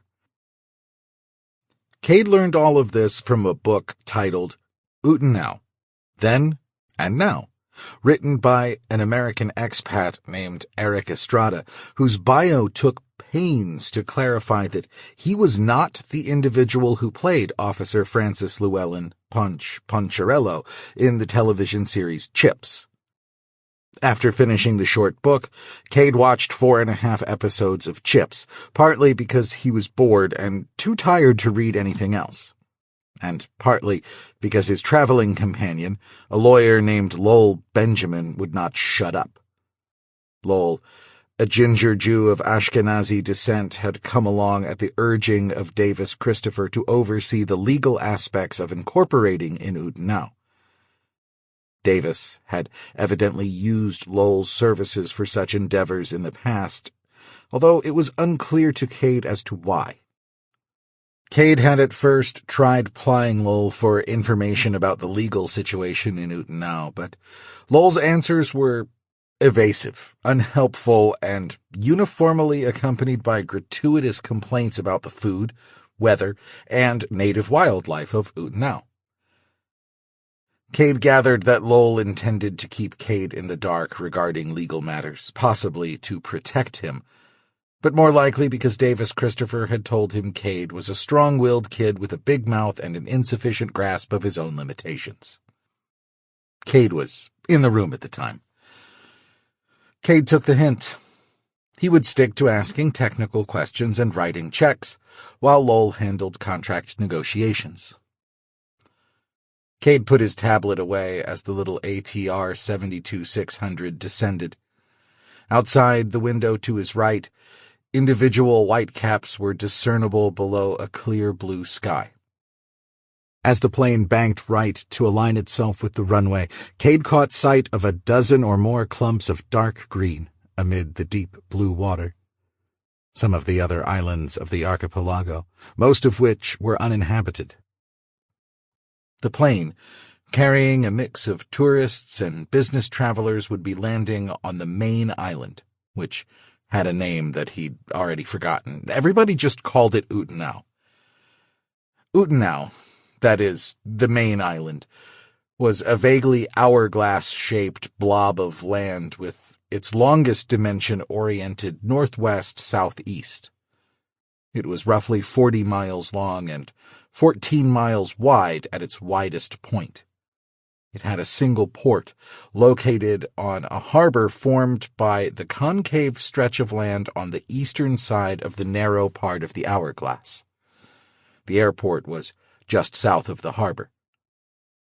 The total area of the country was 1,623 square miles, making it the 31st smallest country in the world. By population, it was the 11th smallest. In 2023, the population of permanent residents surpassed 120,000 for the first time. The plane sat down, braking hard on the tarmac, which was short even for a 68-seat turboprop. 10 minutes later, it was parked in front of a Walmart-sized block of glass and steel that was evidently the passenger terminal.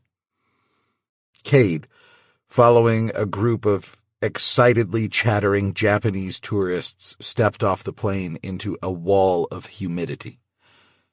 Having spent 3 summers in South Florida, Kade was not entirely unprepared, but the dry heat of California had taken the edge off his memories. Silicon Valley could get hot in the summer, but the air didn't wrap itself around you like a hot, damp blanket. Kade was already regretting wearing a suit and tie. Behind him, Lowell Benjamin, in tan cargo shorts and a white polo shirt, muttered curses under his breath. They climbed down the ramp and made their way to the building. As promised, King Anat, a tiny brown man with thick, perfectly white hair and a permanently bemused expression on his face, met them at the arrival gate. They were treated to dinner at the king's palace, an almost aggressively bland concrete block and stucco building with a ceramic tile roof. The king spoke fluent English, which he employed to grill Kade about what celebrities he had met in California. Having met exactly 0 celebrities, unless Davis Christopher counted, which Kade was fairly certain he did not, and unwilling to share any of the juicy tidbits he had accidentally gleaned during his search for Spectral's hacker, Kade at last fabricated an anecdote about going on a blind date with a starlet whose existence he had learned of from the cover of a magazine at a newsstand in the San Francisco airport. The king, whose penchant for young women was well documented in Now, Then and Now, seemed quite pleased with this. After dinner, Kade and Lowell were transported to their hotel in an ancient Toyota 4Runner, driven by a paunchy, tanned man of indeterminate ethnicity who called himself John Walker. Walker, who spoke excellent English, chatted to them in a sing-song cadence that was so hypnotic that Kade fell asleep 2 minutes into the trip. Jet lag and 3 glasses of rum-infused fruit juice probably contributed to the problem. Somehow, he and Lowell, who had also fallen asleep, got checked into the hotel, where Kade slept until nearly noon the next day. Lowell woke Kade with a poke to the ribs, causing Kade to jump out of bed, uttering a string of incoherent curses. The curtains were open, and from their 5th-floor room Kade could see the glimmer of the bay past the lush green environmental preserve on the east side of the city. "Minister of Economic Development is waiting for us," Lowell said. He was already dressed, the same tan shorts as yesterday, but with a light blue polo. "What?" Kade said, still addled. "For us?" "Yep. I need to shower." "No time." "Fuck. At least let me brush my teeth." Lowell shrugged. He grabbed his tablet from his bed and flopped down in a faux leather armchair.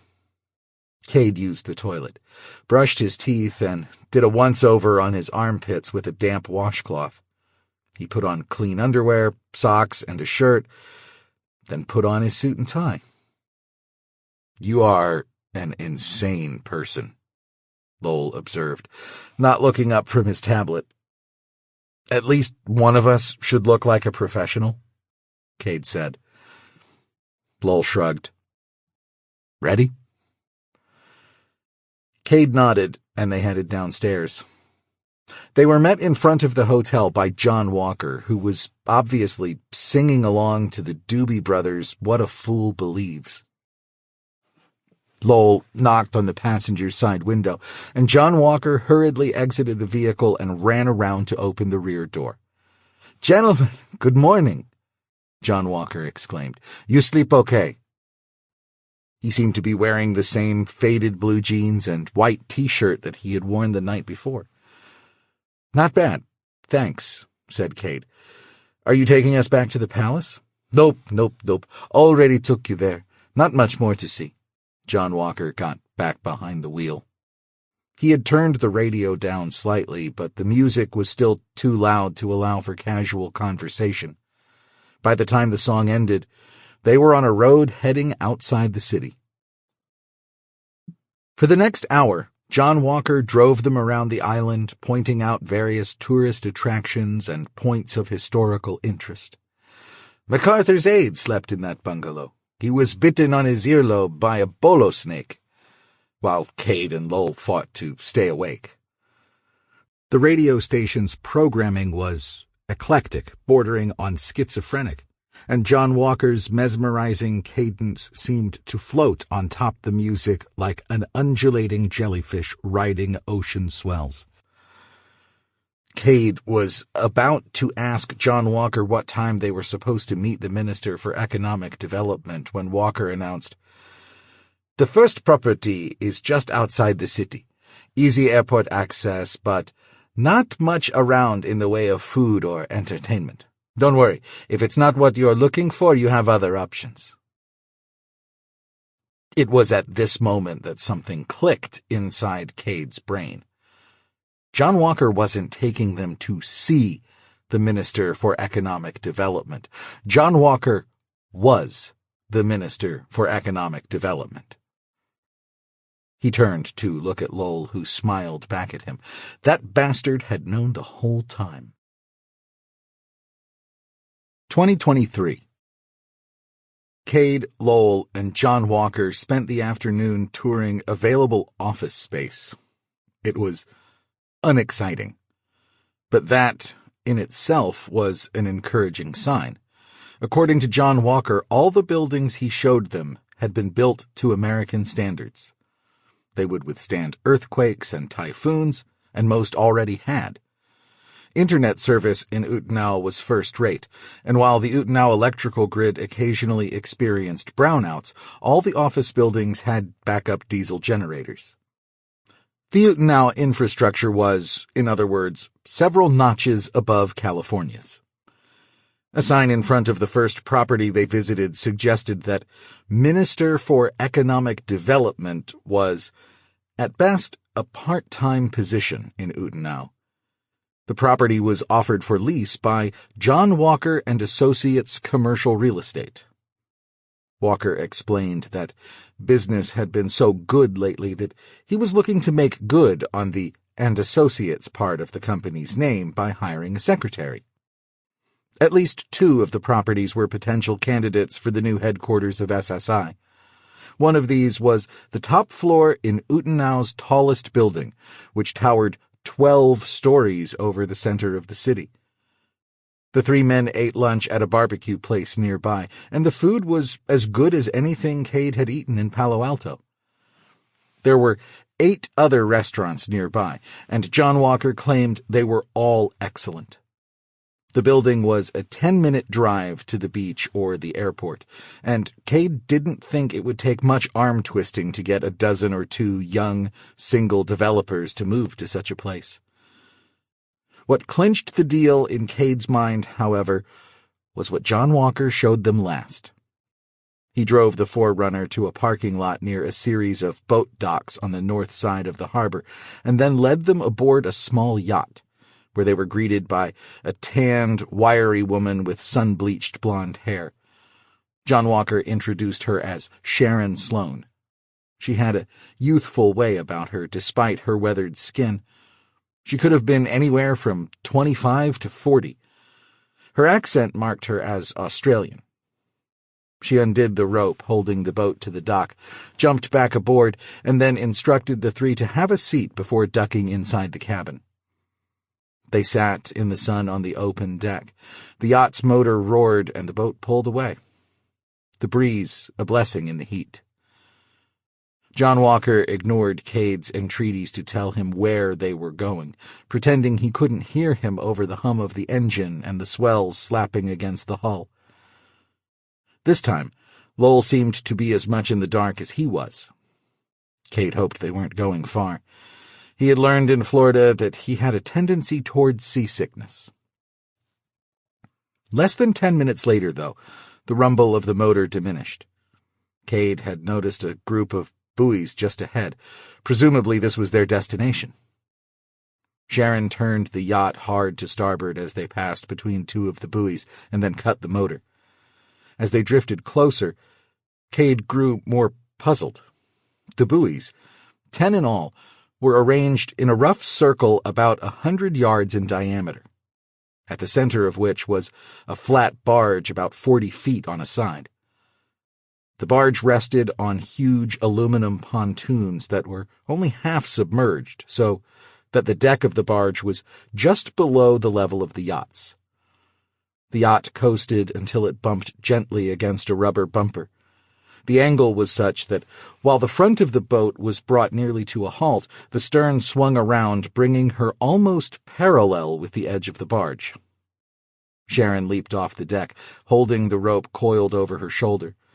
She brought the rope taut and then leaned hard to pull it back against the bumper. When the boat was snug, she tied the rope off on a hook and beckoned for the three men to follow her. John Walker went first, leaping easily from the deck to the barge. Kade, feeling only a little queasy, followed.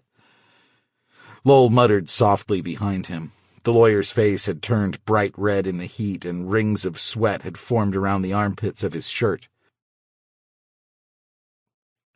When they were all on the barge, John Walker led them to a cylindrical steel protrusion that arose like a squat chimney near the center of the deck.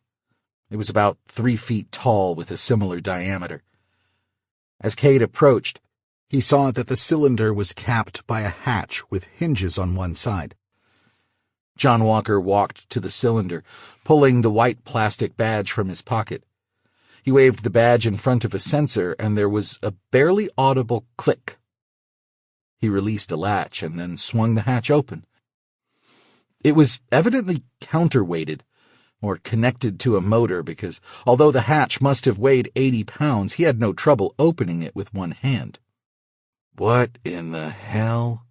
Lowell murmured, leaning over to get a look inside.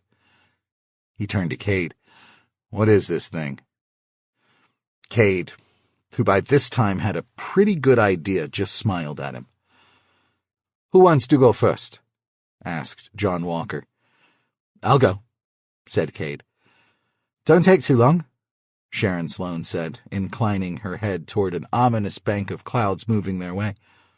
"Storm's moving in." "Is this safe?" Lowell asked. "You'll be safe as houses as long as you're down there. But if you're not back before the storm hits, you'll have to swim home." Kade swung his left leg over the lip of the cylinder, planting his foot on a steel rung. Holding on to the lip with both hands, he brought his other foot over and began to climb down. "Stop at the first landing," John Walker said. "Lola and I will be right behind you." Kade nodded and ducked into the shaft. The shaft was dimly lit by small inset LEDs. Not that there was anything to see on the way down. After a few steps, he could no longer hear the waves above. The only sound was the faint creaking and groaning as the structure was pushed about by the current. Kade assured himself this was to be expected. A facility like this would have been constructed with articulated joints to allow it to bend and twist like a willow in the wind. These assurances, however, did not keep the waves of nausea at bay. He breathed deeply and continued down the shaft. He thought he had descended about 50 feet when the shaft suddenly opened to reveal a circular room about 20 feet in diameter, centered on the ladder, which continued below. The room was perfectly symmetrical, with a grated metal floor and 4 identical steel doors labeled A1 through A4, respectively. The air in the chamber was surprisingly warm. Kade tried one of the doors but found it locked. Next to it was a card reader like the one on the hatch outside. John Walker descended from the ceiling and stepped off the ladder. Lowell, still muttering, followed a moment later. He wiped the sweat from his brow with the back of his hand. "What the hell," he gasped, "is this place?" "Underwater data center," Kade said. "Judging from the logos I saw on the barge, it's of Dutch design." "Dutch and Japanese," John Walker said. "The outer structure was built by a Dutch company," John Walker said. "The cooling system was designed by a Japanese firm." "You've got computers down here?" Lowell asked, befuddled. 1,200 of them, said John Walker. "Come on." He waved his badge at the reader next to the A3 door and turned the door latch. There was a satisfying pop as the door's seal was broken, like opening a can of Pringles. Hot air wafted out. He swung the door open and stepped inside. The passage was narrow, but the ceiling was at least 2 feet above his head. Kade followed him into the narrow passage, which terminated in a blank wall about 20 feet away. To the left and right, behind plexiglass panels, were racks of hundreds upon hundreds of rectangular black plastic boxes adorned with small red LEDs that glowed in the dim light. "That is a hell of a lot of processing power," Kade said. "They tell me they're the most powerful you can buy," John Walker said. "But I don't know much about it. I can hook you up with our tech guy if you want to know about gigaflops and whatnot." "But why?" Lowell asked, staring at the banks of computers. "I mean, you guys have buildings. I've seen some of them." "Water transmits heat better than air," Kade said. "The seawater this far down is pretty cold, and it's constantly moving, so it makes for an excellent natural cooling system. Also, the cost of real estate is a lot lower out here," John Walker said. "Okay, but what about typhoons and tsunamis?" asked Lowell. "The facility is designed to move with the current," John Walker said.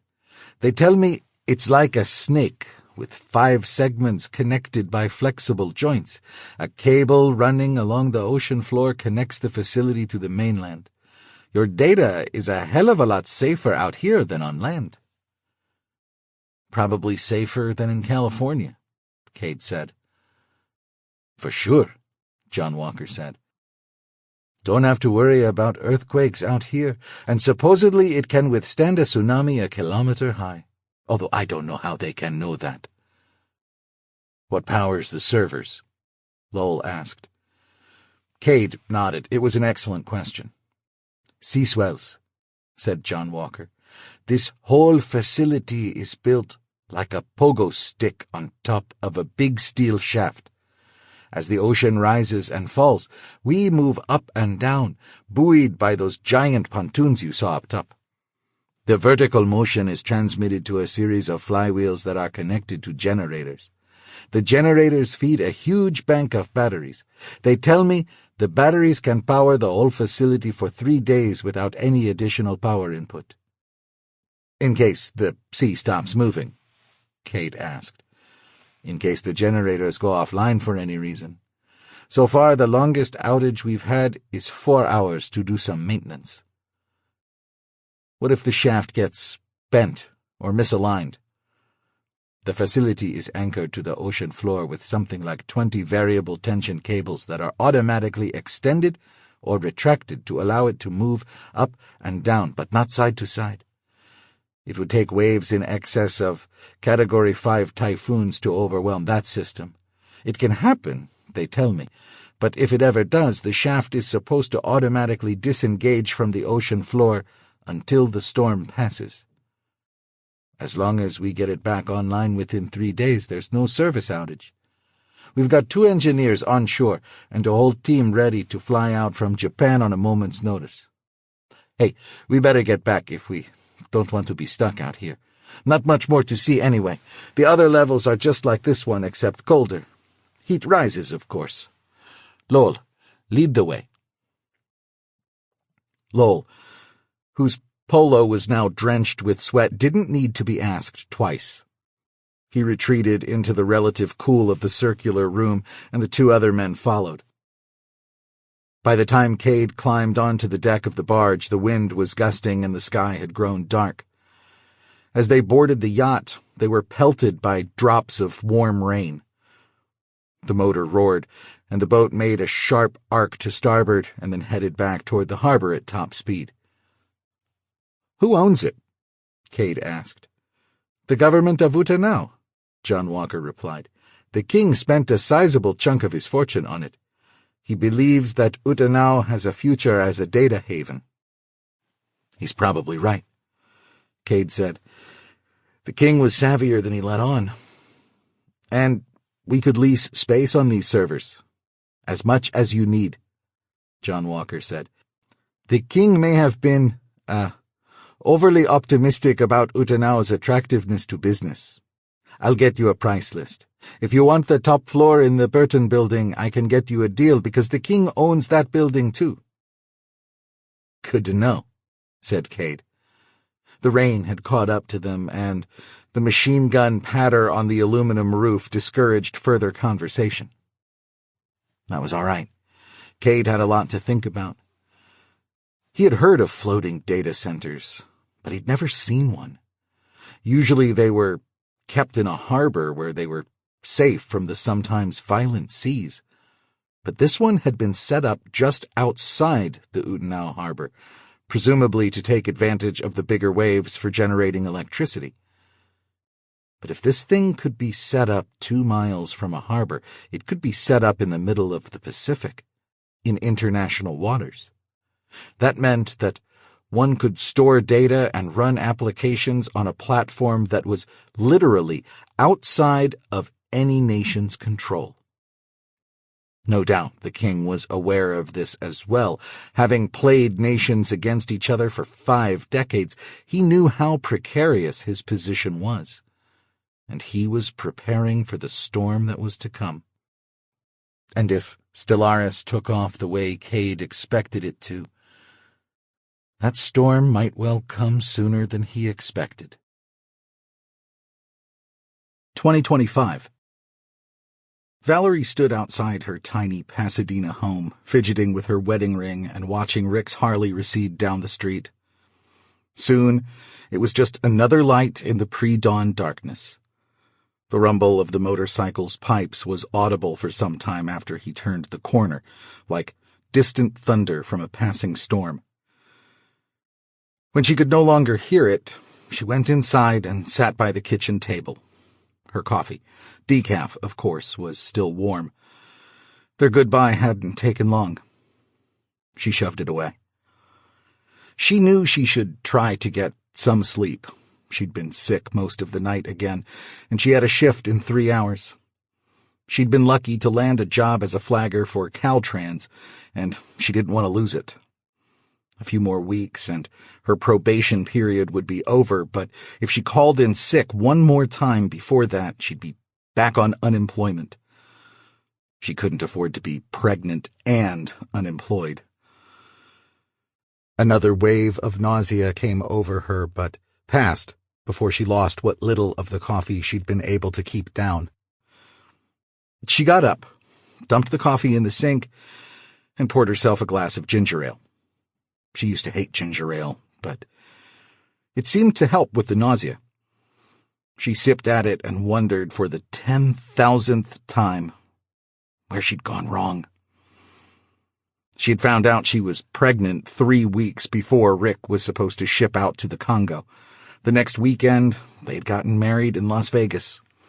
It seemed like the thing to do. For just a moment, as she sat there with the test strip in her hand, she had considered not telling him. But that was crazy. It was as much his child as hers, and in any case, she couldn't afford a baby on her own. Hell, she couldn't even afford their house payment on her own. To his credit, Rick didn't suggest an abortion, but neither did he offer to ask his superiors for a different assignment. They would have given it to him. He had volunteered for the Congo deployment because, he had told her, he wanted to do something more challenging than coordinating anti-insurgent training at Barstow. She took this to mean he was bored, and he wasn't the only one. It hadn't been all bad. They'd had a lot of fun in the beginning. He rode his bike out from Barstow every other weekend, and they'd drink and watch terrible action movies from the 1980s like Red Dawn and Commando. After a few weeks, they had an unspoken agreement that Rick would sleep over on Friday and Saturday nights, and whenever he was on leave. He even helped out with the rent, which was nice, because it was a while before Valerie found another job. She took classes part-time and worked temp jobs when she could, and before she knew it, 2 years had gone by. She wanted to get out of California and try to make something for herself while she still could. But her grandfather was in poor health, and she felt bad leaving her grandmother alone. Rick wasn't a deep thinker, but that was okay. Valerie thought enough for them both, and it had never done her much good anyway. She'd done well at college, but there just weren't a lot of jobs for someone with a BS in biology. There weren't a lot of jobs in California, period. The big biotech firms had begun moving most of their operations overseas or to states with a lower tax burden, much as the tech industry had been doing. Even Kade Kapur had moved his company, SSI, to some Pacific island. California kept raising the minimum wage. It was now $16 per hour, but that just meant that businesses weren't hiring for low-skilled positions at all anymore. Not long after she was fired, California passed a law requiring restaurants to pay the same minimum wage as other businesses, before tips. The effect was to eliminate about half the waitressing jobs in the state. Many fast food restaurants had already automated the ordering process, and now higher-end restaurants were starting to do the same. Convenience stores and gas stations were being replaced by vending machines and self-serve kiosks. The job market had gotten so bad in San Bernardino that after finishing college, Valerie moved to Los Angeles, just west of Pasadena, where her grandparents still lived. The one positive aspect to the stagnant California economy was the collapse in real estate prices. After a chronic housing shortage that lasted until 2023, so many people and businesses had left the state that the supply of housing now exceeded demand. She knew that this life was the aggregate of a lot of little choices she had made. Taking that scholarship to CSU San Bernardino, telling off Calvin the day of Cade's first big interview, hooking up with Rick, deciding to stick it out in Southern California rather than abandon her grandparents. And yet every step of the way, she felt hemmed in, confronted with a choice between the status quo and losing ground. At some point, California, and maybe America, had stopped being the land of opportunity. Her grandfather had come from Mexico in 1963 with nothing. He'd worked as a gardener for several years, met Valerie's grandmother at church, became an American citizen, and started his own landscaping business with an old Ford pickup and a push lawnmower. They'd had 3 children together, all of whom went on to be successful, productive Americans. Valerie's mother had been a Hollywood costume designer, and her father had taught high school math. They had died in a car accident when Valerie was young, and her grandparents had raised her. For Valerie, and most of the rest of her generation, the American dream had always seemed just out of reach.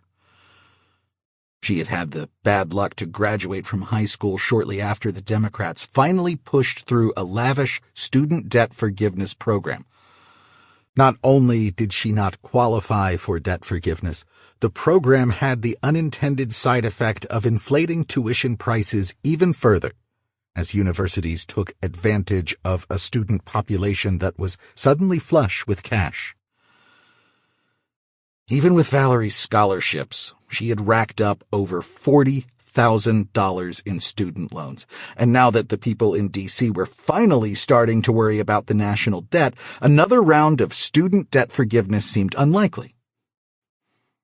They were even talking about cutting Social Security, so her chances of retiring at a reasonable age were dwindling.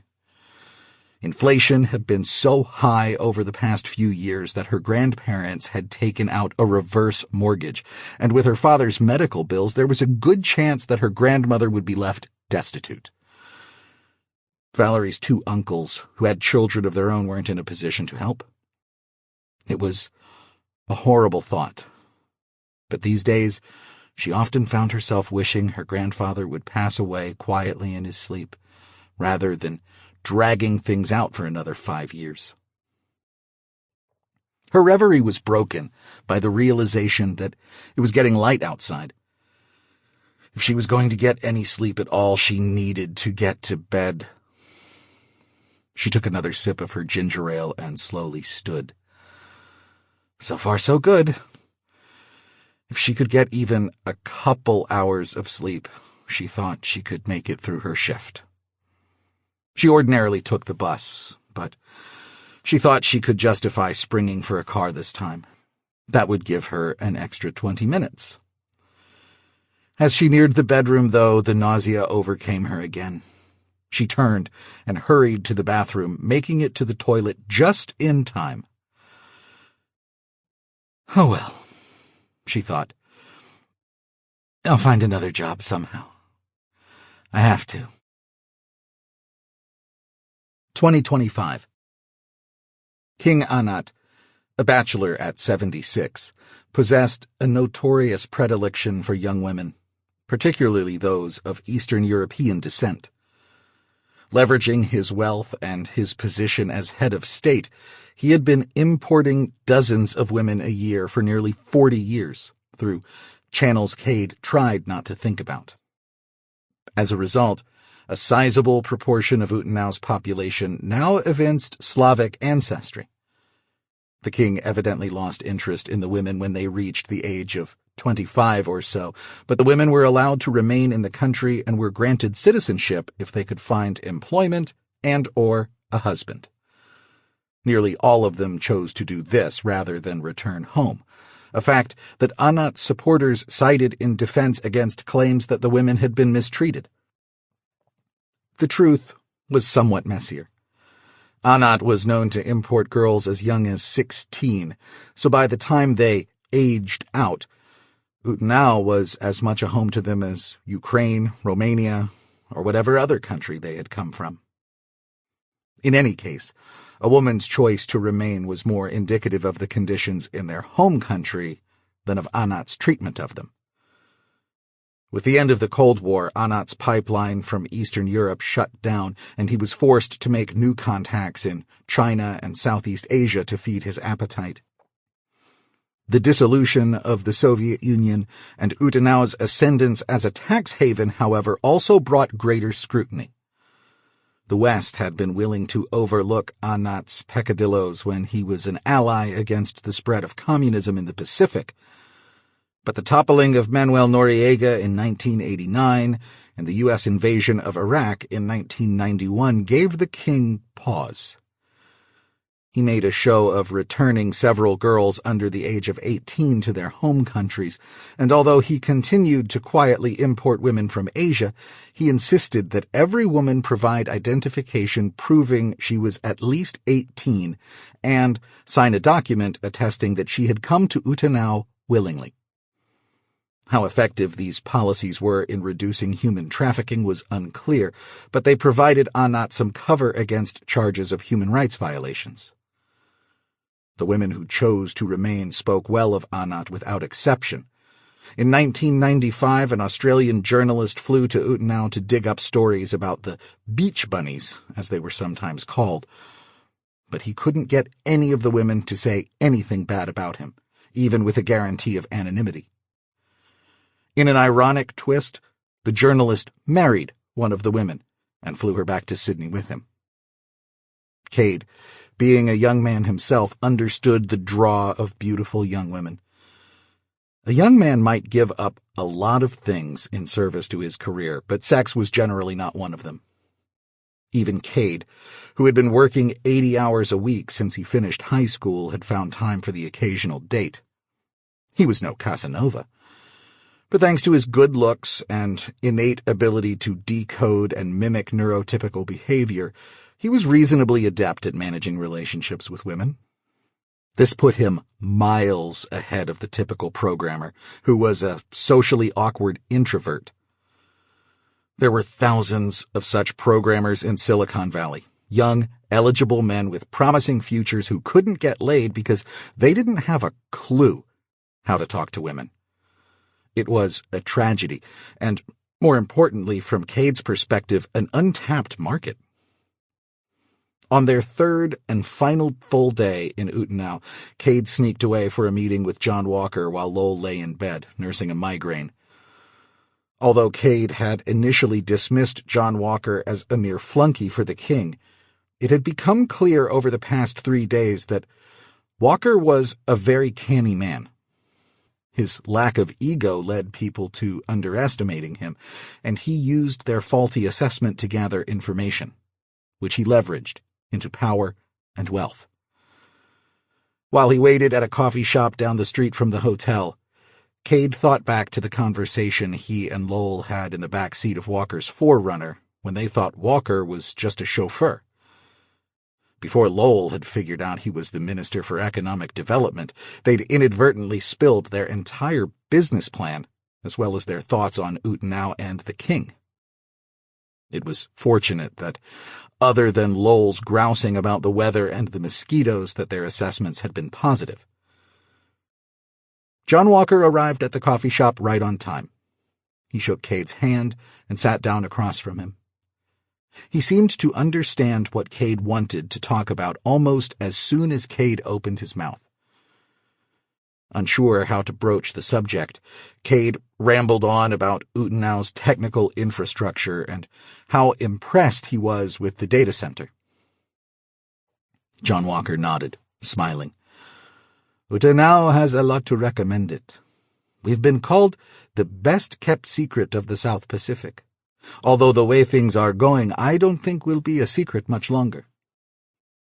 Kade nodded. Big tech and big government are squeezing out the little guy, he said. But with the help of Utenau, I think companies like SSI can give the little guy a fighting chance. Assuming we can actually get people to come out here. Most of our programmers are just kids who have never been away from home, much less to an island 5,000 miles away. The low cost of living means we can pay them more, but you are hoping to provide additional incentives. Yes. It can be done, John Walker said. I liked that resort you showed us yesterday. It needs some work, but I think it could be a big selling point for us.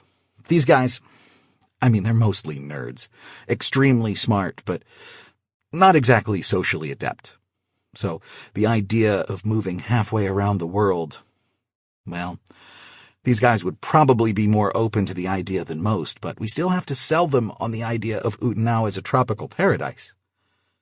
A tropical paradise filled with beautiful, scantily clad women. Well, that would obviously be appealing, but, like I said, it can be done. You're hardly the first person to ask. Nothing illegal, Kade said, either here or in the, host country. And no underage girls. We don't need any more attention from the authorities, and I don't need Rami on my case either. he thought. The king shares your concerns. It can all be handled legally and discreetly. For a price, of course. There are plenty of young women who would be willing to come to Uta now if they are guaranteed employment. Employment? We handle this stuff through the visa program. To qualify, a woman must have a guarantee of employment from a company physically located in Uta now. And the company must submit documentation demonstrating that they have been unable to fill the position with a local. The second part is just a formality. We can help you get the paperwork in order. What am I supposed to hire them for? Doesn't matter. Secretary, data entry, janitor. The simplest thing might be to buy a restaurant and hire them all as waitresses. I can give you some leads if you want to go that route. I would stay away from hiring them as masseuses and the like. That's a red flag. You can, of course, hire local girls as well, although they tend to be more traditional.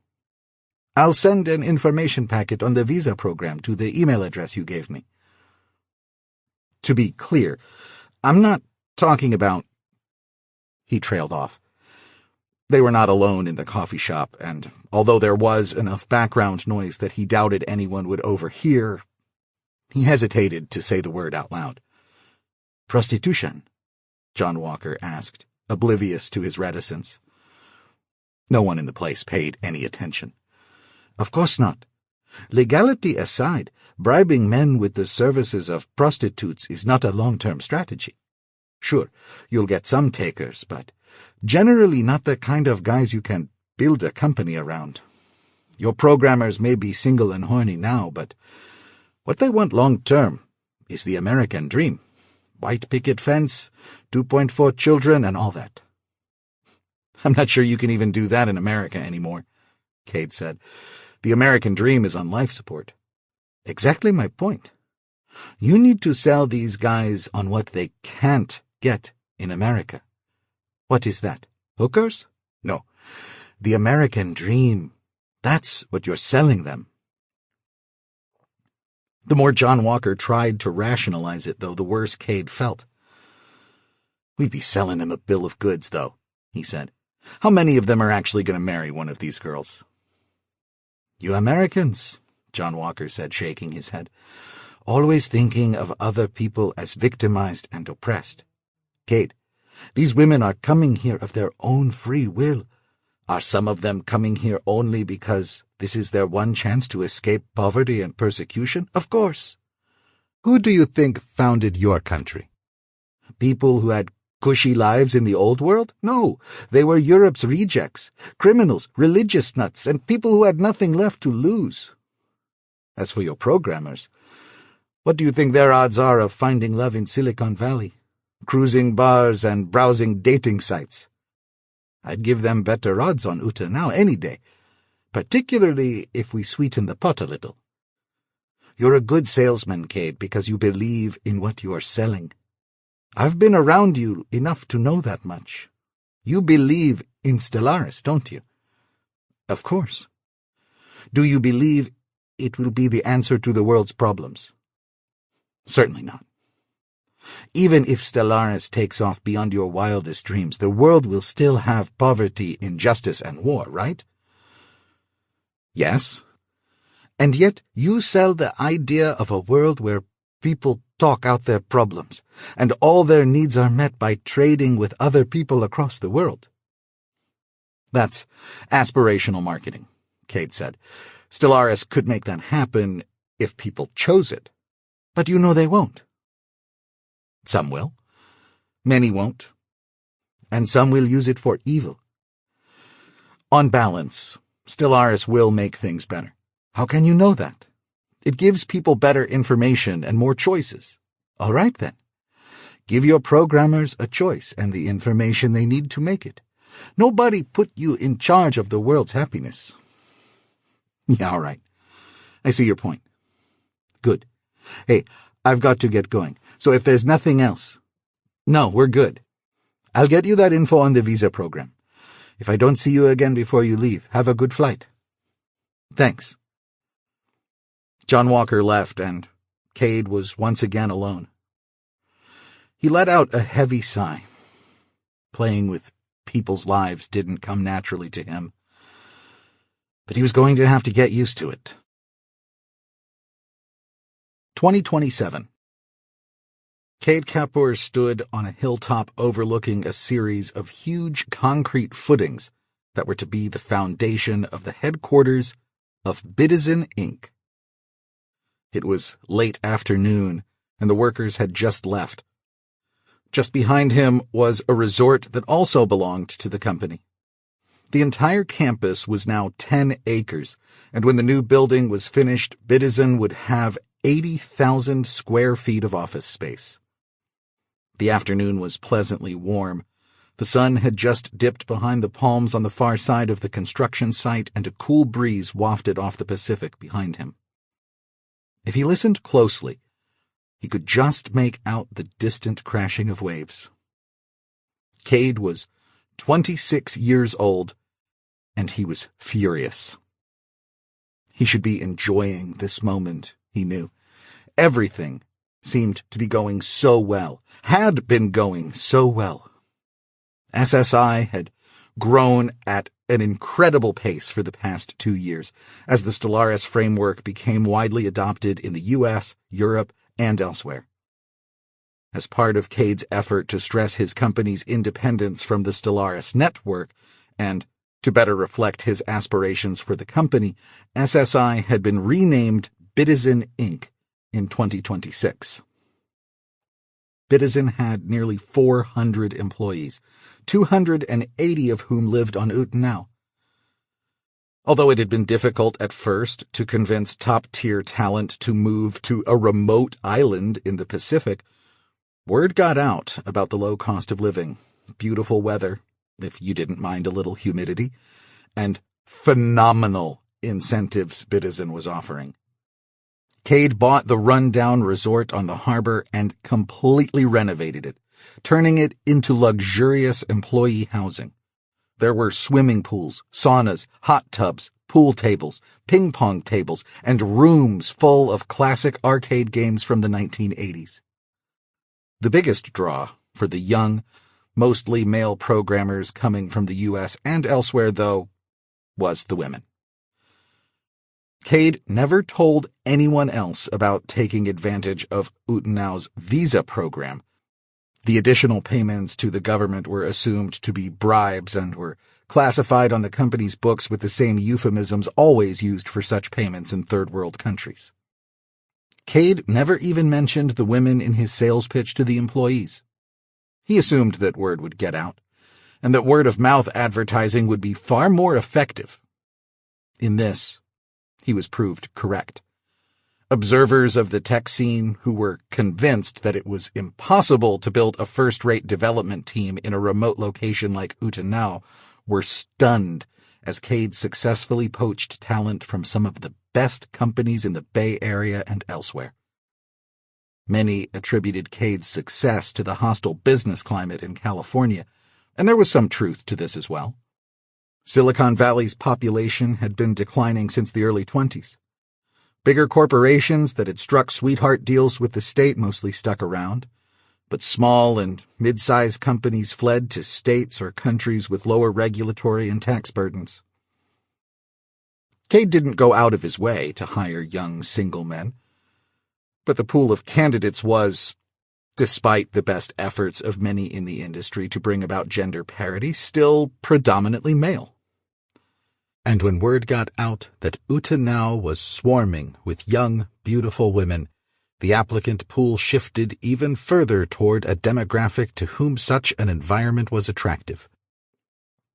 Women hired by the company were usually assigned to the Palo Alto office, because this allowed Bidizin to comply with California's new gender equity laws, which required companies with over 200 employees to have a female-to-male ratio of at least 25% in all positions.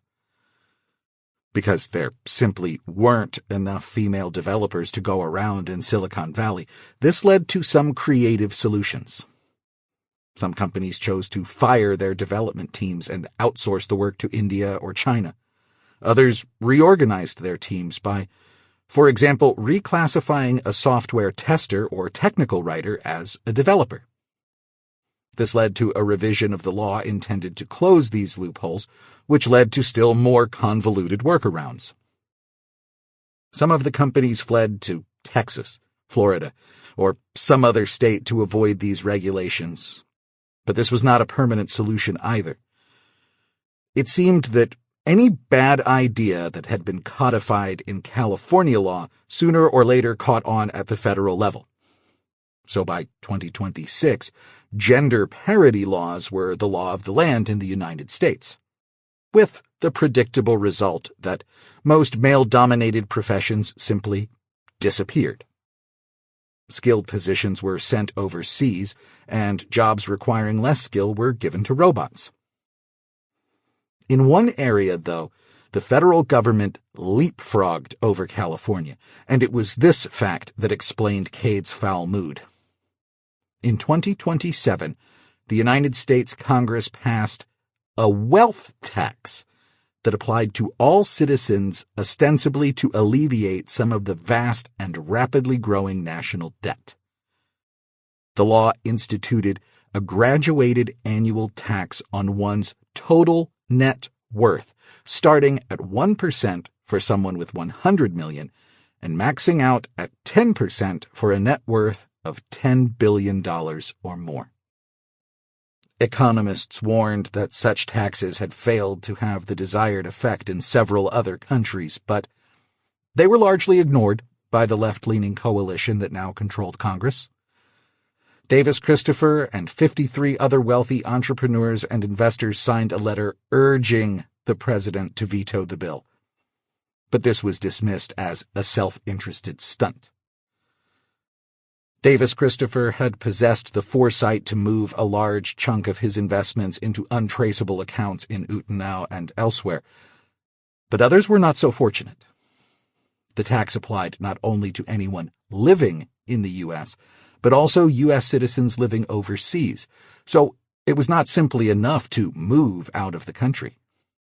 At least 40 billionaires left the country and renounced their citizenship, moving to, or at least buying a house in, a country with more favorable tax laws. Ireland and Switzerland, which offered citizenship to virtually anyone willing to invest a few $1 million in their economy, were popular destinations. Others gave away enough of their fortune to a spouse or relative to avoid some or all of the tax burden. Thanks to SSI's spectacularly successful IPO the year before, Kade's personal fortune was, on paper, in excess of $800 million. It didn't matter that the company's assets were worth only a fraction of that amount, or that it rarely had any more than $1 million in cash on hand. It didn't matter that Kade lived in a modest bungalow on Utenau and slept in a tiny studio apartment when he visited the U.S. It didn't matter that he didn't even own a car. According to the U.S. federal government, Kade had nearly $1 billion in assets, and they wanted him to come up with 4% of that, a staggering $32 million in cash. It was ironic, he supposed, that he owned almost no coin of any kind. He had bought a few hundred in various agoras early on, which were now worth about $500,000 in total. Stellaris made it possible to instantly aggregate and convert one's various coin holdings into the global Stellaris coin, but most of his earnings were reinvested in SSI. His tax bill dropped to $24 million as SSI stock lost a quarter of its value in the days after the passing of the law. This was part of a broader crash. The market, anticipating that a lot of stocks were going to have to be sold to pay the tax, had reacted accordingly. Bonds and real estate crashed as well for the same reason. Assuming that a significant proportion of these assets was held by people who intended to comply with the law, the market had anticipated a huge sell-off of hard assets. Pension funds and 401ks lost anywhere from a quarter to half their value, and assurances from the president that this was due to a one-time shock to the system did little to ameliorate the problem. For Kade, who now owned just 51% of SSI's stock, complying with the law meant losing control of the company he had founded. It also probably meant that he would have to call the owner of the construction firm and tell him that, as of tomorrow, he had no work for them. He felt terrible about it. He knew the owner had turned down several other jobs because he was determined to meet his obligations to Kade on time and under budget. And now he was probably going to have to lay off half his workforce. Kade's phone told him it was 5:15 p.m., which meant it was 8:15 a.m. in Washington, D.C. Lowell Benjamin should be in his office by this time. Kade had had occasional contact with Lowell over the past 2 years, and he knew that Lowell had been lobbying against the wealth tax on behalf of Davis Christopher. If there was any way to get around the law, Lowell would know. But as usual, Lowell had no good news to give him. "So that's it?" Kade said when Lowell finished his painstaking explanation of the law. "I renounce my citizenship or I lose control of the company?" "I'm afraid so," said Lowell. "Just be grateful SSI already went public. If you renounced your citizenship before the IPO, the SEC would have never let it happen." This was undoubtedly true. Since moving to Utenau, Kade had worked hard to dispel public perception that Stellaris was a network for criminals and terrorists. There was still a great deal of skepticism and outright hostility in D.C. toward SSI. "The IPO is why I'm in this mess," Kade said. "If SSI were still a private company, we could give it any valuation we wanted." "You needed the cash to ramp up the business. Going ahead with the IPO was the right move." "It doesn't feel like there are any right moves anymore. All these goddamn arbitrary rules and regulations. And now they're literally stealing my company out from under me. What if we split up the company? Spin off the consulting business? Long term, the money is in applications." "Kade, you know that will never work. You need the consulting revenue to fuel applications development. If you split them now..." "I know." "Forget it. It was a stupid idea.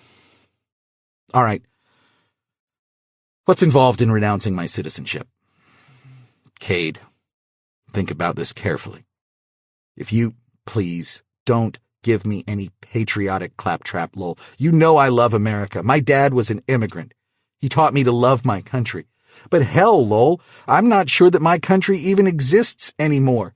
What kind of country is this where they can just steal your property without any kind of due process?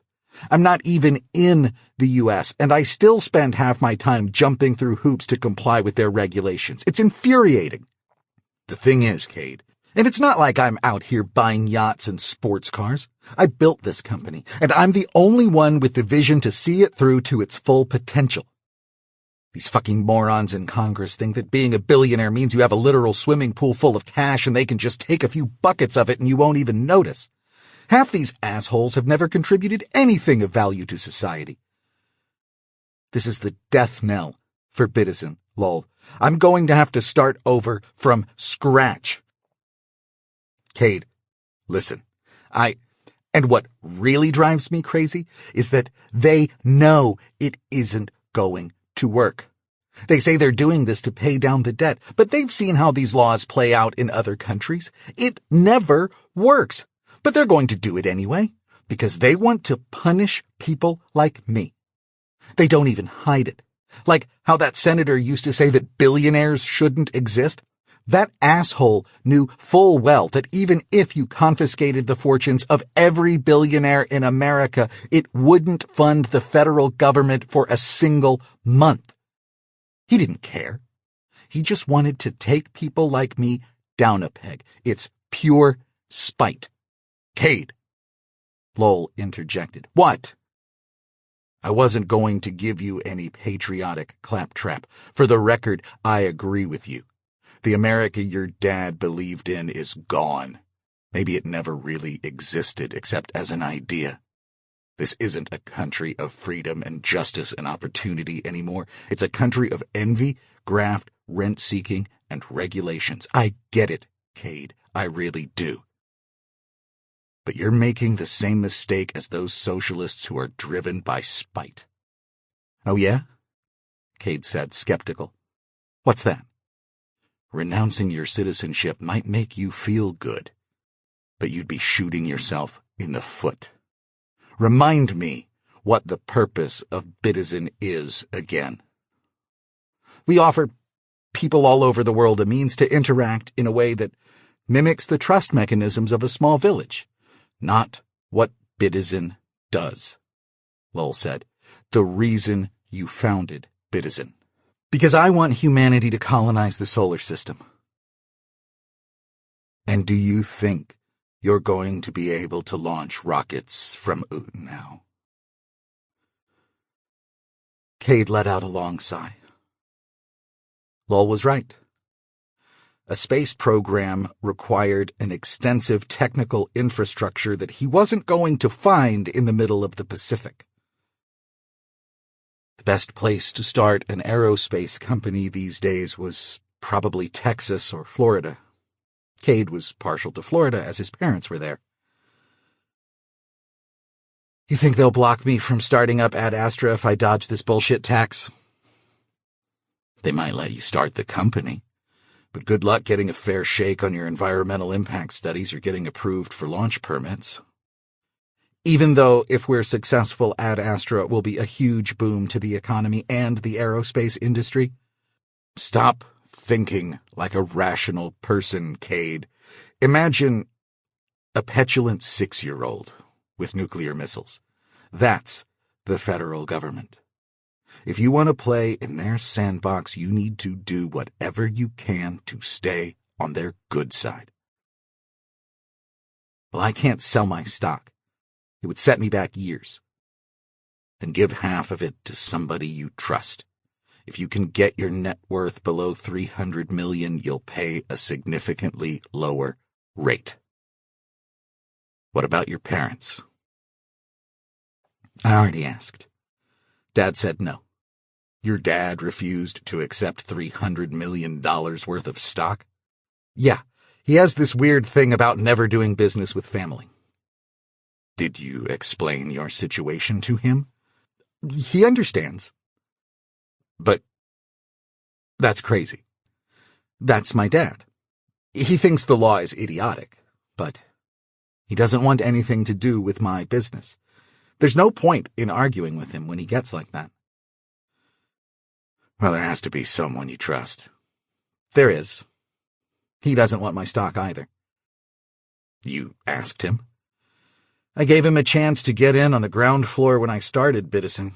He knew the company was going to be huge, but he didn't care. He didn't want to own any of it.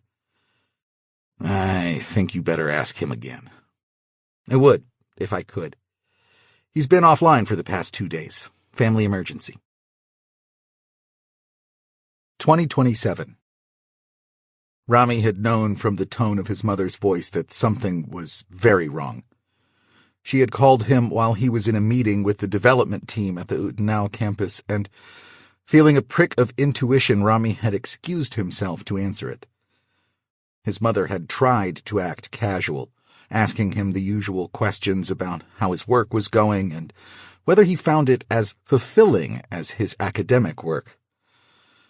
But there was a strange, urgent tone to her voice. "What's wrong, Mom?" Rami asked, making his way down the hall to his office. "Is Bahir okay?" "Your brother is fine," his mother said. Rami's gut tightened. "What about Dad?" Silence. "Mom, is Dad okay?" He waved off a young woman in the marketing department who had been trying to get a meeting with him and ducked into his office, closing the door behind him. "He left 5 days ago," his mother said at last. We expected him back yesterday. We haven't heard from him. Where was he? Again, there was no answer. Mom, tell me where he was. I don't know, she said, and now her voice betrayed frustration. Rami knew what that meant. Mom, put Bahir on the phone. Honey, I can't. I'm sorry. I shouldn't have called you. Mom, I need to talk to Bahir, now. I have to go. Forget it. I will. There were rustling sounds and murmured speech that Rami couldn't make out. Then a man's voice spoke to him. Bahir. Rami, everything is under control. I'll call you later. The hell you will. What the fuck is going on, Bahir? Where is Dad? Doesn't concern you, Rami. Let it go. Fuck you, Bahir. Tell me where Dad is, or I'm catching the next flight to Cairo. That's not a good idea, Rami. Was Dad on some kind of mission? Where'd he go? Libya? Algeria? Rami, you need to shut up and listen. I'm not. Who was Dad meeting? Al-Qaeda? ISIL? He was fairly certain his father had no involvement with those groups. His intention was only to play on Bahir's paranoia. Mentioning known terrorist groups was a good way to make sure someone from the NSA was listening in. At this point, Bahir would do just about anything to get Rami to stop talking. Damn it, Rami. No, of course not. Dad doesn't do business with any of those groups. Then tell me where he is. There was a long pause. Maybe it would be better if you did come out, Bahir said. There are some things we should talk about in person. Agreed, said Rami. I'll email you my flight info. Take care of Mom. He ended the call. A day and a half passed before Rami got to Cairo. He'd taken the first flight to Honolulu, then flown to Los Angeles, New York, Paris, and finally Cairo. He managed to get a little sleep on the last 2 legs of the trip, but by the time he staggered out of the Cairo airport into a waiting taxi, he was anxious and exhausted. His urgency made no difference. Abdul Asak was dead before he left Utenau. The authorities had found his body in a ditch beside the highway 100 kilometers north of Aswan. There were signs of torture, and his head had been removed, apparently with a machete. Rami learned all of this via terse texts from Bahir. Just before Rami exited the taxi in front of his parents' house, he received one informing him that their father had been transported to Cairo, and Bahir was going to the police station to identify and claim the body. Rami's mother, her face streaked with tears and looking like she hadn't slept in 3 days, met him at the door. Rami spent the next 2 hours comforting her and trying to calm her down. At last, she fell asleep, giving Rami license to crash in his old bedroom, which was exactly as he'd left it. He was awoken after what seemed like about 20 seconds by his brother, looking almost as rough as their mother. "What time is it?" he demanded. "A little after 7, Bahir said. Seeing his brother's confusion, he added, "At night." Rami sat up, nodding. He was too addled to do the math, but he knew he was a long way from being caught up on sleep. "How's Mom?" "Asleep." "What the fuck did you do, Bahir?" "Me," said Bahir. "I had nothing to do with this. Dad was supposed to be retired. From the side business, I mean." He'd gathered from conversations with his mother over the past few months that their father was spending less time away from home. "There's no side business, Rami. There's the business. There was always only one business, and it's not a business you leave. Why didn't you go with him?" "Come on, Rami. You're not thinking straight. I couldn't babysit him every minute of the day. In any case, if I went with him, I'd be dead too. I don't see the problem. Fuck you, Rami. You don't think this hurts me? I was a lot closer to Dad than you were. Than I was allowed to be. Yes, for your own... Don't say it, Bahir. Do not fucking say it. Then stop acting like you're the aggrieved party here. How do you think they paid for your tutors and your fancy schools? Dad makes good money at his job. I know. We protected you. But even you aren't this naive. There's one job, Rami. There's only ever been one job, working for ISIM. I didn't ask for this. I never asked for it. You did ask. You just don't remember. Bye-bye, I want this book. Bye-bye, I want a computer. Bye-bye, I want to go to America. That's not fair. I was a kid. I didn't know. You didn't know because you didn't want to know. Just like you don't want to know now. You don't want to know what Dad and I had to do for this family, for this country. And you don't want to know how bad it's gotten. Leave Egypt, Rami, and don't come back. You think ISIM is bad? You have no fucking idea what's been unleashed across the Maghreb. We're the good guys, Rami. You know why they killed Dad? Because they could. Because the jihadists aren't scared of ISIM anymore. What about Mom? Is Mom safe? Nobody's safe, Rami. I've got a place where she can stay. And no, I'm not going to tell you where it is. Don't try calling her. I've already destroyed her phone. When we're settled, I'll set up a way for her to communicate with you securely. I can help with that, Rami said. If you use a secure Stellaris node, you can... I don't need your help. Bahir snapped. I've been in this business for a long time, and you're not the only one who has learned some tricks. The funeral's tomorrow. After that, tomorrow? The family can't all get here in time. No extended family. It's going to be you, me, and Mom, along with a few of my associates for security. Mom will ride with me. You'll take a taxi. I'll call you with the location when you're on the road. After the ceremony, say goodbye to Mom and head straight for the airport. Do not make a big deal out of it. She doesn't know I'm moving her. What the hell, Bahir? You can't just move her out of her house. I will do what I have to do to keep Mom safe. You will not interfere. Do you understand? Of course. But after the funeral, get on a plane, leave Egypt, and do not come back. You won't hear from me or Mom for a while. Bahir, this is crazy. We need to slow down and think this through. I've thought it through, little brother. This isn't one of your math problems you can spend a year working out. The plan is in motion.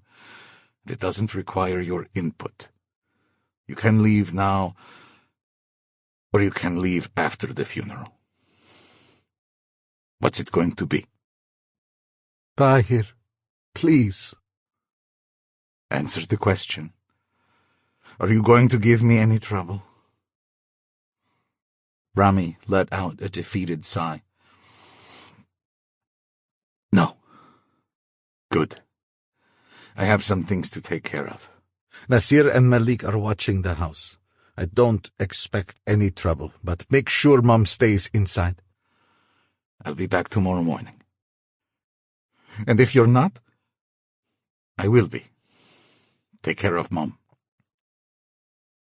He left the room, closing the door behind him. Rami, feeling utterly useless, sat on his bed for some time, staring at a poster of the solar system that he'd tacked up on his wall 15 years earlier. How many hours had he lay on that bed, staring at that poster, imagining walking on the surface of Venus or Mars? In some ways, he realized he was the mirror image of Kade Kapur. While Kade had from a young age focused on the practical aspects of colonizing space, Rami had come at the matter from the perspective of endless possibility. To him, space travel was as close as a person could get to interacting with pure Platonic reality. Space was where Newtonian physics, general relativity, and quantum mechanics interacted to form gravitational waves, quasars, neutrinos, and black holes. It was the complex equations governing these phenomena that first drew him into mathematics, and he'd never quite found his way out of that labyrinth. In mathematics, there were no physical constraints at all. And as a child growing up in a small country thousands of miles from Cape Canaveral, he clung to the purity of numbers and equations. He might never be an aerospace engineer, but no one could keep him from the joy of turning over formulas and equations in his mind. Like Einstein, he wanted to know the thoughts of God. Rami was an even less devout Muslim than his father, but he believed in God. And if that God ever actively exerted his will in his creation, then he had done so on the day that Kade had told him about his plans to start a company to go into space. Was Kade a new sort of prophet? Rami couldn't say. But he had a sense that the hand of God was on the man. His indefatigable drive, his ability to inspire others, and his string of staggeringly impressive business successes all spoke to the fact. It occurred to Rami, sitting there on his childhood bed, that he had fallen in with a sort of jihadi after all. He got up. He used the toilet, brushed his teeth, and took a shower. When he dried off and put on clean clothes, he checked his screen. There were 7 missed calls and 3 voicemails, all from Kade. Seeing that his mother was still asleep on the couch, he made a pot of coffee and then listened to the voicemails. Rami was still too sleepy to pick up all the details, but he understood that Kade needed him to do something to get around the wealth tax that had just passed in the United States. Rami called Kade back, but his call went to voicemail. It was the middle of the night in Utenau. Kade, Rami, sure. Whatever you need. Things are a little weird here. I hope it can wait till I get back. I'm leaving tomorrow. He ended the call and then poured himself a cup of coffee. He sat down at the kitchen table, listening to his mother snoring softly in the next room, and wondered, vaguely, what he had agreed to. 2027. Rami signed the papers the day he returned from Cairo. Kade got the sense that Rami hadn't been fully aware of what he'd agreed to, but he didn't seem particularly fazed by the idea of suddenly being nearly $500 million richer. Kade sold him the stock for $1. The dollar had gained significantly in value thanks to the sudden demand for cash to pay for taxes, but even so, the trade was perhaps the best deal anyone had gotten in the history of stock purchases. In the years that followed, Kade sometimes joked that Rami had been playing a long con on him, pretending to be uninterested in money, but somehow knowing all along that Kade would eventually be forced to give him a big chunk of his fortune. Rami didn't find it funny, which only encouraged Kade. Kade had never told anyone exactly how he had met Rami, but it was doubtful anyone would have believed it anyway. For all anyone knew, Rami was the most straight-laced employee at Bidizin. Unfailingly honest, even when a lie might have been a more tactful choice, and hard-working, Rami attended a small English-speaking mosque near Bidizin's headquarters. Rami never told Kade whether he really had been the artist known as McHeadroom, but Kade thought it highly unlikely.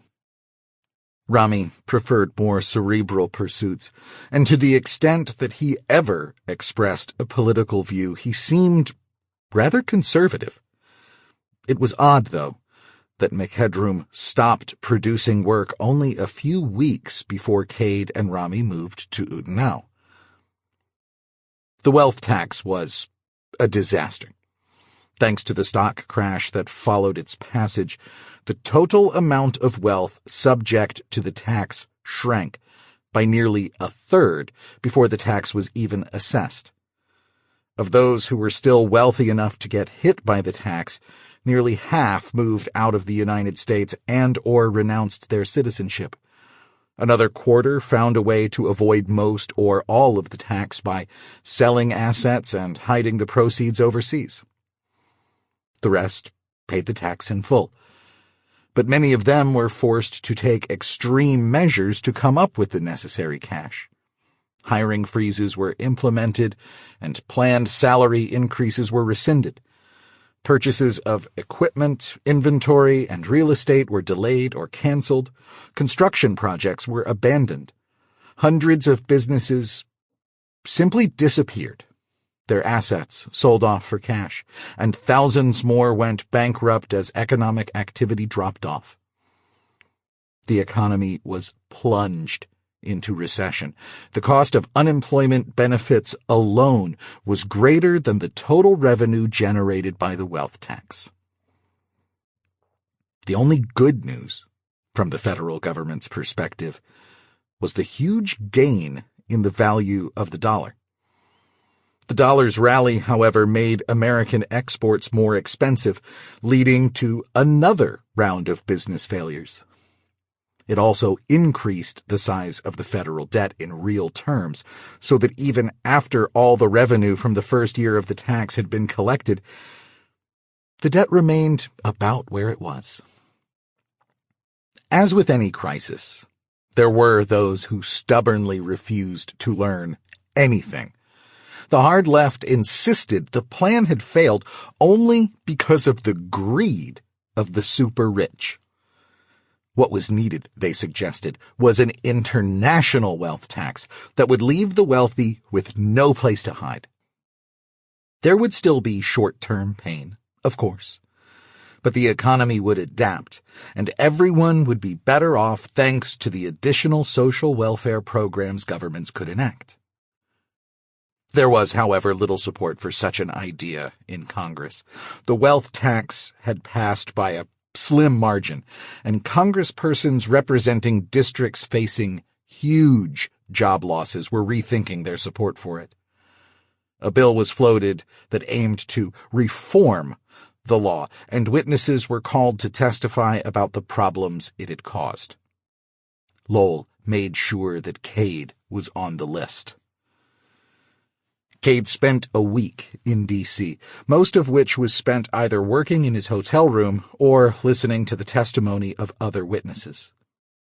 The testimony was predictable, alternating between emotional diatribes denouncing the greed of the mega-rich and accounts of the real-world damage the efforts to punish them had caused. Kade's testimony was brief, as it didn't advance either side's agenda very much. The only damage the law had done, other than forcing him to trust Rami with nearly $500 million, was a 6-month delay in a planned expansion of Bidizin, And since most of the jobs that had been put on hold were outside the United States, Congress didn't care much about them. Kade would have liked to explain that it was the U.S. government's heavy-handed tactics that had forced him to move his company to Utenau in the first place, but Lowell cautioned him against getting political, which Kade found darkly amusing. Kade suspected his actual role at the hearings was to be a young, non-white face among those who opposed the law. He didn't mind. Kade had only lobbied to be a witness so that he could make some connections with powerful people in Washington who might help him later. In this endeavor, however, he had little success. He had no feel for the subtleties of politics. Lowell, despite his sometimes grating personality, was much better at this stuff. The moment the cameras were off, all the congressmen were swarmed by staff who hurried them to areas of the Capitol that were off-limits to Kade. It was an odd sensation, being simultaneously one of the super-rich who had been directly targeted by the law under consideration, and also a complete nobody. Even his efforts to schmooze with congressional staff were rebuffed. Few of them even knew who he was, and as soon as it became clear that Kade wasn't interested in donating to any of their respective bosses' campaigns, they remembered a pressing matter that required their attention. Even his one apparent success turned out to be a misunderstanding. After the last day of testimony, he had approached a young blonde woman who was a staffer to one of the congressmen opposed to the wealth tax. The congressman, Sean Merwin, whose Alabama district was home to a large aerospace company, was known to be a strong advocate for space exploration. Over the past few years, he had fought a long and ultimately futile battle to keep Congress from cutting NASA's funding. Kade had hoped to get a meeting with the congressman to discuss his plans for Ad Astra. He might even have agreed to donate to the congressman's campaign once he had some cash to spare, but Biddison had been so tight on cash even before the passage of the wealth tax that Kade hadn't even taken a salary for 6 months. Rather than scheduling a meeting with the congressman, Kade somehow managed to arrange a dinner date with the young staffer, whose name was Christy Prince. It only occurred to him when he was in the car back to his hotel that he had given Christy the impression that he had romantic intentions toward her. He replayed the conversation in his head several more times, and by the time he reached the hotel, he had arrived at the conclusion that Christy had manipulated him into asking her out. She was pretty. There was no denying that. And Kade wasn't above engaging in some extracurricular activities while in D.C. On Utenau, he had a policy of not dating any of the foreign women who had come over on the visa program, which had limited him to the local girls, who were nice enough, but somewhat provincial in their outlook. If he hadn't been so fixated on his failure to make any meaningful political contacts during his time in D.C., he might have asked Christy out intentionally. Maybe she knew that. Or maybe she had found his apparent lack of interest attractive. Either way, he was supposed to meet her at a pizza place down the street from the Capitol in an hour. He had just enough time to take a shower, change, and respond to a few emails before heading over to the restaurant. Christy was there, waiting for him. He hardly recognized her. Rather than the bland tan suit she had worn at the Capitol, she had on a sheer blue cotton dress that brought out her blue eyes and highlighted some other parts as well. She was also young. He had taken her for 25, but now he wasn't sure she was of legal drinking age. She waved to him, and he sat down across the little table from her. She was drinking a soda.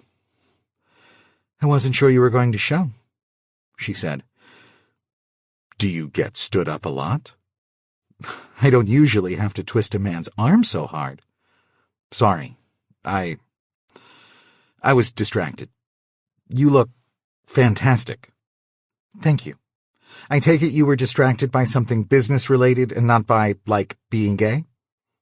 Kade chuckled. It's just this town. I don't understand how it works. My understanding is that it mostly doesn't. If you come here trying to get something done, you're in for a world of disappointment. Yes, I had noticed how much effort you people put into keeping any work from being done. Easy with the you people stuff. Congressman Merwin does what he can. He's one of the better ones, from what I can tell. But they all have their special projects. Every politician assumes he knows better how to spend the people's money than the people themselves. We do have to fund the government somehow. Do we? I wouldn't mind not funding it for a few years, just to see how much we can get done. I can't give you that, but I can tell you the wealth tax is not long for this world. Really? Yeah, the hearings are just for show. I overheard Congressman Merwin saying they've got the votes to repeal it, or at least scale it back significantly. Thank God. Christie raised an eyebrow. I have to admit, though, as someone who could barely afford a studio apartment in this town, that I don't have a lot of sympathy for billionaires who have to sell some stock to pay their fair share. What is my fair share? Kade asked. I haven't reviewed your portfolio, Christie replied. And yet you know that I'm not paying my fair share. You use a lot more resources than the typical person. It stands to reason I contribute more than the typical person, Kade said, no longer able to hide his irritation. Come on, Kade. You wrote some software. It's not like you solved world hunger. I wrote software that is used by millions of people, improving their lives in a small but significant way. It's also used by terrorists and criminals. I would argue that my work has been a net good for both the United States and for humanity. You're free to disagree. But if you're going to claim I'm not paying my fair share, I want to see the breakdown. I'm not following you. You're saying that I'm in the red, that despite the insane amount I pay in taxes every year, I'm in arrears. I'm taking more than I'm giving. Fine. Show me the spreadsheets. I want to see the numbers. Tell me the exact amount I owe as of this moment, and I will write the government a check. It doesn't work like that. No, of course not, Kade said, now red-faced with anger. Somehow, no matter how much I've forked over, the bill never quite gets paid, does it? I'm always just a little behind, always not quite paying my fair share. I could give my entire fortune away today and start a new business tomorrow, and somehow I'd still owe the government half of the first dollar I make. What bothers me the most isn't the theft, it's the dishonesty. If you want my money to pay for stuff, just say so. Don't hide behind this crap about me paying my fair share. Okay, Christie said. I want your money to pay for stuff, mostly shoes. Kade laughed, suddenly embarrassed. He'd been close to shouting, and people at other tables were watching. Me too, he said. Not the shoes part. You don't seem like the sort of guy who is into stuff. He shrugged. Depends on the stuff. What sort of stuff are you interested in? You really want to know? I wouldn't have said it if I didn't. Kade nodded. Rockets, space colonies, cities on Mars, that sort of stuff. Ah, another tech entrepreneur with his head in the clouds, just like that guy who was killed when his self-driving car went off the road. Bidism is a means to an end, Kade said. Don't get me wrong, it's important in its own way. But my purpose in founding Bidism was to fund my space exploration company Ad Astra. To the stars, Christie said. I like it. You plan to start Ad Astra on that island? No, probably in Florida. I hope to start it within 5 years. Just after I graduate. Please tell me you're in college. Christy laughed. Georgetown. I started last fall. Probably a waste of time, but my parents are paying for it, so what the hell? My dad pulled some strings to get me a job on Congressman Merwin's staff, so I'm only taking 2 classes this semester. You plan to go into politics? As of today, I'm a psychology major. Most people aren't as good as planning their lives out as you are. It helps to have an ambitious goal. Everything I do is in service of that goal. Everything? Well, I do make some time for recreation. It keeps the mind sharp. If you really plan to start a space exploration company in Florida within 5 years, you're probably going to have to make a few more trips to D.C. Unfortunately, yes. It's not all bad. The place has pretty good pizza for one thing, and there are other forms of recreation. Are there? Oh, yes. And I suppose you'd be willing to show me some of them. I might. In the interest of keeping your mind sharp, of course. To be clear, I'm talking about miniature golf. Yeah, I figured. What are you, like 12? I'm 19, smartass. Well, I'll be sure to have you home by bedtime. 2036. Speaker of the House, Alonzo Corcoran, a squat, balding, barrel-shaped man of African descent, sat in a plush chair in the Oval Office, paging absently through a 60-page report titled Recommendations Regarding the Fiscal and Economic Aspects of the Kapur Plan, while the president watched him patiently from across the desk. The plan, which had been hurriedly put together by the Treasury Department, contained the distilled wisdom of 14 different economists regarding every aspect of Kade Kapur's plan to create a new public-private venture to act as an umbrella corporation for asteroid mining and the settlement of space. Every aspect, that is, except for the actual capture of Maimonides. The report on that part of the endeavor, which had been produced by NASA, was more conclusive in its findings. Given Ad Astra's success with 2024 LF, there was reason to believe the company could, with adequate resources, duplicate the feat with a much larger asteroid. Without access to Ad Astra's proprietary algorithm called COPA, it was impossible for NASA to estimate the chances of success with a high degree of certainty. But having witnessed the precision with which Ad Astra had guided 2024 LF, the scientists and engineers who had signed off on the report were inclined to take Kade's assurance at face value. The report Alonzo Corcoran held was another matter.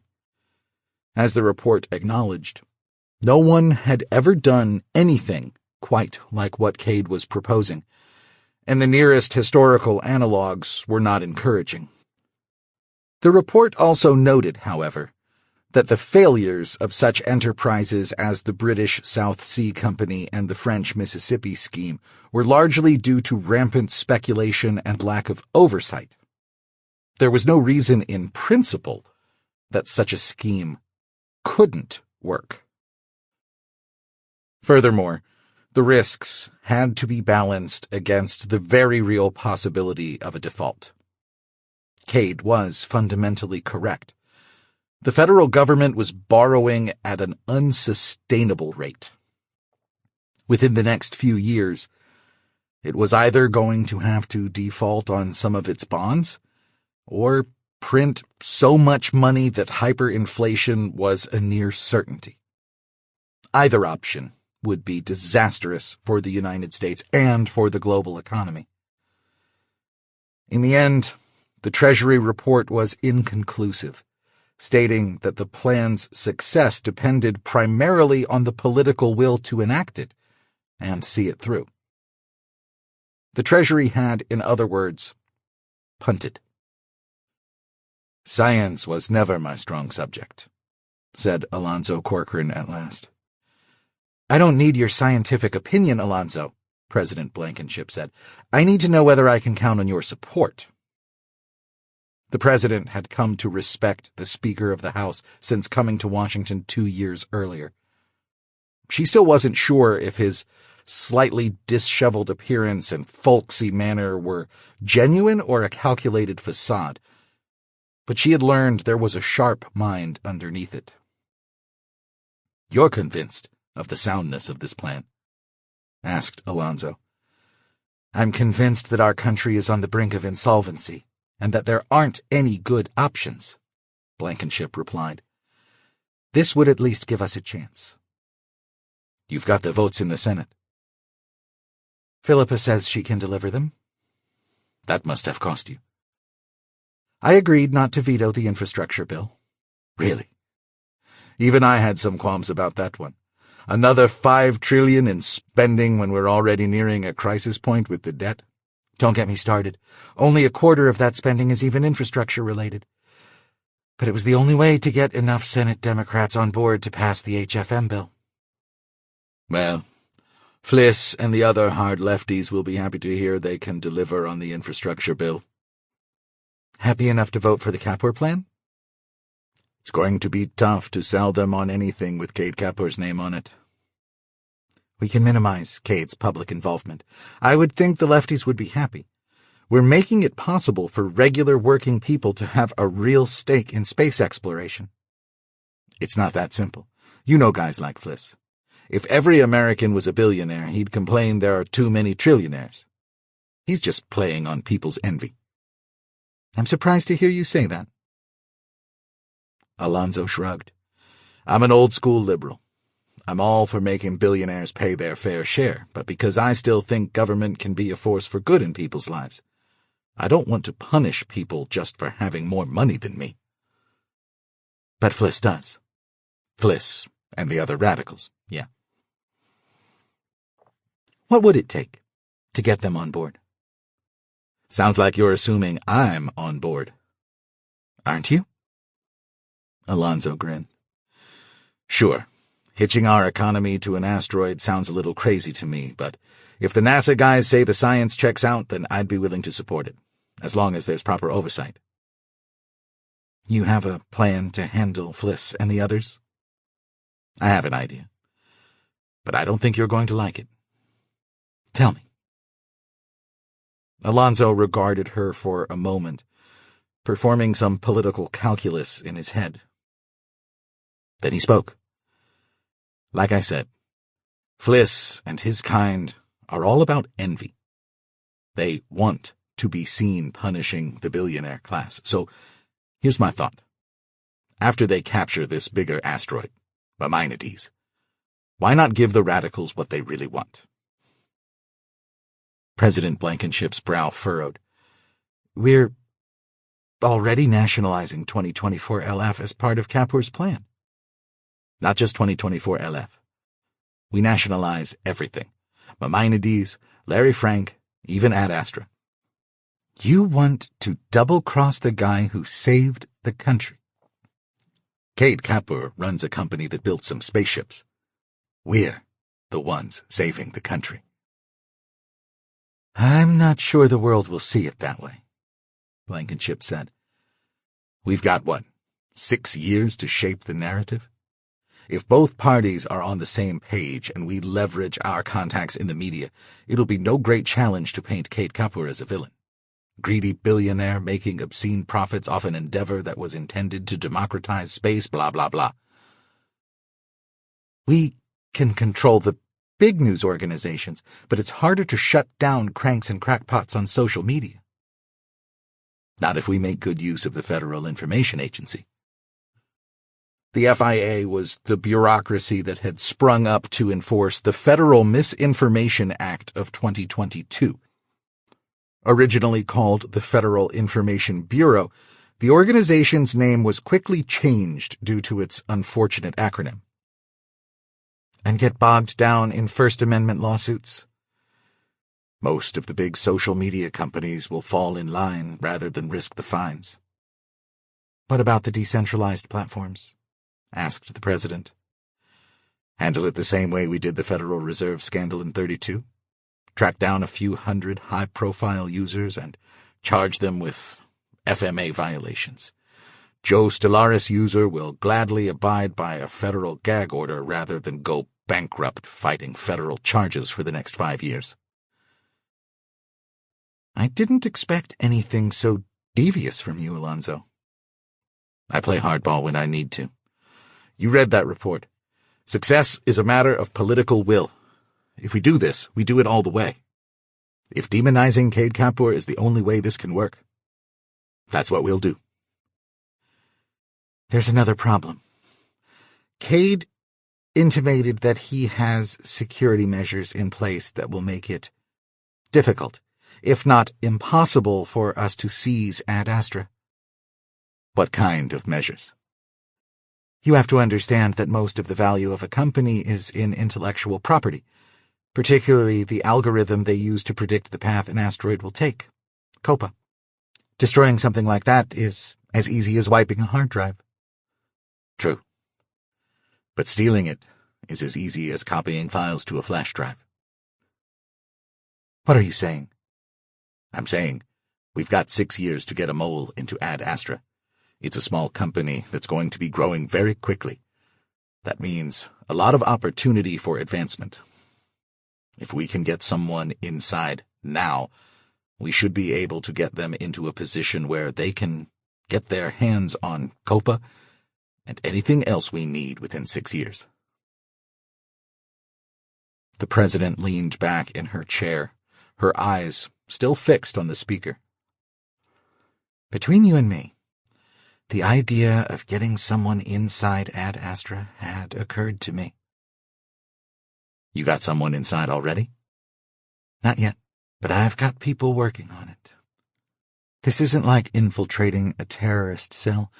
We're going to need to recruit someone. The goal would be to get our hands on COPA. Or learn enough about their security to circumvent it. Alonzo Corcoran nodded. Good. You think Fliss and company will go along with our plan if we promise Republican support for the eventual nationalization of Ad Astra? Between the infrastructure bill and this? Probably. 6 years is a long time for a freshman congressperson, but I think I can convince Fliss it's better for his political prospects if he's got a high-profile nemesis. If we were to take over Ad Astra now, Fliss would lose his raison d'etre. President Blankenship nodded. Good thinking. Let Fliss lead the charge against Kapur. Then, when we finally take over Ad Astra, Fliss gets to play the hero. You'd be setting him up for a presidential run. If this plan works, I think my party will be in a pretty good spot. I'll worry about Fliss's presidential ambitions then. And if we fail, well, Fliss is welcome to try to govern what's left of the country. Just to make sure we're on the same page, Madam President, Alonzo said, there's a chance our plan to get our hands on COPA will fail. The mole might be unable to get access to COPA, or Kapur's people might out him before he has the chance. But even if that happens, you want to go ahead with nationalizing Ad Astra. We have to. Even though it will be essentially worthless without COPA and the rest of Kapur's IP. For Fliss and the others, it's not about retaining value. It's about making an example of Kade Kapur. I have to be able to tell Fliss that one way or another Kade Kapur is going down. You mean financially ruined? At a minimum. An arrest for treason would seal the deal for certain. Treason is going to be a tough sell, but we can probably get a lesser charge to stick. Between Kapur's abetting of terrorists with Stellaris and whatever the mole uncovers, I'm sure we can get him on something. No one gets that rich without committing a few felonies. Alonzo nodded. With respect, Madam President, I'm concerned that your personal feelings for Kapur might get in the way. I've never made any secret of my admiration for Kade Kapur. He's the son of an immigrant who built a fortune by working hard and filling a need in the marketplace. But America is bigger than any one man. I swore an oath to defend this country. If Kade Kapur has to be sacrificed so that America can survive, I will not hesitate to use the full force of the federal government against him. 2036. Kade, are you out of your mind? Rami, as usual, was not shy about expressing his unadulterated opinion. Kade grinned, looking around the conference table at the faces of the 8 members of Ad Astra's asteroid redirect team. Judging by the puzzled and vaguely horrified expressions, Rami was not the only one questioning his sanity. It was all right. It certainly wasn't the first time Kade had been in a room with people who thought he was crazy. And yet here he was, 2 months shy of his 35th birthday, and at the helm of a company that had successfully moved an asteroid into orbit. 7 years after founding the company that was to become Bidizin, Kade Kapur moved back to the United States. Rami Essek and several other key Bidizin employees came with him. Originally, Kade had planned to keep Bidizin's U.S. office in California, but the state had become so hostile to business that he ended up moving the entire operation to Cape Coral, Florida. While California remained home to many big tech companies, mostly due to inertia, as well as sweetheart deals that allowed these companies to get around the state's onerous taxes and regulations, the tech industry as a whole was steadily migrating to other states, and increasingly other countries. Comparisons were frequently made in the media between Silicon Valley in the 2020s and Detroit in the 1980s. The founding of Ad Astra in 2028 had been almost anticlimactic. The company was at first just a block of cubicles on one floor of the Utenau building that housed Bidizin. Kade had, of course, been laying the groundwork for Ad Astra for several years. He had made several trips from Utenau to Florida and scores of trips to Washington, D.C. The D.C. jaunts became longer and more frequent as the project became more and more real, and as Kade's relationship with Christie became more serious. Christie had flown to Utenau to marry him just after she graduated, and had stayed there with him until he moved back to the U.S. Kade had never been a particularly romantic person. More precisely, his romantic sentiments were directed more toward space than toward his fellow humans, male or female. Kade's happily ever after was a sustainable community on Mars. He understood, in principle, that this was not how most human beings, particularly women, thought. His ability to mimic the behavior of ordinary people, however, served him well. He found that if he spoke to, and about, people as if they factored as large in his thinking as the future of humanity in space, they reacted positively. As a teenager, he had considered the possibility that he was a sociopath, but he eventually rejected the idea. He did care about people, and not only in vague, broad terms. He cared about his parents, he cared about Valerie Munoz, he cared about Christie, hell, he even cared about Rami. If someone he knew was in trouble, he would drop everything to help them. But on a daily basis, he just didn't think about them that much, except as they related to his goal. Did that make him a little crazy? Fair question, he said, but rather broad in scope. Maybe we should break down the specifics of my purported psychosis. First, said Rami, barely waiting for Kade to finish his sentence, Maimonides is 4 orders of magnitude larger than Larry Frank. We haven't tested our impactors on anything remotely close to that size.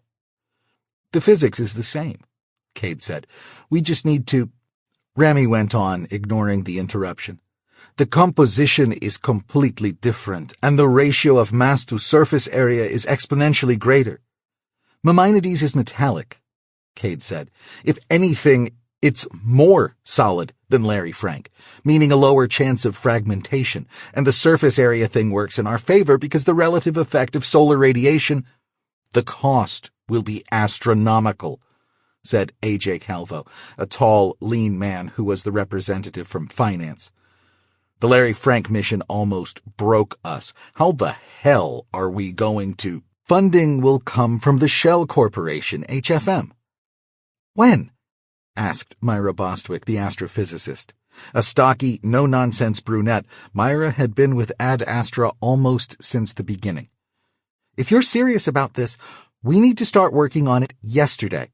Do we have the cash on hand to... AJ shook his head decisively. I'm looking into some short-term loan options to allow us to ramp up quickly while we wait for the High Frontier IPO, said Kade. I'm sure Davis Christopher is good for $100 million or so, and if not, I can sell more Bidison stock. And lose our majority, Rami muttered. Kade and Rami together still owned just a sliver over 50% of the company Kade had founded. My point is, Kade replied, I'll do whatever it takes, okay? Let's cut to the chase. All the objections I'm hearing boil down to, this is way bigger than anything we've ever done. Agreed, but the difference is quantitative, not qualitative. We've solved this problem. The funding will come. We can ramp up production of impactors. If we need more launch vehicles, we can go to Cerulean or to the Russians. Does anybody have an objection that isn't simply a problem of funding or scale? The room was silent for a few seconds. Then Rami spoke, his voice low and even. There is the possibility of wiping out all life on Earth? No one had anything to add to this. All eyes turned to Kade.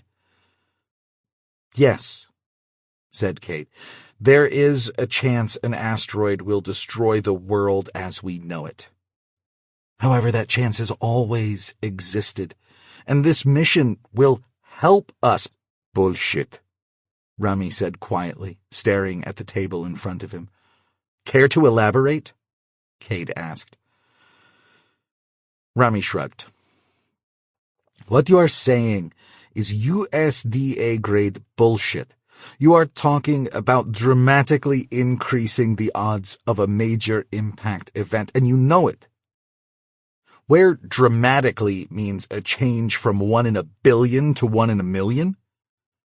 Kade, we don't know that. There are way too many variables. Agreed, said Kade. Let's back up. To do this, we have to hit Maimonides with a first round of impactors at least 1 cycle in advance, right? That's right, said Myra. At least 3 batteries of impactors, meaning 3 separate launches. It's the only way to alter its trajectory enough to make an Earth intercept feasible. Then we hit it again just before its second pass, probably with 3 more batteries, and then a final battery of orbital impactors to complete the capture.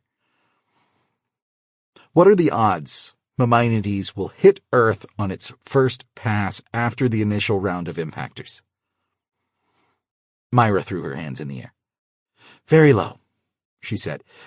Even if we get the impactors launched in time to accelerate to optimal velocity and score a direct hit with every single one, the odds are high that we'll undercorrect. Give me a number, Myra, even if it's a swag. This was tech speak for scientific wild-ass guess. I couldn't say. 1 in a million? Probably lower, but that's in the ballpark. Given the possibility that humanity will be eradicated by nuclear war or some other cataclysmic threat if we don't get off this planet, Kade asked, are we agreed that 1 in a million is an acceptable risk? There were no objections. None of them would be here if they didn't believe in the urgency of colonizing the solar system. After a moment, though, Rami said, That isn't the question, though. The question is, what are the odds of Maimonides striking Earth during any of its future passes? And while we can't know the exact probability, we know the chances are significantly greater than 1 in a million. I disagree, Kade said. We're continuously making improvements to Copa. By the time Maimonides nears Earth again, we'll have a very good idea how close it will come to Earth. The odds are slim that it will hit, but if it looks like a possibility, we can redirect it. As long as we launch the impactors far enough in advance, it will only take a minimal correction in velocity, and, of course, we'll err on the side of caution. You're making a lot of assumptions, Kade, Rami said. I'm assuming physics will continue to work as it has in the past. You're assuming that Ad Astra will remain solvent, said Lana Singer, who was in charge of logistics. You're assuming a hot war with China doesn't break out, throwing our supply chain into chaos and grounding our rockets. For that matter, Myra added, you're assuming we'll continue to improve Copa at the same rate we have in the past. We keep pushing uncertainty back, but at some point I suspect we're going to hit a hard limit. And if we do, said Kade, we'll deal with it. As I say, we'll err on the side of caution. What's an acceptable level of risk? Asked Myra. Suppose we calculate that if we go ahead with Phase 2 of the redirect, there's a 1 in 1,000 chance that Maimonides will impact. Do we proceed? Or do we throw all our spare impactors at it to increase the odds of it missing? Kade waved his hand, dismissing the hypothetical, but Rami wouldn't let him escape so easily. It's a good question, he said. I think we deserve an answer. Kade glared at Rami. He considered Rami a friend, perhaps his best friend, but the man's scruples and pathological honesty were a double-edged sword. Kade couldn't get away with bullshitting this group. In my thinking, Kade said after some time, 1 in 1,000 is acceptable odds. I wouldn't be comfortable with much more risk than that. The room was dead quiet for several seconds. Then Mike Starr, a soft-spoken young man who was the lead programmer for the impactors, spoke. Who are you to make that determination? Kade shrugged. I'm the guy who's going to get humanity to other planets. Along with the rest of us, said Myra. Sure, if you want to be a part of it. God, you're a smug asshole, Lana said. Kade grinned.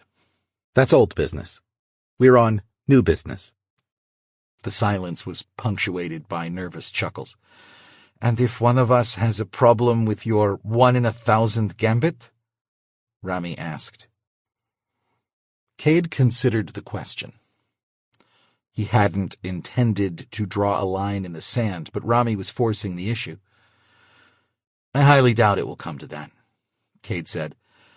But if it does, and you have a problem with me pulling the trigger, I'd rather know now. To be clear, said Lana, we're talking about making a unilateral decision about the potential destruction of humanity. Because if Maimonides hits Earth, we're done for. We're talking about a direct hit from a chunk of metal far bigger than the comet that took out the dinosaurs. What you're saying is that if there's a 1 in 1,000 chance of that happening, we're going to plow ahead, damn the consequences, without asking the United Nations or the President or the Pope or anyone? That's right, said Kade. Nobody knows the situation better, and nobody has a better understanding of the risks we face if we don't do it. I don't think there's anything noble in handing our responsibility off to the UN or the Dalai Lama or whoever else. Somebody's got to make the decision, and it may as well be us. You mean you, said Rami. If it comes down to it, Kade said, I'm trying to be as transparent about my intentions as I can. And I'm telling you that if there's a 1 in 1,000 chance of that thing hitting Earth, we're going for it. Oh, and one more thing. Not a word of this gets out. No matter what our internal data says, as far as the public is concerned, the odds of Maimonides hitting Earth are so close to zero it's not even worth talking about.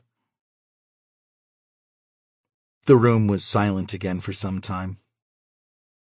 "Well," said Mike, putting his hands flat on the table in front of him, "I'm not comfortable with this."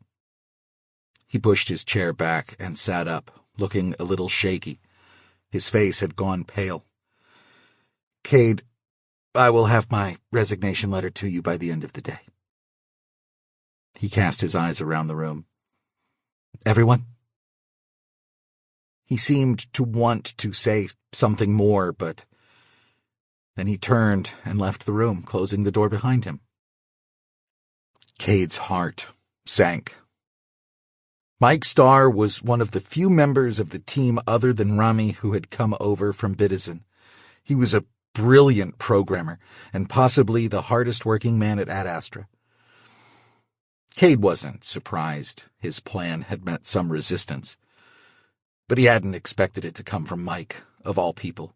He would have bet on Myra Bostwick, who had made it clear from the beginning that she thought trying to capture an asteroid the size of Maimonides was a bad idea. But Myra's resistance now seemed almost perfunctory. Kade told himself things could be worse.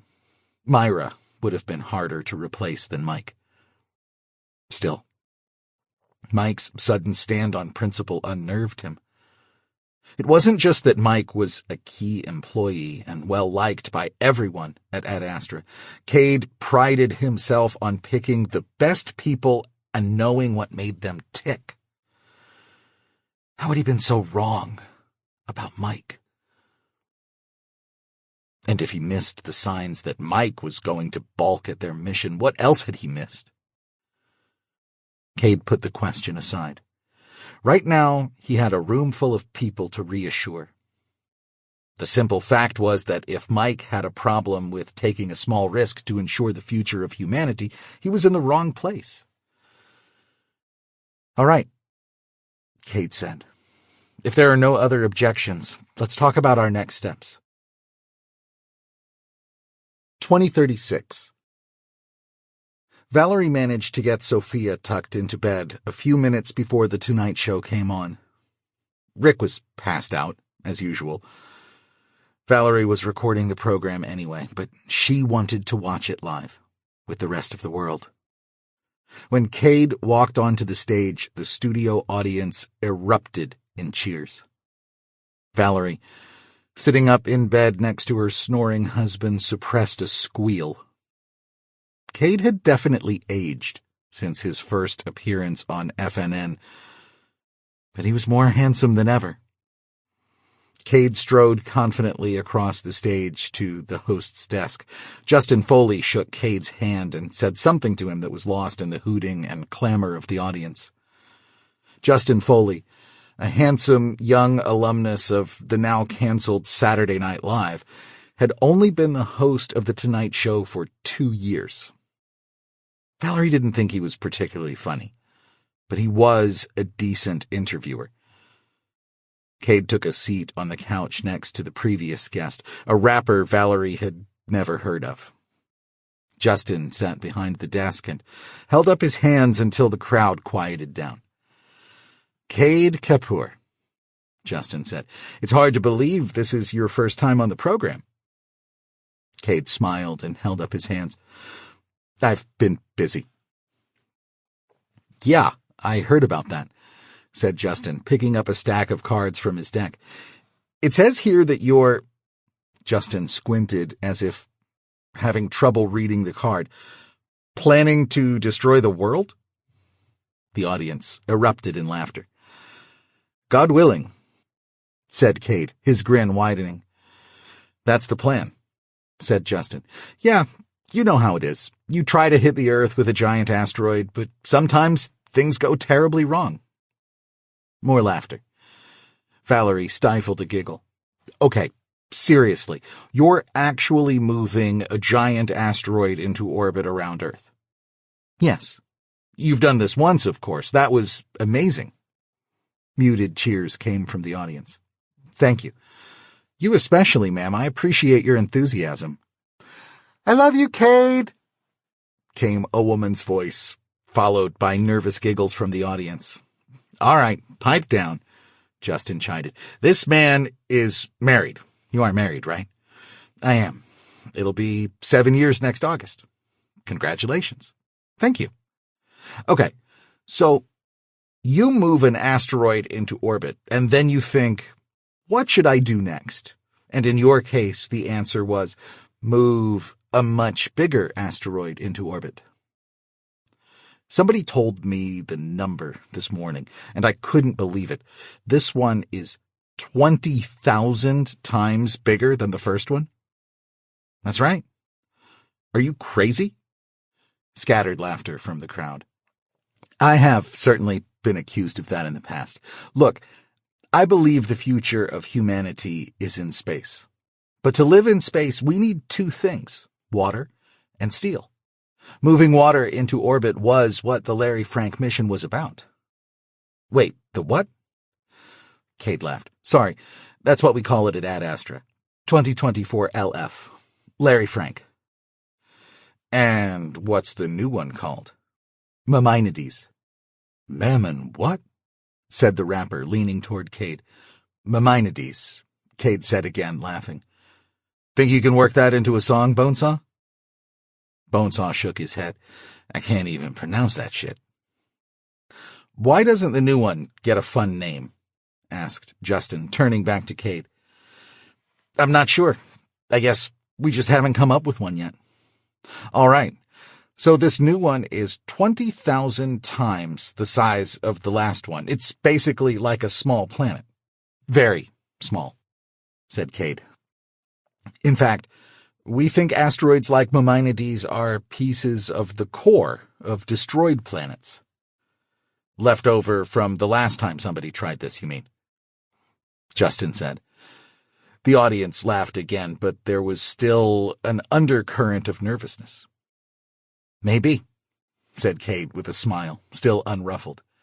Seriously, though, this is a huge deal, and they're telling me the odds of this thing actually hitting Earth are very low, extremely low, said Kade. We've got an incredibly precise system for slowing the asteroid just the right amount to make it fall into orbit around Earth. Doing this actually makes us safer because there are a lot of these big rocks out there, and there might be others on their way here. Once we move Maimonides, we'll be prepared to do it again if we ever have to. And you're actually doing this as a joint venture with the U.S. government. That's right. It's unprecedented. How does it feel to have the President of the United States thank you in a nationwide address? I'm not going to lie, it's pretty amazing, said Kade. We've been working on this for a while, and we've got the support of leaders of both parties in Congress. That's an accomplishment in itself. Absolutely. So how did this even happen? Did you just call up the president one day and say you want to move a gigantic asteroid into orbit? Honestly, all the credit goes to President Blankenship. She saw what we did with 2024 LF, and she saw the potential for a much more ambitious mission. The new company is going to be called High Frontier Mining. Why is that? Because space really is a new frontier. And it's a new frontier that belongs to all of us. You know, I'm a little old-fashioned. I'm of the school that believes this country was forged on the frontier. We developed an independent, can-do spirit because of the wildness of the frontier. And I think that with the disappearance of the frontier, we lost something. The president is looking to get that spirit back. High frontier mining is the first step in that process. In the same way that the gold rush brought thousands of people to California, mining for iron, platinum, and iridium is going to bring people to space. We've got plans to build settlements inside the asteroid. In 10 years, we hope to have over 1,000 people living there. And from there, We'll move out to the rest of the solar system. Chills, man, Justin said. I seriously have chills. I used to dream about this stuff when I was a kid. Me too. And now it's happening. It really is. You have to come up with a better name for this thing, though. More laughter from the audience. What did you call it, Bonesaw? Mammon? Bonesaw nodded, smirking at the audience. Something like that, yeah. Can you freestyle something on that for us? Justin asked. The crowd hooted and cheered. Yeah, Bonesaw said. Check it. Haven'ts out here demanding, politicians scamming, we on the lam and damned if we do, damned if we don't, clamoring mammon, bringing nothing but famine. It's a sham and they jamming my signal, we broke and we stammering, but they still keep clamoring mammon, goddamn this madman. And we'll be right back with Bruce Fuentes, the star of the smash new show, Dave's Not Here. Valerie turned off the TV. Well, that had gone well, right up until the end. She'd seen that look on Kade's face again when DJ Bonesaw had glanced at him right as he said the word madman. Little Kade, in way over his head. Had anybody else seen it, or was she the only one? Kade wasn't a madman. She knew that much. She would trust him with her life. Had trusted him with her life. When he had told her that day that he couldn't walk her home anymore, she'd been crushed and terrified. She thought he had abandoned her. But it wasn't true. Everything he had done had been to protect her. And he was still that person, risking everything to save others. Billions of people he didn't even know. She had followed Kade's career closely since the FNN interview. It was certainly more interesting than her own career, which consisted of a string of dead-end jobs that she was, by virtue of her biology degree, ostensibly overqualified for. Rick's career had undoubtedly had its interesting aspects, but he never talked about them. He didn't talk about his 2 tours in the Congo, and he didn't talk about his current job with the Los Angeles Police Department.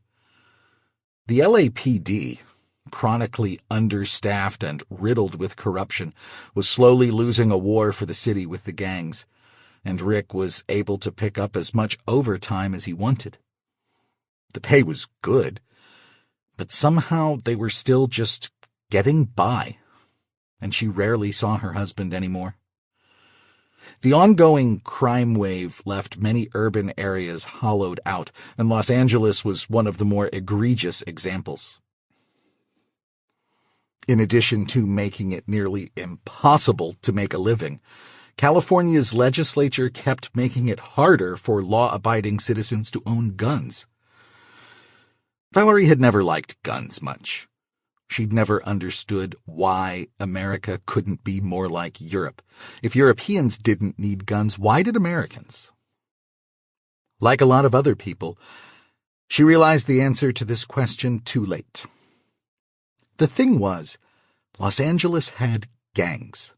A lot of them, with many thousands of members. Many of those members were just run-of-the-mill drug dealers or car thieves, but a good proportion of them were murderous sociopaths. Preventing decent people from owning guns didn't magically transform Los Angeles into Copenhagen or Prague. It gradually turned it into a place where all the decent people either gave up their guns or left town, and all the murderous sociopaths no longer had anything to fear. They certainly didn't fear the police, who had learned that confronting a gun-toting hoodlum was a good way to earn an official reprimand for excessive force, and quite possibly a long nap in a pine box. There were still nice areas, of course. There were the gated communities in Brentwood and Los Feliz where the people who kept pushing for more gun control, more regulations, and higher taxes lived behind concrete walls patrolled by armed security guards. And there were the islands of relative calm and safety like Pasadena. But Valerie would never have moved to their little house in East Los Angeles if her boyfriend wasn't a trained killing machine. And now she was going to be alone, with a 12-year-old daughter. Before Rick left, he had trained her to use a Sig Sauer 9mm. She still didn't like guns, but she could use one if she had to. Their Pasadena neighborhood had gotten noticeably worse since they moved in 6 years earlier. There was always trash in the streets, and people no longer seemed to care about keeping their houses looking nice. After several years of passing increasingly draconian laws against irrigation, the city had finally outlawed lawn sprinklers altogether in 2031. And many of her neighbors had just let their lawns be taken over by weeds. It was not uncommon to hear gunshots at night. The bigger concern was her daily commute to Sophia's private school in downtown Los Angeles. She worked part-time in the school office and sometimes substituted when a teacher was out sick, so she and Sophia traveled to the school and back daily. Valerie couldn't afford a car of her own, so they took the bus or used one of the automated car services.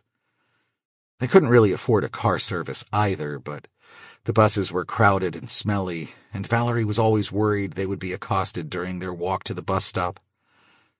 22 years later, and her biggest worry was still harassment from bullies on the way to school. What a pathetic existence I lead, she thought. When was the last time I made a choice to positively affect my own future? Sophia was the best thing that had ever happened to her, but she was an accident. Valerie was like a bystander in her own life. The saddest part, though, was that even after all these years, she still pined for Kade Kapur. She watched every interview he did, read every article about him. To be fair, though, her interest was not entirely romantic.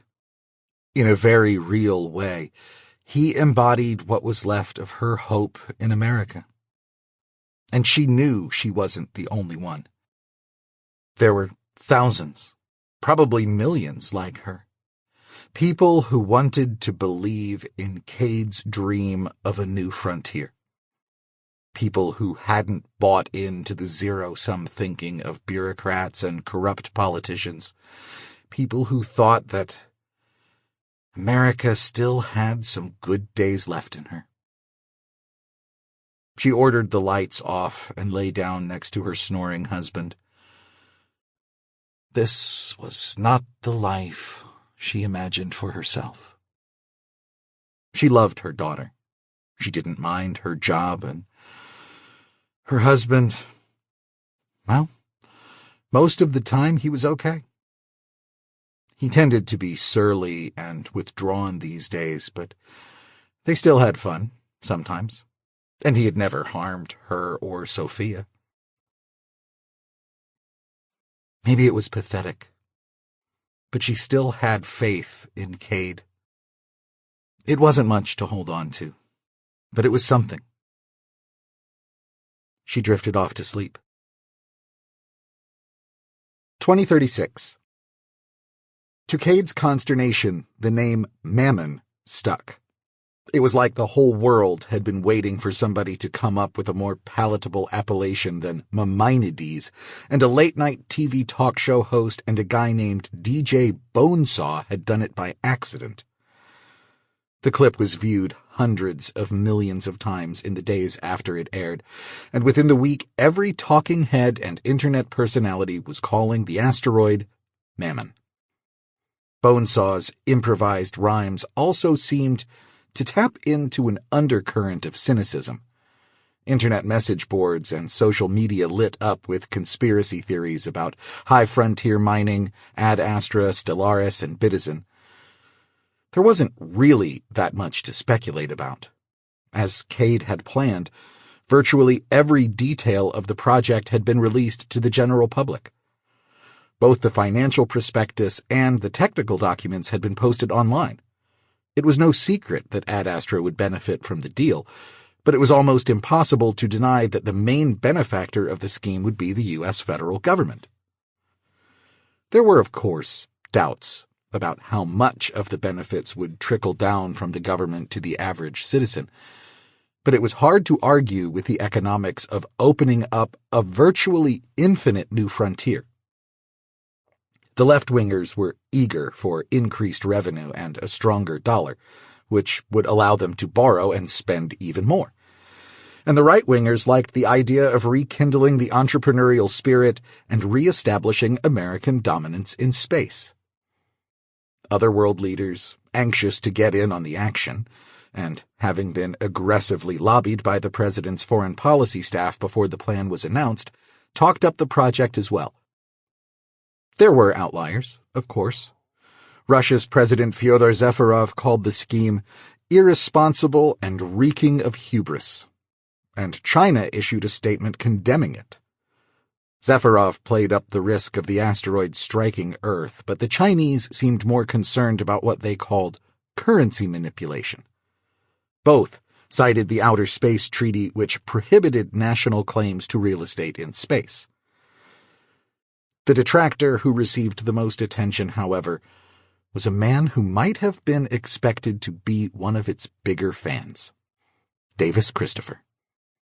Kade and Davis had been friendly since Kade paid off the money Davis had loaned SSI, but they had not done any additional business together.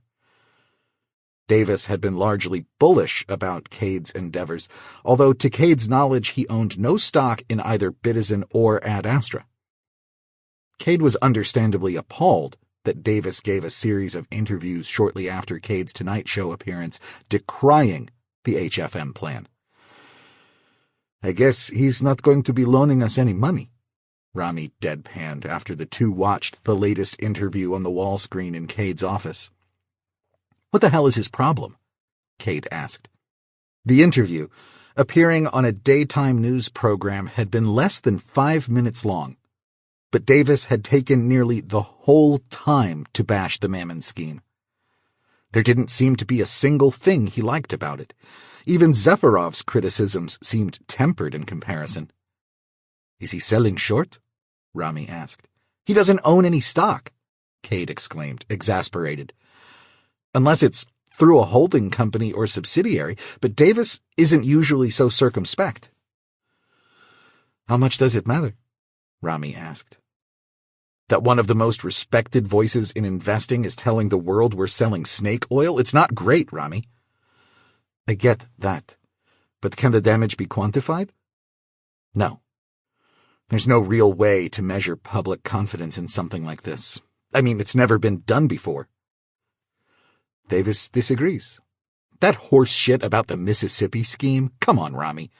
They were parading guys with picks through the streets of Paris to shore up public support for a non-existent gold mining operation in Louisiana.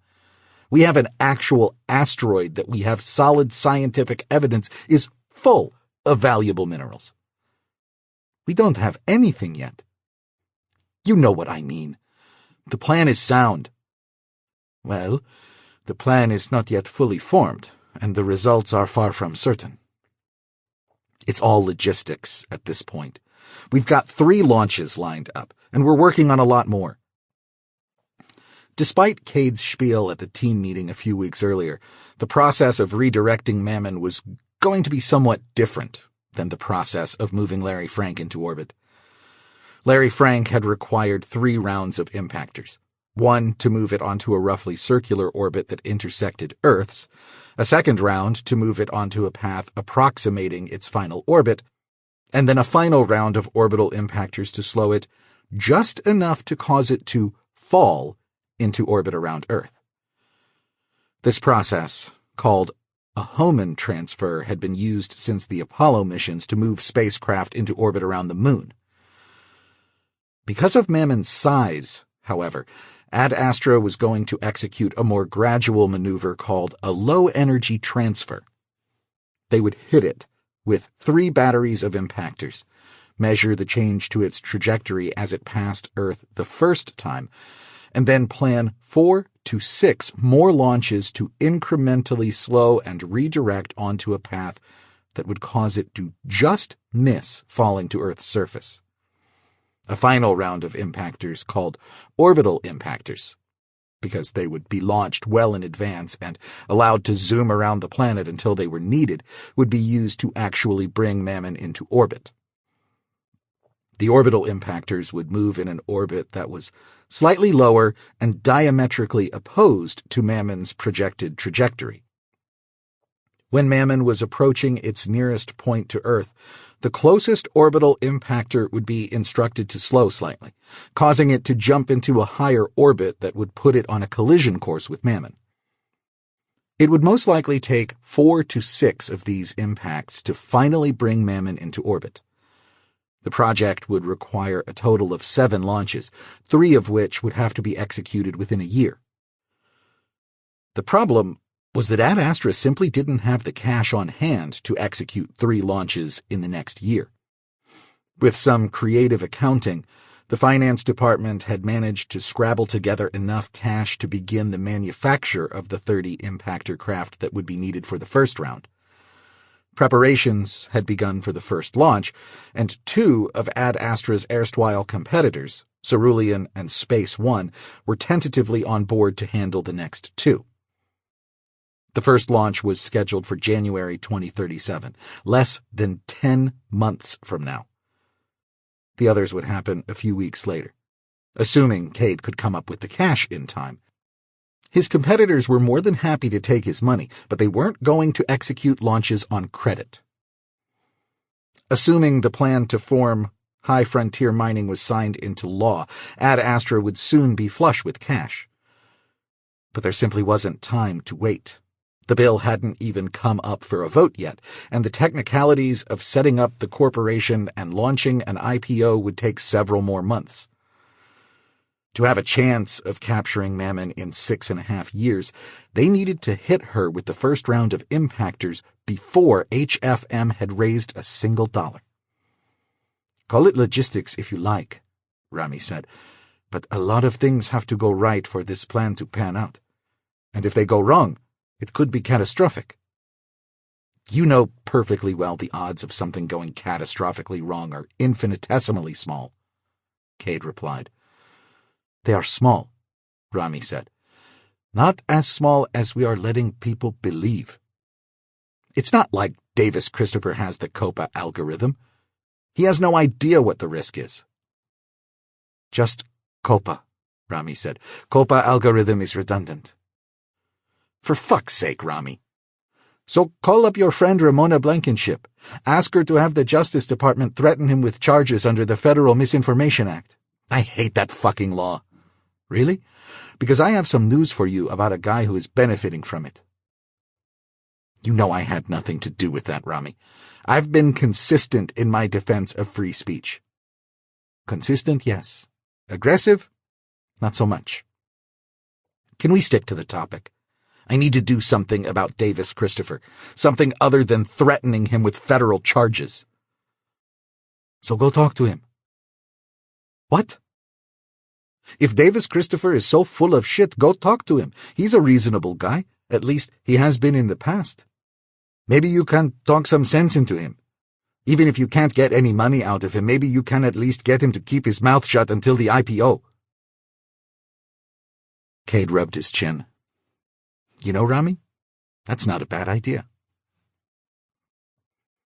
The next morning, Kade stood on the doorstep of Davis Christopher's very ordinary house in a suburb of Dallas, much as he had 15 years earlier. Mrs. Christopher, looking much the same, greeted him pleasantly and escorted him to Davis's office. "Congratulations, Kade," Davis said as Kade entered. Thanks," Kade replied. "May I ask what you are congratulating me for?" "That deal with the president. Very impressive bit of business." "I got the impression you're not a fan." "I'm not. Most harebrained scheme I've ever heard of. Still, I'm impressed with what you've pulled off so far." "So far?" "Well, yes, the hard part is still coming up, isn't it?" "We've done it before, on a smaller scale. The physics is the same." Sure, like an elephant is really just a big mouse. Kade, you're smarter than this. I don't know what you mean. How many times did I have to listen to you tell me how incompetent and corrupt the government was? How you wished they would just get out of your way so that you could get things done. And you told me that complaining was for losers, Kade said, that I had to work within the system if I wanted to accomplish anything. Jesus Christ, Kade, you're not working within the system. You're building a new system on the carcass of the old one. There is no way this ends well. How did you get so timid, Davis? What's the story? You got yours, so fuck everybody else? Is that what you think? I think that if humanity doesn't build permanent settlements elsewhere in this solar system within the next 20 years, we're doomed as a species. My only goal is to make sure the next catastrophe doesn't end us all, even if you have to bring about the catastrophe in the process. For fuck's sake, Davis, I get enough of this fear-mongering from the media. Mammon, Maimonides isn't going to hit Earth. Davis grinned sourly at Kade's slip. They're getting to you, kid. It's not a good sign. I'm fine. I'm not talking about the asteroid striking Earth, Kade, although, for the record, I suspect the odds are a lot higher than you let on. I'm talking about what happens when a heavily indebted government gets a bailout without ever addressing the serious systemic problems that got it in trouble in the first place. Please, not the Mississippi scheme thing again. It's a little too close to home. No, Davis, it's irrelevant. The two situations are not remotely the same. It's the early 18th century. The French government is deep in debt. Davis began. Kade let out a groan, but Davis ignored him. A Scottish playboy and aspiring economist named John Law approaches the French regent, the Duke of Orleans, with a bold plan. The government will issue stock in a company with exclusive rights to the Louisiana territories. The Duke goes along with the plan, and it succeeds beyond his wildest imaginings. The price of shares in the company soars 20-fold within 10 months. Hundreds of French citizens become millionaires. Mr. Law's large stake makes him the richest commoner in Europe. France's economy thrives, and the government's financial problems seem to be solved. You know what happens next. What I know is that at no point did John Law have possession of an asteroid containing trillions of dollars worth of precious metals. The value of the real estate in question is not the issue, Kade. How do you not get this? Even if there had been gold in Louisiana, John Law's scheme would have come to the same end. It would have just taken a little longer. There was nothing wrong with Law's scheme, properly implemented. It failed because France's underlying problems were never addressed. Rather than paying down the debt and cutting spending, the government took the scheme's initial success as a license to spend even more. Now, what do you think the U.S. government is going to do with the promises of riches in space? Look, if you're just trying to tell me that the U.S. is doomed to fail, you can save your breath. I know this already. Kid, you don't know shit. The point of that story about the Mississippi scheme isn't that France was going to fail no matter what. It's that a good idea in the wrong hands can make things much, much worse. France was well on its way to default before John Law came along. If it weren't for his brilliant idea, well, there's no way to know, of course, but French history would have turned out much differently. We might have avoided the Reign of Terror and the Napoleonic Wars. Sometimes it's best to just let a bad system fail. It's true that things got pretty bad for France, Kade said, and for the rest of Europe, too. And yes, it's true that the Mississippi scheme probably contributed to the scale of the destruction. But you're leaving something out. What's that? Between the failure of the Mississippi scheme and the French Revolution, something else happened. I'll give you a hint. It was in the same neighborhood as the Louisiana Territory. So now you're George Washington. Hardly. I'm just the guy building ships for people who want to escape to the New World. My point is that I can't worry about what's going to happen to the U.S. It's going to fail sooner or later, and it's possible that my actions will worsen the collapse. But my concern is for the future of humanity, and that future is in space. God damn. You were as green as a willow tree when I first met you, but I never expected you to become the kind of person who believes his own press releases. It's not hype, Davis. That's what you don't get. If we don't get off this planet, we're doomed. I'm going to make sure that doesn't happen. Well, I genuinely hope you succeed. And if it's any consolation, I don't think anyone is going to listen to me. The whole world has Mammon fever. I don't suppose that means you're going to stop trash-talking high frontier. Certainly not. This is America, Kade. Trash-talking is my right. Kade sighed heavily and got to his feet. It was good to see you, Davis. I'll see myself out. 2036. Kade brooded about his conversation with Davis Christopher the entire flight back to Tampa. He still usually flew commercial. First class, of course. But it was becoming more burdensome as his public profile rose. He was being recognized more and more often, and the novelty of it was wearing off. At some point, he was going to have to buy a private jet. For the time being, he had to be content with the leased helicopter that ferried him from Tampa to Cape Coral. One drawback of the location he'd selected for Ad Astra was that there was no major airport nearby. Sometimes he flew into Fort Myers, but the selection of flights was thin. He was going to have to talk to the local authorities about an expansion. Being a billionaire was getting expensive. And despite his considerable net worth, he was still cash poor. Without a loan from Davis Christopher, he was going to have to scramble to come up with enough money to launch the first round of impactors in time.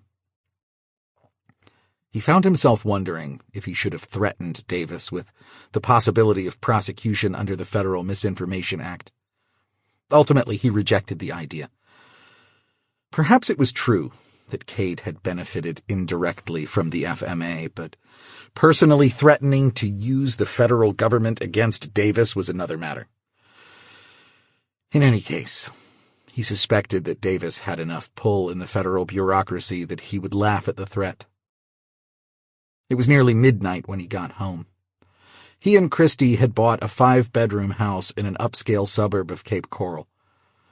Davis Christopher would have called it ostentatious, but Kade thought it was a pretty modest home for a billionaire. In any case, he had bought it for the neighborhood more than the house itself, which admittedly was too big for the two of them. Christie was up, waiting for him. That was unfortunate. He was exhausted and just wanted to go to bed. She would want to know how his meeting with Davis Christopher had gone. "You didn't call," she said as he walked in the door. She was sitting in the living room watching a gardening show on the wall screen. "Sorry," he said. "Thought you'd be asleep." "I can never sleep when I know you're coming home." "Well, I'm here now." He went to the kitchen to get a beer. "How was Davis?" she asked. She had met him once at a DC fundraiser. "Ornery. Same as ever." Kade popped the beer bottle open on the granite countertop and took a swig. "Please, don't do that." "What?" he said when he'd swallowed the beer. "Open bottles on the countertop." "It's literally granite," he said, knocking the bottle against the edge of the countertop to punctuate his point. "It's literally $40,000 to replace," she said. "Is he going to loan you the money?" Kade laughed and took another swig of the beer. "I'll take that as a no." Kade walked to the living room and stood in the doorway. The wall screen was muted, but an old man was demonstrating something involving tomatoes. Christie, dressed in a Georgetown sweatshirt and sweatpants, sat in a leather easy chair. She looked up as Kade walked in and then turned back to the screen. "Not only is he not going to loan me any money, he's going to continue actively undermining me." "Did he say why?" "Oh, sure. I'm John Law, foisting another Mississippi scheme on an unsuspecting populace. I don't have any idea what that means. It means he thinks capturing Maimonides is too risky. He took another swig of beer. Is he right? Kade nearly spit out his beer. What? Is he right that it's too risky? Of course he's not right. I wouldn't be doing it if it was too risky. I know you believe that, but you have a higher tolerance for risk than most people. Is it fair that you get to make the decision for everybody? Is it fair? Kade asked. Is it fair? Jesus Christ, Christy, somebody has to do something. We can't all sit around wondering if things are fair. Nobody cared if it was fair that the government stole Larry Frank right out from under me. Nobody cared if it was fair when they passed that goddamn idiotic wealth tax. So what? This is revenge? No, it's not revenge. I'm just saying... Shit, I'm sorry. Christy, I'm exhausted. Can we talk about this tomorrow? Of course. Okay. I'm going to bed. Love you. Love you too. I'll be there in a minute. Kade went into the bathroom, finished his beer, and got ready for bed. By the time Christy came into the room, he was pretending to be asleep. Using his Bitizen stock as collateral, Kade eventually managed to borrow enough money from an investment bank to fund the launches of the rest of the initial round of impactor craft. Kade was taking a huge risk financing the launches this way. If the HFM bill, which some marketing wizard in D.C. had dubbed the Jumpstart Space Act, didn't pass, he would lose control of Bitizen and forfeit a big chunk of his fortune. The first round of impactors wouldn't slow Maimonides nearly enough for it to fall into Earth orbit, and he would be in no position to pay for any more launches. 4.5 years later, Maimonides would miss Earth again by several million miles and hurtle back into space. The government would hold on to Larry Frank, and Ad Astra's stock would collapse. Kade would be ruined, and it was unlikely anyone would be foolhardy enough to try following in his footsteps. Humankind's expansion into space would be delayed by at least a generation, and probably much longer than that.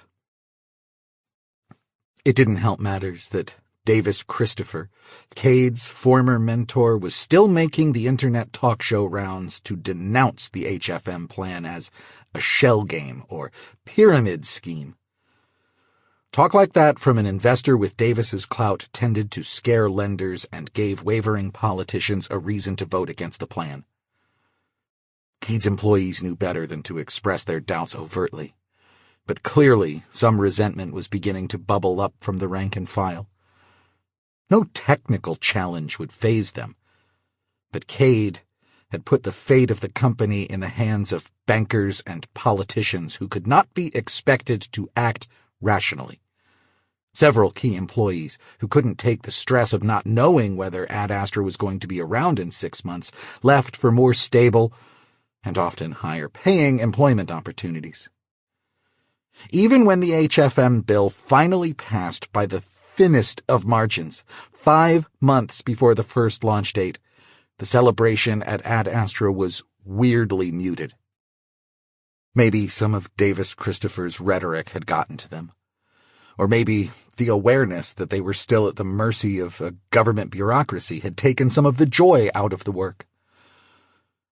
Kade kept up his usual positive facade at the office, but by the time he got home he found himself exhausted from the effort.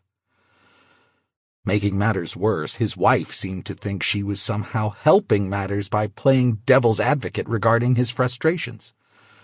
He would sit in the living room with a beer in his hand, watching the financial news and marveling at how brilliant engineers could nevertheless be so stupid about finance. Or sometimes how financial geniuses could be so dumb about space.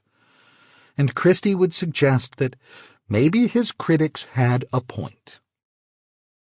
She wasn't entirely wrong, of course. He had put the company in jeopardy by entrusting its future to a bunch of short-sighted politicians. It didn't seem to matter that he'd had little choice. If he hadn't proposed the HFM plan, Ad Astra would already be doomed by the nationalization of Larry Frank. Christie knew this. She had been there when Lowell had given him the bad news. Yet he still got the sense that she blamed him for taking unnecessary risks. That was true, too, in a sense. None of what he did was necessary, strictly speaking. Their financial future would be a lot more predictable if he'd been content to spend his life writing code for banks or insurance companies. But Kade had a fire inside him, a drive that pushed him to do more than what was necessary. He thought that at one point Christie understood that. It was one of the reasons he had married her. Early in life, Kade had cultivated a habit of identifying and eliminating negative influences in his life. It was one of the things he credited with his success in business. If an employee, customer, investor, or business partner complained about something, Kade would do everything in his power to solve the problem. If the person continued to complain after the problem had been solved, he would spend no more effort trying to please him or her. It was more than a matter of not wasting time. Kade's philosophy was that negative thoughts got inside of you and consumed mental and physical energy that could be better used to accomplish something. More than once, Kade had fired a key employee for no other reason than being an emotional drain on the company. Far from creating a hostile workplace, Kade found that after the initial shock of losing a colleague had passed, the remaining employees functioned as a more cohesive team. Such tactics earned him a reputation in the media, fed by disgruntled former employees as a slave driver. But within his companies, he was admired and generally well-liked. He could not, of course, so easily extract himself from his relationship with Christie. Not that he'd ever seriously considered divorce. Christie was a good person, and someday, when things settled down, she would be an excellent mother. She loved Kade, and he supposed that he loved her too, in his own way. He knew that he was not an easy person to live with. He was, by his own admission, self-absorbed and largely oblivious to the concerns of people around him. It wasn't that he didn't care about other people. It was just that he generally had so much going on inside his head that he simply didn't have the bandwidth to deal with anything else. Christie had always seemed to understand and accept that. Now, though, on top of everything else, his wife seemed incapable of even a minimal level of emotional support. When things were going well, she chided him not to count his chickens before they hatched, and when things were going poorly, she echoed the same criticism he was getting everywhere else. He tried to explain that her reactions were not helpful, but she took such statements as personal attacks. She would shut down and barely talk to him for the rest of the evening. Was she punishing him? Did she genuinely think he didn't want her to talk at all? Was she unaware what she was doing, acting out some repressed frustration? Was she just at a loss for words? He simply couldn't figure it out, and pressing her for answers only seemed to make things worse. His ability to mimic neurotypical behavior failed him at this level. More and more, they both found themselves limiting their conversations to trivialities and matters of necessity. Between those two extremes, where the ups and downs of daily life were found, was a no-man's land. Kade, who had thought he had at last found someone to share his life with, was once again a lone man against the world. This was not self-pity, but rather a simple recognition of fact. His mentor had publicly denounced his plan. His wife was at best a bystander and at worst another voice in the chorus of doom. His best friend remained at his side for now, but probably only to mitigate the damage he expected Kade to cause. His mother was vaguely supportive, but non-committal as always. His father's grasp on reality was slipping away with every passing day. Creditors were breathing down his neck. Cerulean and Space One were waiting for him to stumble so that they could step in. China and Russia were waging all-out propaganda campaigns against him, and he was playing a risky game of appeasement with the ravenous monster that was the United States federal government. Most men would have crumbled under the pressure. Kade Kapur would not. The 3 launches went about as well as could be expected. The first launch at the Cape Coral facility was executed on time on January 15, 2037. President Ramona Blankenship, having been re-elected in part because of the popularity of the Maimonides capture mission, was inaugurated 5 days later. The second launch at Cerulean's Texas facility also went as planned. The third launch, to be executed 3 weeks later at Space One's facility not far from Cape Canaveral, was delayed 10 days by strong winds off the Atlantic. The delay was not expected to adversely affect the mission. Each rocket carried a battery of 10 small impactor craft. These craft, propelled by ion engines that converted solar energy to electrical impulses, deployed shortly after the rockets broke free from Earth's gravity. The 10 impactors released from each rocket sped toward Maimonides at near maximum thrust, each impactor accelerating at a slightly different rate, spreading out single file and closing the gaps between the 3 batteries. The impactors would reach their maximum velocity of 6 miles per second in just under a year. Shortly after that, the first impactor would strike, and the others would follow suit at intervals of about 56 minutes. Each impactor would transmit data, including Maimonides' velocity to Earth, right up to the moment of impact. It was expected that nearly all 30 impactors would be needed to ensure that Maimonides would be within the capture window on its subsequent pass. But if the change in velocity was greater than expected for any reason, any of the impactors could be directed to move out of the way. Maimonides' distance from Earth at that time would be about 6 million miles, meaning that radio transmissions would take about 36 seconds to reach Earth from the impactors, and vice versa, leaving them plenty of time to evaluate Maimonides' velocity and send an abort code if necessary. On December 9, 2037, 6:14 a.m. Eastern Standard Time, the first impactors slammed into Maimonides, reducing the asteroid's velocity by an almost unmeasurable amount. An hour later, another struck, and then another an hour after that. Each of these somewhat anticlimactic impacts was caught on video by the cameras of the following impactors and beamed back to Earth and distributed via a live internet feed. It was like watching individual houseflies hitting a dump truck head-on. Most of the news programs opted to enhance their coverage with much more dramatic computer-generated effects. By the time the final impactor of the first group struck and the first impactor of the next group approached, the change in Maimonides' velocity was still less than 1 mile per hour. This was within the expected range, though. So far, so good. A few hours later, the impactors of the next group began to hit.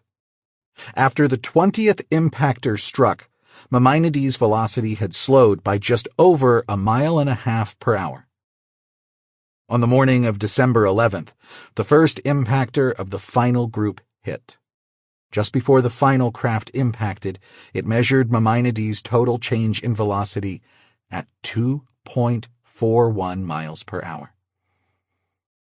COPA predicted that the asteroid would miss Earth by 921,114 miles when it passed on January 12th. This prediction was released publicly in hopes of allaying some of the public's concern about a possible strike. Final measurements, conducted by several satellites and observatories, revealed that the estimate was off by less than a mile. High Frontier Mining ran a high-profile marketing campaign touting the mission's success. Government officials denounced worries about the possibility of Maimonides striking Earth as unscientific fear-mongering.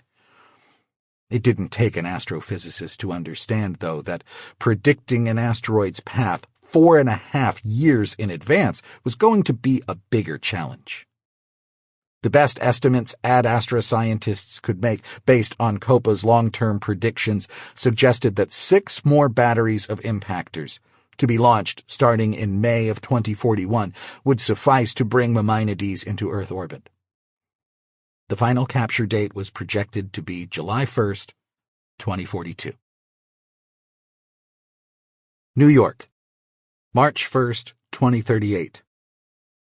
Space mining company High Frontier Mining shattered records yesterday to become the biggest initial public stock offering of all time. A hybrid public-private venture formed by special act of Congress, HFM raised $181 billion in less than 8 hours. By the end of normal trading, the stock's price share nearly doubled from an opening price of $184 to $362. Analysts say HFM's performance is particularly impressive given the limits placed on purchases by institutional investors. The Jumpstart Space Act, passed by Congress in May, prioritized stock purchases by first-time stock buyers and other small investors as a way of preventing HFM stock from being gobbled up by large institutional investors. HFM CEO Lila Silvestri said in an official announcement that she was thrilled with the stock's reception.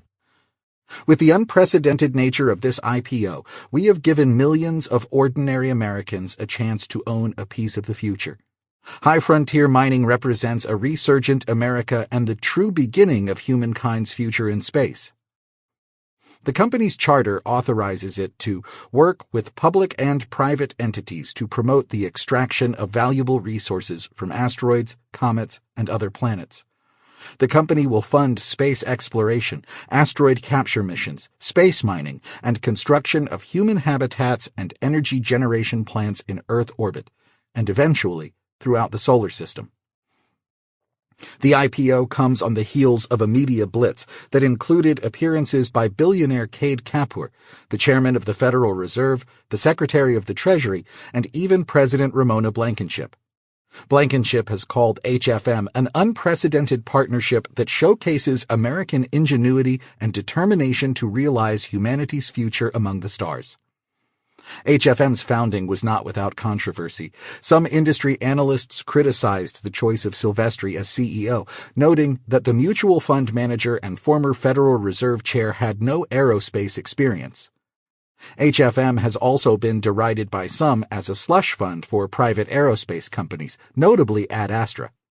Ad Astra has already landed a $13.4 billion contract to capture the large metal-rich asteroid 2015 RK-16 Maimonides, commonly known as Mammon. Silvestri defended the selection of Ad Astra, noting that Ad Astra was the only company capable of executing the mission. Ad Astra's CEO, Kade Kapur, could not be reached for comment. Years later, it would be difficult for Kade to recall the euphoria that followed the success of the first phase of the Mammon capture mission and High Frontier Mining's IPO.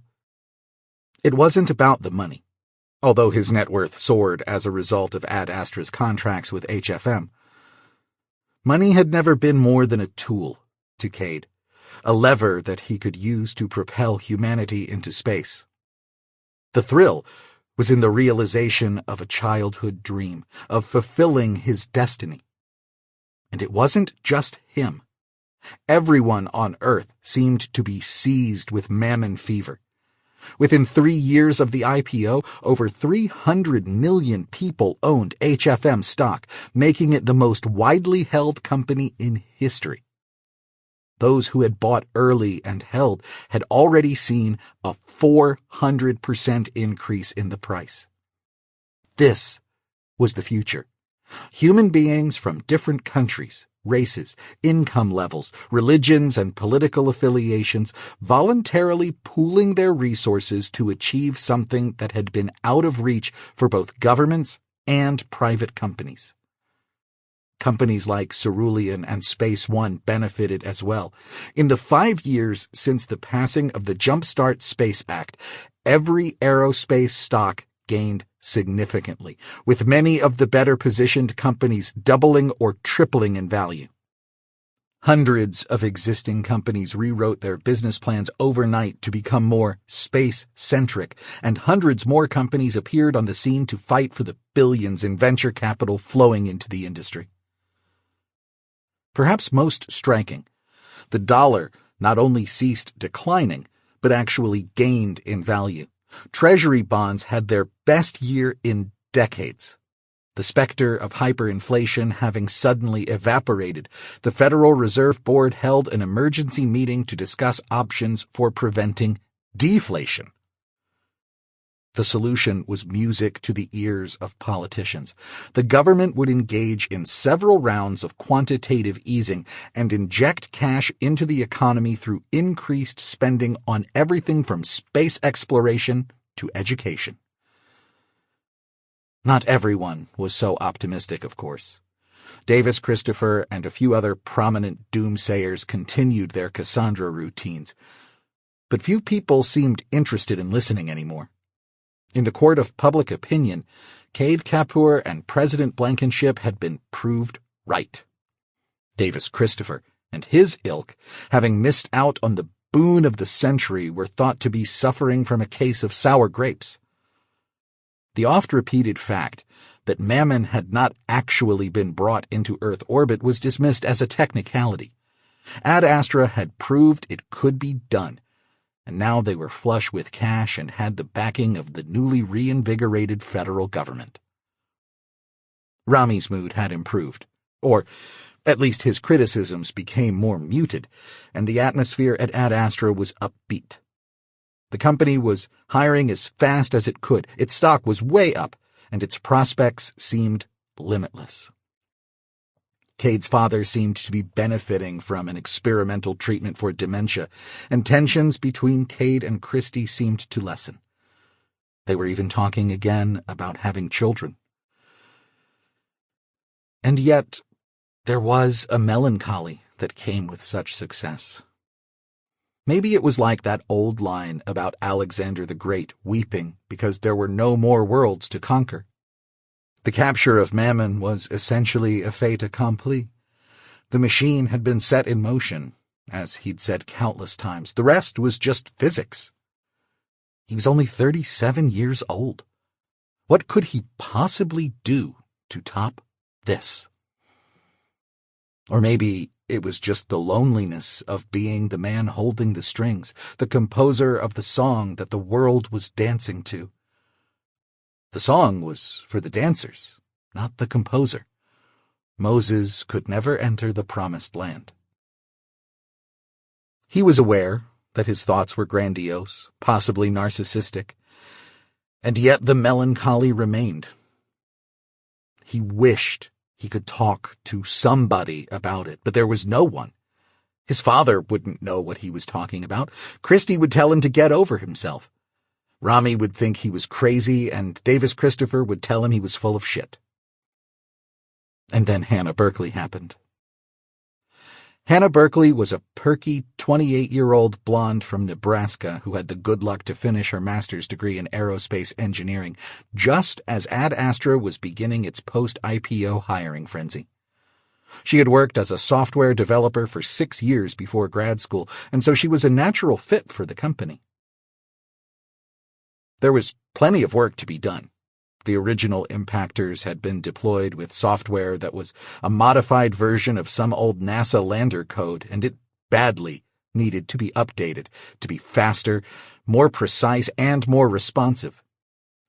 The sudden departure of Mike Starr, who had been spearheading the new version, had thrown the project into disarray. Mike had dutifully documented everything he had done, but it was a complex project with many interdependencies, and his notes on what still needed to be done were terse, bordering on incomprehensible. Mike's position remained unfilled for nearly a year for lack of a candidate with his level of skill and experience. Rami would have been the perfect choice, but he was already working full-time on COPA enhancements and at least another 20 hours a week on other projects, thanks to his encyclopedic knowledge of nearly every aspect of the technical end of Ad Astra's business. Any time there was a problem no one could figure out, whether it involved calculating the albedo of an impactor craft or configuring a wireless router, somebody eventually called Rami. Eventually, Rami was able to hand over most of the COPA development to a brilliant Taiwanese developer named Kuan Yu Peck. Kuan Yu, who had worked for a major chip manufacturer before fleeing Taiwan in advance of the Chinese takeover, was a tiny, self-effacing man of 50 who could sometimes spend 4 hours lying in the dark in his office working out problems in his head. Meanwhile, Kade did what he could to help the programmers figure out what Mike Starr had been up to. Hannah Berkeley was one of 5 programmers hired shortly after the IPO. They were all highly competent and hard-working. Kade didn't hire any other kind of people. But to him, only Hannah Berkeley stood out. And it wasn't only because of the skirts she sometimes wore that might have gotten her called into a special meeting with HR at a more traditional company. Hannah Berkeley was damn smart, and she had a drive to accomplish something bigger than herself that he recognized. All of Ad Astra's employees were driven, of course, but none of the others had the fire that he saw behind Hannah Berkeley's eyes. She was perhaps the only employee who didn't need Ad Astra. She was going to accomplish great things with or without him. It was this perfect storm of circumstances and personalities that resulted in him and Hannah working until the wee hours of the morning, debugging a particularly troublesome code module that Mike had left them. It was Friday. Well, Saturday morning. And everyone else had left hours earlier. The problem turned out to be a stupid human error that any rookie coder could have spotted. It was unclear who had made the mistake. They argued good-naturedly about it for several minutes, Kade blaming Hannah and Hannah blaming Kade. At last they called a truce, agreeing to blame the person who'd left them with this mess. They shared a laugh over this and then made another stupid human error, for which they shared culpability, and which they most definitely could not blame on Mike Starr. The affair between Kade and Hannah went on for 3 years. At first, they met at a hotel, booking 2 adjacent rooms but only using one of them. After a few weeks, Kade purchased a second house not far from Ad Astra's headquarters. Cash was no longer a problem, and it was easy to hide the purchase among the dozens of other properties Ad Astra was purchasing in South Florida as part of its expansion. They often had long lunches together or met after work, making sure never to leave the office at the same time. He had warned Hannah after that first night together that there was no future for their relationship, and Hannah assured him that she wasn't expecting one. The way she figured it, he was going to find himself a very busy man once Mammon was in orbit, and by that time she would probably be ready to move on to a new challenge. At the same time, it was not a merely physical relationship.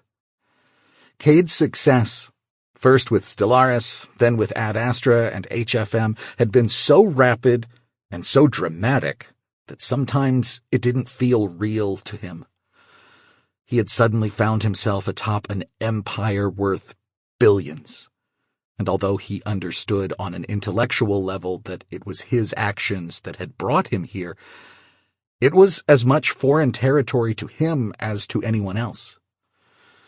With other people, particularly Christie, he often felt that he was expected to act as a guide to this strange new land, as if becoming a famous billionaire was not something that had happened to him, but merely the outward expression of some latent characteristic he'd always had inside him. Kade felt like a caterpillar wearing butterfly wings. Not exactly an imposter, but not quite himself either. He felt strangely disassociated from everyone and everything around him, like it was all a movie he was watching. When he was with Hannah, though, he just felt like himself. She seemed unfazed by his fame and wealth. She didn't ask for anything. She had even insisted on paying for her own hotel room in the beginning. They rarely talked about money or work, and she never asked that horrible question that always made Kade feel like an alien from another planet. What's it like being a billionaire? For Kade, escaping to their getaway, neither of them would bring themselves to call it a love nest, was like stepping out of a wind tunnel. For at least an hour or two, he felt like a normal human being. Meanwhile, work continued on finishing the capture of Mammon, and the country geared up for the new space gold rush that was expected to follow. Belying the claim that high frontier mining was just a shell company, the federal government approved the construction of a massive new headquarters building just outside of Boulder, Colorado, in conjunction with the University of Colorado. The structure would house an observatory, research and teaching facilities, and offices for hundreds of white-collar workers who would manage the logistics of the nascent space mining industry. While the headquarters was being constructed, HFM remained largely a virtual company, with a board of directors whose members were spread across the United States and a hodgepodge of third-party companies handling the company's hiring and finances. This did not stop the company from handing out hundreds of grants to universities, scientific institutions, states, private companies, and foreign governments, all with the ostensible purpose of facilitating the process of space mining. The company also awarded billions of dollars worth of contracts to aerospace companies, mining companies, and manufacturers of vehicles and other equipment. It was often unclear exactly who was handing out these grants and contracts. Many of them were thought to be essentially political earmarks that were being laundered through HFM. There was so much cash to go around, though, that few complained. 2039. The economic boom largely bypassed Southern California, which continued to be plagued by unemployment, gang violence, and riots. Even the relatively quiet Pasadena neighborhood where Valerie's grandparents lived was starting to look like a war zone. It astounded Valerie that in the span of 2 decades, one of the most desirable neighborhoods in the country had turned into a third-world slum. Some blamed the corrupt local and state governments. Others blamed lack of border controls or cultural rot. Valerie supposed it was a combination of all of these. Depressingly, none of the politicians who represented the area in Washington seemed the least bit interested in solving the problem. Her congressperson, a shrill young Mexican woman who had somehow been elected despite being in the country illegally, spent her time grandstanding on the internet, railing against an economic boom that left millions behind. The woman seemed congenitally incapable of understanding that the people being left behind were precisely the ones who had been the supposed beneficiaries of decades of public policy designed to help them. California didn't benefit from the boom nearly as much as other states because it had spent 50 years rewarding failure and punishing success. Anyone capable of taking advantage of the opportunities presented by the prospect of large-scale space exploration had left the state long ago. Valerie's grandfather died in January of 2039, and by March her grandmother had moved to an apartment in Tampa.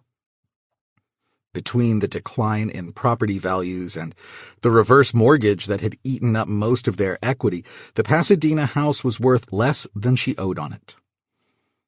Once she secured the apartment, she stopped making house payments and let the bank seize it. The Tampa apartment was small, and the rent consumed most of her Social Security check, but she no longer worried about being hit by stray gunfire while walking to the corner store. No longer tied to Southern California by her grandparents, Valerie began to consider leaving as well. Rick would never go for it. Now a detective with an undercover gang unit in the LAPD, he enjoyed his job and had many friends in the area. Valerie did her best to fit in with the other cops' wives, but she always felt like an outsider, like there was some big secret they had all agreed to keep from her. Did the other cops talk to their spouses about their jobs? Her efforts to get an answer to that question were met with the same knowing glances and conspiratorial smiles that she saw whenever she broached a forbidden subject. It was a given that Rick was involved in criminal activity. Between California's endless campaign to regulate itself into utopia and its failure to prosecute actual criminals, a baseline level of crime had been essentially legitimized and incorporated into the state's culture, in the same way that black markets had thrived in the Soviet Union. There were no honest Los Angeles police officers any more than there were honest KGB operatives. You couldn't be a conscientious agent of an organization that was itself built on a lie. The LAPD's purpose was no longer to serve and protect. It was simply one gang among many, fighting to hold on to as much turf as it could. It was far from the worst of the gangs, of course, because of its superior organizational structure and its need to maintain a veneer of respectability. The LAPD tended to avoid unnecessary violence and collateral damage. On the whole, Valerie thought they might even be a force for good. She liked to think the same about Rick. She suspected he was having an affair, and she was almost certain he was taking bribes. It was, oddly, the lack of evidence of the latter that led her to suspect the former. It was a truism by this time that LA cops could be bribed. Rick's friends joked openly about it. Valerie knew that Rick was no angel, but somehow the extra money never made it into their shared bank account. She figured this was because he was paying for a love nest somewhere in the city, but he was too good at hiding his tracks for her to prove it. Valerie hated herself for thinking this way, but she hated the idea of being taken for granted more. She wanted to confront him about her suspicions, but she was afraid of how he would react. And that fear, too, was a bad sign. He had never hit her or Sophia, but she saw how he struggled to keep his anger in check. She could only guess how it manifested itself when he was on the job. Sometimes, as she lay in bed at night, she would fantasize about taking Sophia and leaving the state. But that was all a fantasy.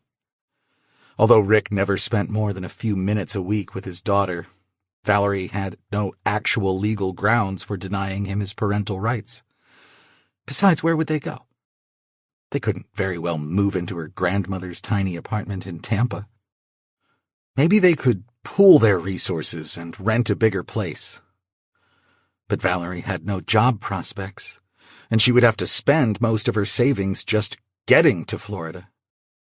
Their car was a 13-year-old Toyota. Rick usually used one of the department's vehicles. There was one thing she could do, but she considered it the option of last resort. Shortly after Ad Astra went public, she had bought a few $100s worth of stock. She couldn't really afford it. If she had been thinking rationally, she probably would have used the money to pay down her credit card debt.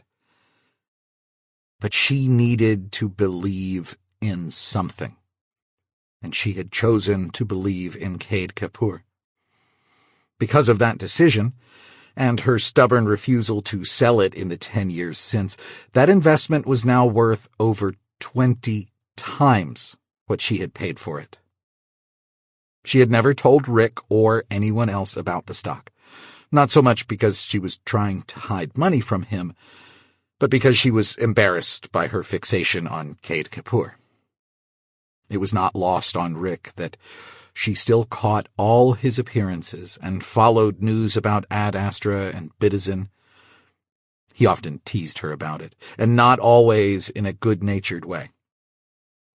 And now that the stock she had purchased on a whim had been transformed into a significant chunk of money, there was no good way to tell him. There was another reason she didn't want to sell. Holding on to the stock was a way for her to express her hope for the future, for Ad Astra, for humanity in general, and for her and Sophia. Selling now might give her a few months' breathing room, but then it would be gone. If she was going to make that sacrifice, she wanted it to be for something that mattered. Beyond that, she genuinely believed Kade Kapur was just getting started. She'd read a lot about space mining and colonization over the past few years, and she was convinced that humanity's future was in space, and she wanted to be a part of it in whatever way she could. Still, as the school year neared an end and Sophia finished 8th grade, Valerie's thoughts drifted again to the possibility of escape.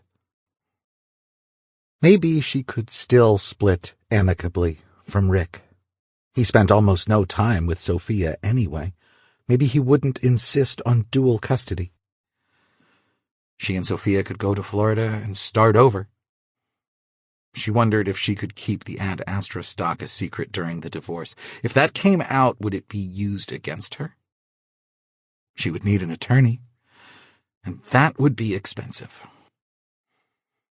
These were the thoughts going through her head the night that she was awakened by the call that no police officer's spouse ever wants to get. Rick was in the hospital, having been shot several times. Valerie left Sophia with a neighbor and raced to the hospital where Rick was already in surgery.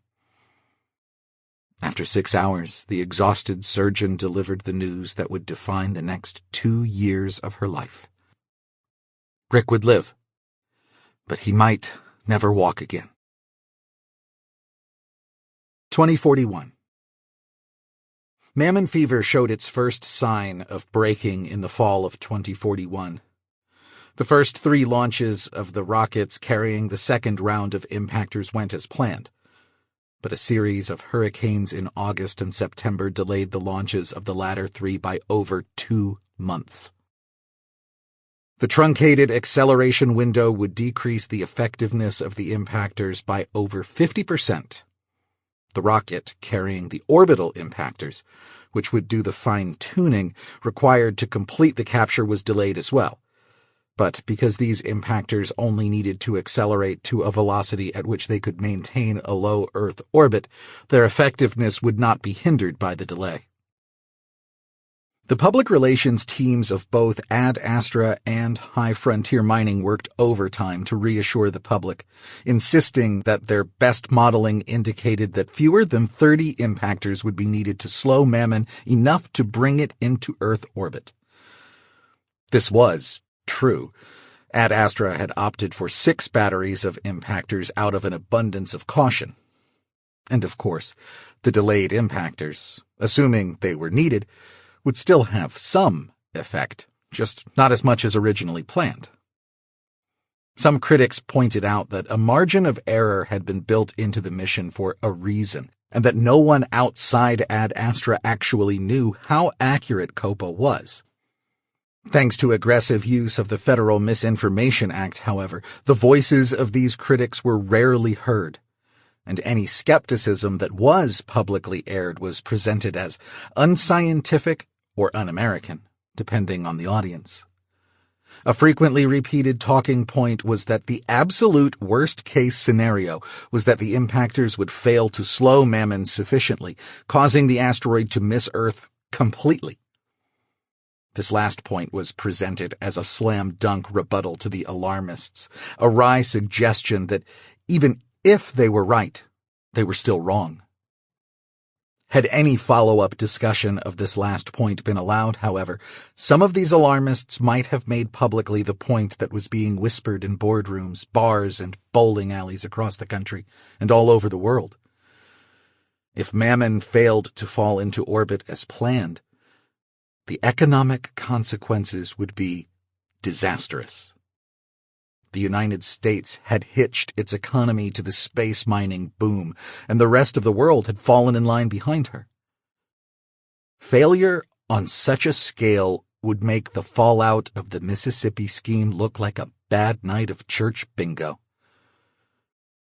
On May 9th, 2042, the entire world watched as the lead impactor smashed into Mammon, vaporizing a small patch of its surface and sending a puff of particulate matter flying into space. When the debris had cleared, the only sign of the spacecraft was a barely visible pockmark, like a pinprick in a cantaloupe. Having been through this routine once, all the big news programs were prepared for the somewhat dull, drawn-out spectacle. The graphical simulations were much more exciting this time around, and the roster of guests had been carefully vetted for their ability to entertain and their willingness to stick to an acceptable range of options.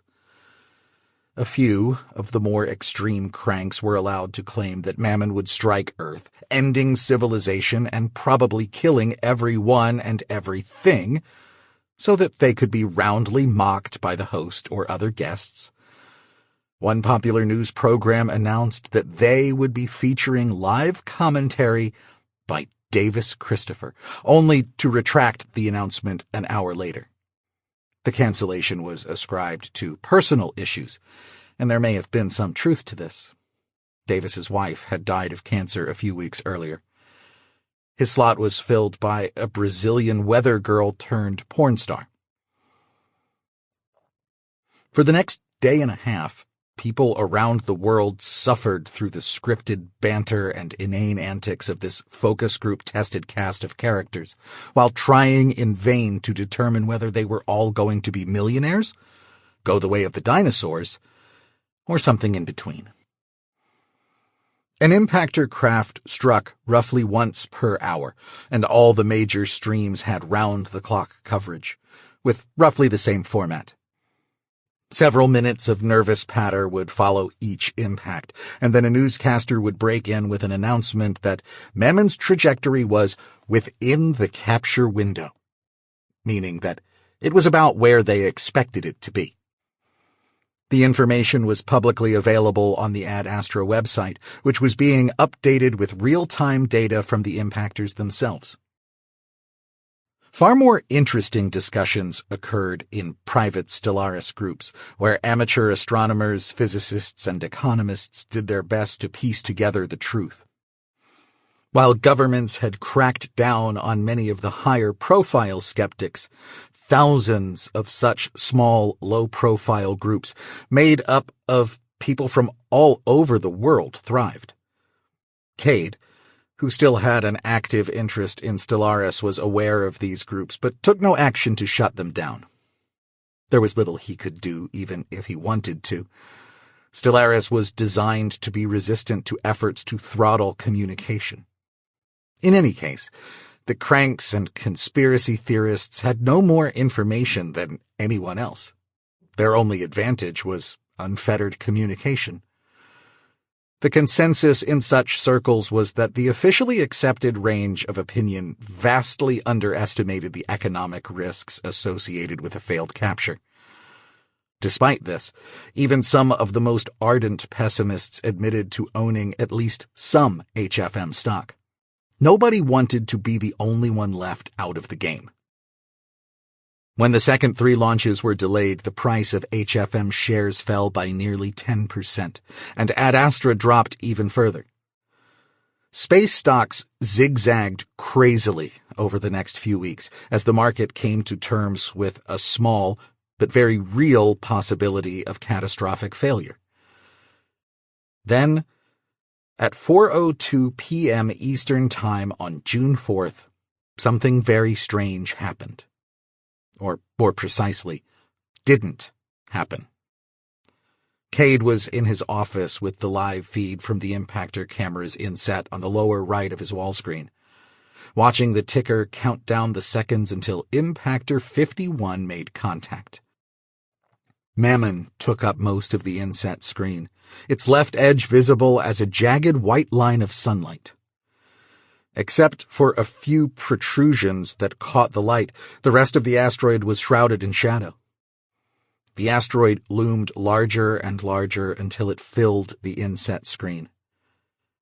Then, when the ticker read 000005.00, meaning 5 seconds to impact, the view abruptly changed. Mammon was suddenly much farther away as the live feed switched to the camera on Impactor 52. Impactor 52 was supposed to capture the demise of number 51 and then, about an hour later, suffer the same fate. The impacts were so subtle that when the ticker reached all zeros and Kade didn't see the telltale puff of debris on the surface, he assumed that he'd blinked at the wrong time. The display still showed Mammon centered on the screen. On the left edge of the display was a list of the remaining impactors, with a green dot next to each of them indicating the craft was online and performing nominally. The green light for impactor number 51 had gone gray, as expected, and its status now read, terminated. Except for the missing impact plume, all was as expected. Kade went back to work. A few minutes later, an urgent call came through from Myra Bostwick. "What is it, Myra?" Kade asked. "We need you in mission control." "What's going on?" "Something happened to Impactor 51. "What happened?" "Just get down here." The Ad Astra Mission Control Center resembled an updated version of the old NASA control rooms, with 42 workstations arranged in a semicircle oriented toward a massive wall screen. In the center of the wall screen was the same view of Mammon that Kade had been looking at on his own screen.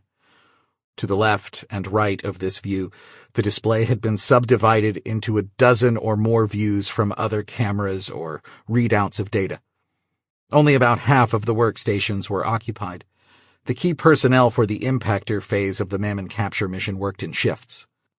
There generally wasn't much to do at this point anyway, as the impactors were fully automated. Only in some unusual occasions would Ad Astra have to send updated orders. Kade saw that Rami was already standing in the far rear corner of the room with Myra, who was talking excitedly and gesturing toward the display. But as Kade approached, Rami put up a finger and pointed in his direction. Myra stopped talking and turned to face him. "Okay, I'm here," Kade said. "Where's the fire?" "No fire," Myra said. "No plume, no impact." "Can somebody decode that for me?" Kade asked tiredly. "Something's wrong with Impactor 51, said Rami in a more measured tone. "It seems to have missed the target." Kade stared at Rami, trying to make sense of this statement. He noticed that several other of the employees nearby appeared to be listening. The entire room was abnormally quiet. "Seems to?" he asked. "It's offline," he said, "so obviously we're not getting any data from it."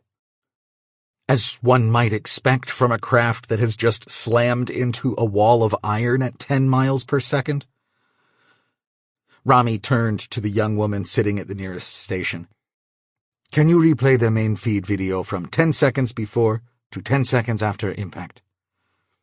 The technician, who Kade recalled after a moment was named Sally, gestured toward the big screen. "Shall I?" "Just your screen for now," Rami said quietly. She nodded. A few seconds later, an image of Mammon appeared on her screen.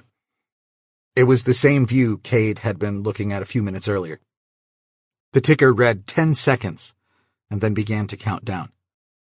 At the 5-second mark, the image jumped back again, as the feed switched to Impactor 52. The ticker continued to count down. Impactor 51 was presumably somewhere in the center of the screen, but Kade couldn't make it out. At all zeros, nothing happened. Nothing continued to happen for the next 10 seconds, then the screen went black. Kade hadn't blinked at the wrong time. There had been nothing to see. "Could it have gone into a deep crater?" Kade said. "If the plume was in shadow, we might not see it." "On the contrary," said Rami. The impact should be more visible in the dark. Vaporizing metal gives off radiation in the visible spectrum. Also, there was no measurable change in velocity. A hollow area inside the asteroid, Kade suggested. The impactor punches a hole and then ricochets, diffusing the kinetic energy. He could see from the reactions of the others that they weren't buying it. Myra shook her head impatiently. Can we cut to the chase? We're wasting time. Rami nodded, then turned back to Sally. Could you bring up the uncut view from Impactor 51? Start at impact minus 10 seconds again. Sally tapped her keyboard. After a moment, Mammon appeared again on the screen and grew rapidly larger. This time, when the ticker counted down to 5 seconds, the view didn't switch to the camera on Impactor 52. Instead, it stayed with 51 as the almost uniformly black surface of the asteroid grew to fill the screen. At all zeros, the view went black. Kade's brow furrowed, not sure what he was looking for. This was why the public feed switched to the next impactor at minus 5 seconds. There wasn't much to see in the last few seconds of an impactor's life. Looks normal, right? Rami said. Kade shrugged. Rami turned back to Sally. Now give us impact minus 5 minutes, but from Impactor 52. Again, Mammon appeared on the screen, but now it was just a pebble in the distance. Zoom times 1000, Rami said. Now a grainy image of the asteroid filled the screen. See anything? Rami asked. Kade shook his head. Impactor 51 should have been right in the center of the screen. At this magnification, even with some loss of resolution, it should have been plain as day. Zoom back out, Rami said. Pan left. Put the sunlit section of Mammon on the left edge of the screen. The technician did as instructed. The silver-white edge of Mammon ran like a vertical river of mercury down the right-hand side of the screen. To the left, several stars were visible. One of the stars was much brighter than the others. Zoom in on that bright spot, said Rami. She did. The display was now completely black, except for a blurry white rectangle. Rectangle? That was no star. Is that Impactor 51? Rami said. A good mile off target. I can back up further if you don't believe me. It starts veering off course about 40 minutes earlier. Looks like the hydrogen thrusters fired. The impactors used ion engines for primary acceleration, but small jets that released compressed hydrogen for quick maneuvers. That's impossible, Kade said. It was highly unlikely that the hydrogen jets had fired spontaneously, but that wasn't what worried Kade. The real red flag was the video feed from Impactor 51, which somehow showed it colliding with the asteroid even though it had literally missed by a mile.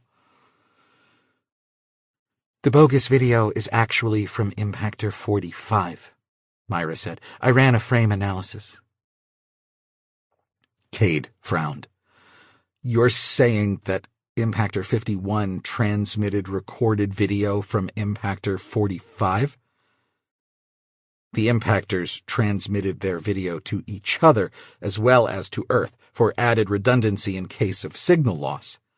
But under no circumstances would an impactor transmit another's footage as if it were its own. Yes. Kade took a deep breath. There was only one explanation. Someone had altered Impactor 51's programming to cause it to transmit phony video. When Rami saw that Kade had connected the dots, he said, Now you understand our concern. Kade couldn't help glancing about the room. 2 rows ahead sat Kuan Yu Pak, who was frantically scrolling through lines of code. You told him? Kade asked. I think he figured it out, Rami said. Kade nodded, scanning the heads of the engineers, scientists, and programmers in the room. Real subtle, boss, Rami said. We don't have time for subtlety, Myra said. Someone on this team sabotaged one of our impactors, and we've got 43 minutes until the next one is supposed to hit. 2042. Valerie spent 2 years caring for Rick. After 6 surgeries, stem cell treatment, and hundreds of hours of physical therapy, he was able to walk again. He would never be able to return to work as a police officer, though. Fortunately, his disability payments from the city covered most of their expenses. Valerie had been forced to quit her job shortly after the shooting. She had also been forced to suppress her thoughts about leaving. No matter what problems they'd had before the shooting, she couldn't abandon him while he was so dependent on her.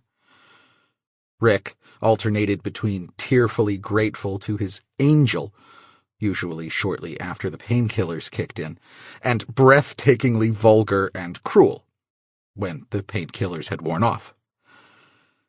Valerie bore it all with stoic good humor. Sophia was less understanding of his outbursts. As Rick's condition slowly improved, she spent less and less time at home.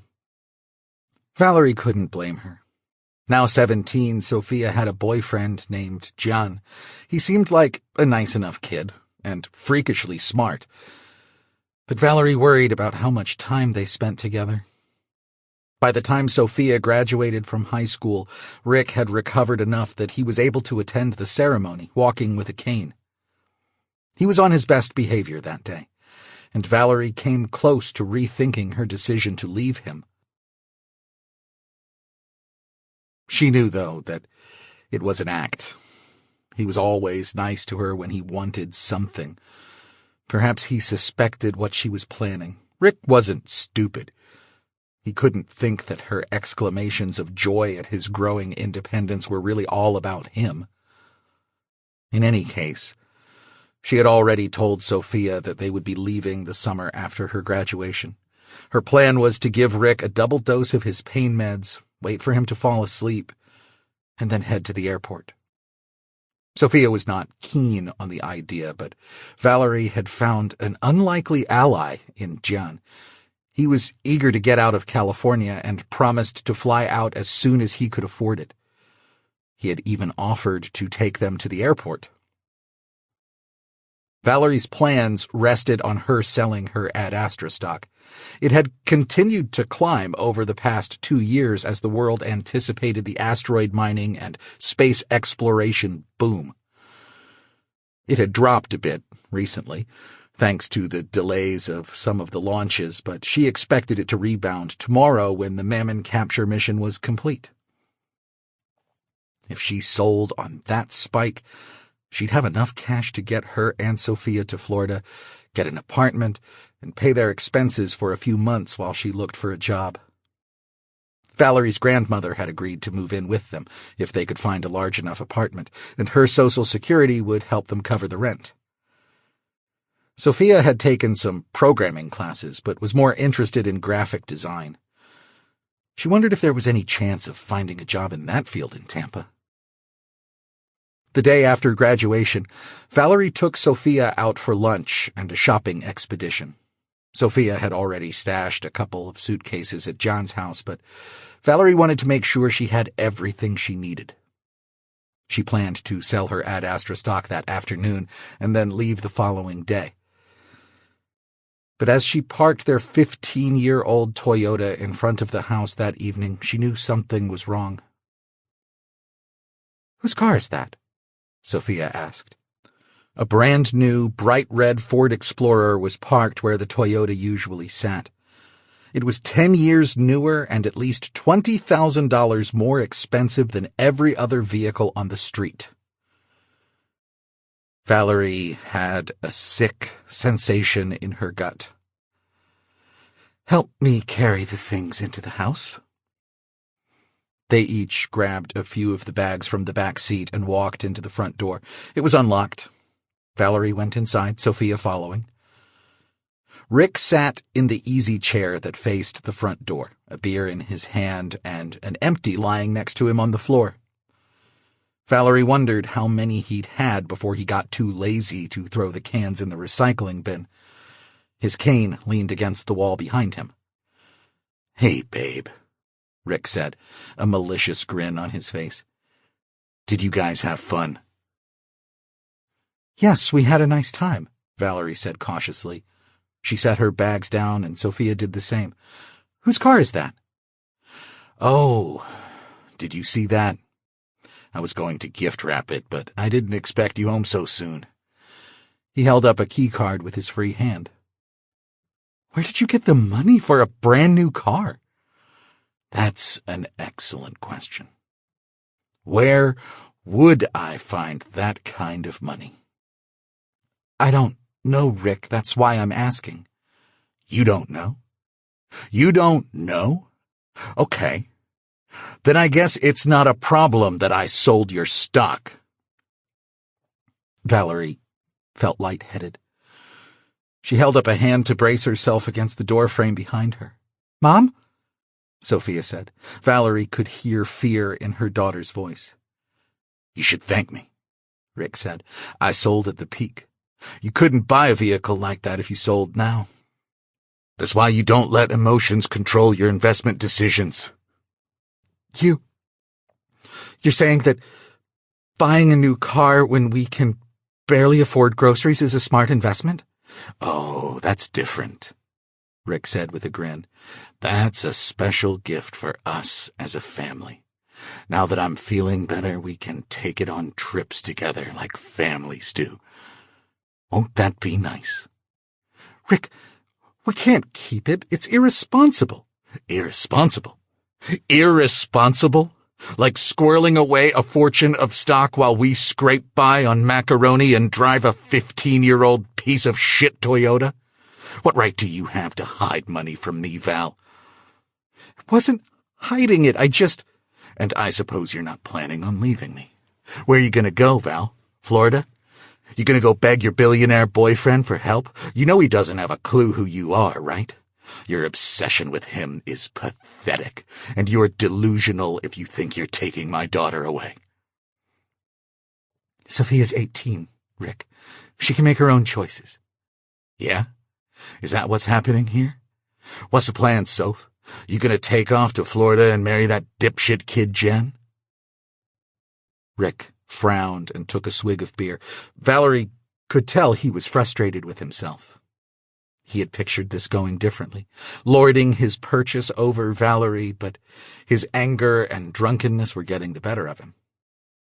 "Don't call him that," Sophia said, her face reddening in anger.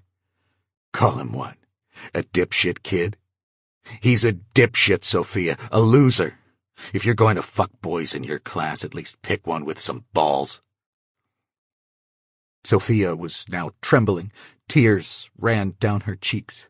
"Enough," Valerie growled. "You will not talk to our daughter that way." "No? And who's going to stop me? You? John? That half-breed dork Kade Kapur? No, I'll tell you what's going to happen. We're going to get in our new car together like a nice family and go for a nice ride. You want ice cream, Soph? I want ice cream. God damn, that sounds good." The way Rick was bouncing from anger to disgust to manic euphoria, Valerie wondered if Rick had taken a pain pill or two before he started drinking. He reached for his cane, but in his agitated state he accidentally knocked it to the floor. "Damn it!" he growled. "Soph, could you help me with that?" Sophia, jaw set, folded her arms. "Fine," he snapped. "I don't need it anyway. Look, With a mighty effort, he surged up from the chair. Panic spread across his face as his legs gave out beneath him. He fell forward, catching the corner of the table with his forehead. There was a loud crash, and then he lay still. Valerie and Sophia stood for a moment, expecting Rick to get up. When he did not, Sophia started toward him. "Wait!" Valerie said. Mom, he could be really hurt. Valerie's mind raced. Sophia was right. He might have fractured his skull on the table. He could be dying. How ironic. After 2 years spent recovering from the shooting. But looking at Rick's lifeless body lying crumpled up next to the coffee table, Valerie felt nothing. Leave him, she said. Mom, don't touch anything. Get your stuff together and throw it in the Explorer. Mom, you're not thinking clearly. We need to get Dad to the hospital. Valerie shook her head, feeling like she was watching the scene unfold from far away. Her mind was occupied by images of helping Rick through rehab all over again. A head injury on top of the spinal cord trauma he'd already experienced would likely set him back months. She couldn't do it again. Not when she'd been so close to escape. She just couldn't. We didn't see anything, she heard herself say. He was asleep when we got home. Mom, you're scaring me. He was asleep. He bought the car, drove it home, got drunk, and fell asleep. We saw the car and realized he must have logged into my account and sold the stock. That was the last straw. We took the car and left. He probably heard us leave, got up too quickly, and banged his head. No, Mom, that's not what happened. She turned to face her daughter. Sophia, listen to me. You're an adult now. That means you're legally responsible for your actions. I wish I could shield you from this, but I can't. So you need to make a decision. Are you prepared to sacrifice the next 10 years of your life taking care of your father? Because it might come to that. And I'm telling you right now that I am not going to do it. I will divorce him, and I will probably hate myself for doing it, but I will not stay with that man for another day. That's not fair. Fair? Valerie snorted. Sophia, you need to grow up. It wasn't fair that I had to spend 2 years wiping your dad's ass while you were playing video games with your boyfriend, but I did it. You want fair? Talk to me about it after you've put in your 2 years. Sophia swallowed hard, staring at her father lying still on the floor. There was no movement, no sign of life, and yet she didn't go to him, because that meant taking responsibility for what happened next. Okay, Mom, she said at last. Let's go. They had to swing by John's house to pick up Sophia's luggage. Sophia had called him on the way over, and he was waiting outside for them with her suitcases.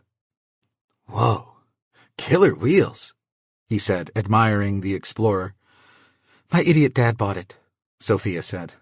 It was jarring to hear her speak so bluntly, but Valerie knew she was only playing the role she'd been given. As far as anyone else was concerned, they had left Rick sleeping in his easy chair. So, I guess you don't need a ride to the airport? No, said Valerie. We appreciate the offer, though, Jen. John smiled. He had an ancient Cadillac that he'd lovingly restored in his spare time. John was a scrawny, somewhat awkward kid, but Valerie had learned there was more to him than met the eye. Rick had never been able to see past his dorky appearance. John's brow furrowed. Wait, are you driving to Florida? Looks like it, Valerie said, struggling to keep up a cheerful demeanor. I wasn't thrilled when Rick bought it, but it's growing on me. Do you need another driver? That's sweet, Jen, but we're fine. The Explorer is self-driving. She hadn't actually let the Explorer drive itself yet. She'd never owned a fully automated car before and wasn't sure she trusted them. Supposedly they were safer than driving yourself, but every once in a while there was a high-profile accident that made people nervous about depending on them. No, seriously, I want to come. I was going to fly out anyway in a few weeks, but this will save me the airfare. Don't you have a job here? Just running diagnostics at the repair shop. I could find another job like that in Florida. Easy. Are your parents okay with it? I'm 18, same as Sophia. Anyway, they know I'm planning on flying there eventually. What about your car? I'll have my brother sell it. I was going to have to anyway. I'll buy an old beater in Florida and fix it up, same as I did this one. Valerie, her resistance thoroughly worn down, turned to face Sophia. It would be nice to have another driver, Sophia said. I don't trust those things. Fine. But I want to get on the road, John. You've got half an hour to say your goodbyes and pack your things. Give me 10 minutes.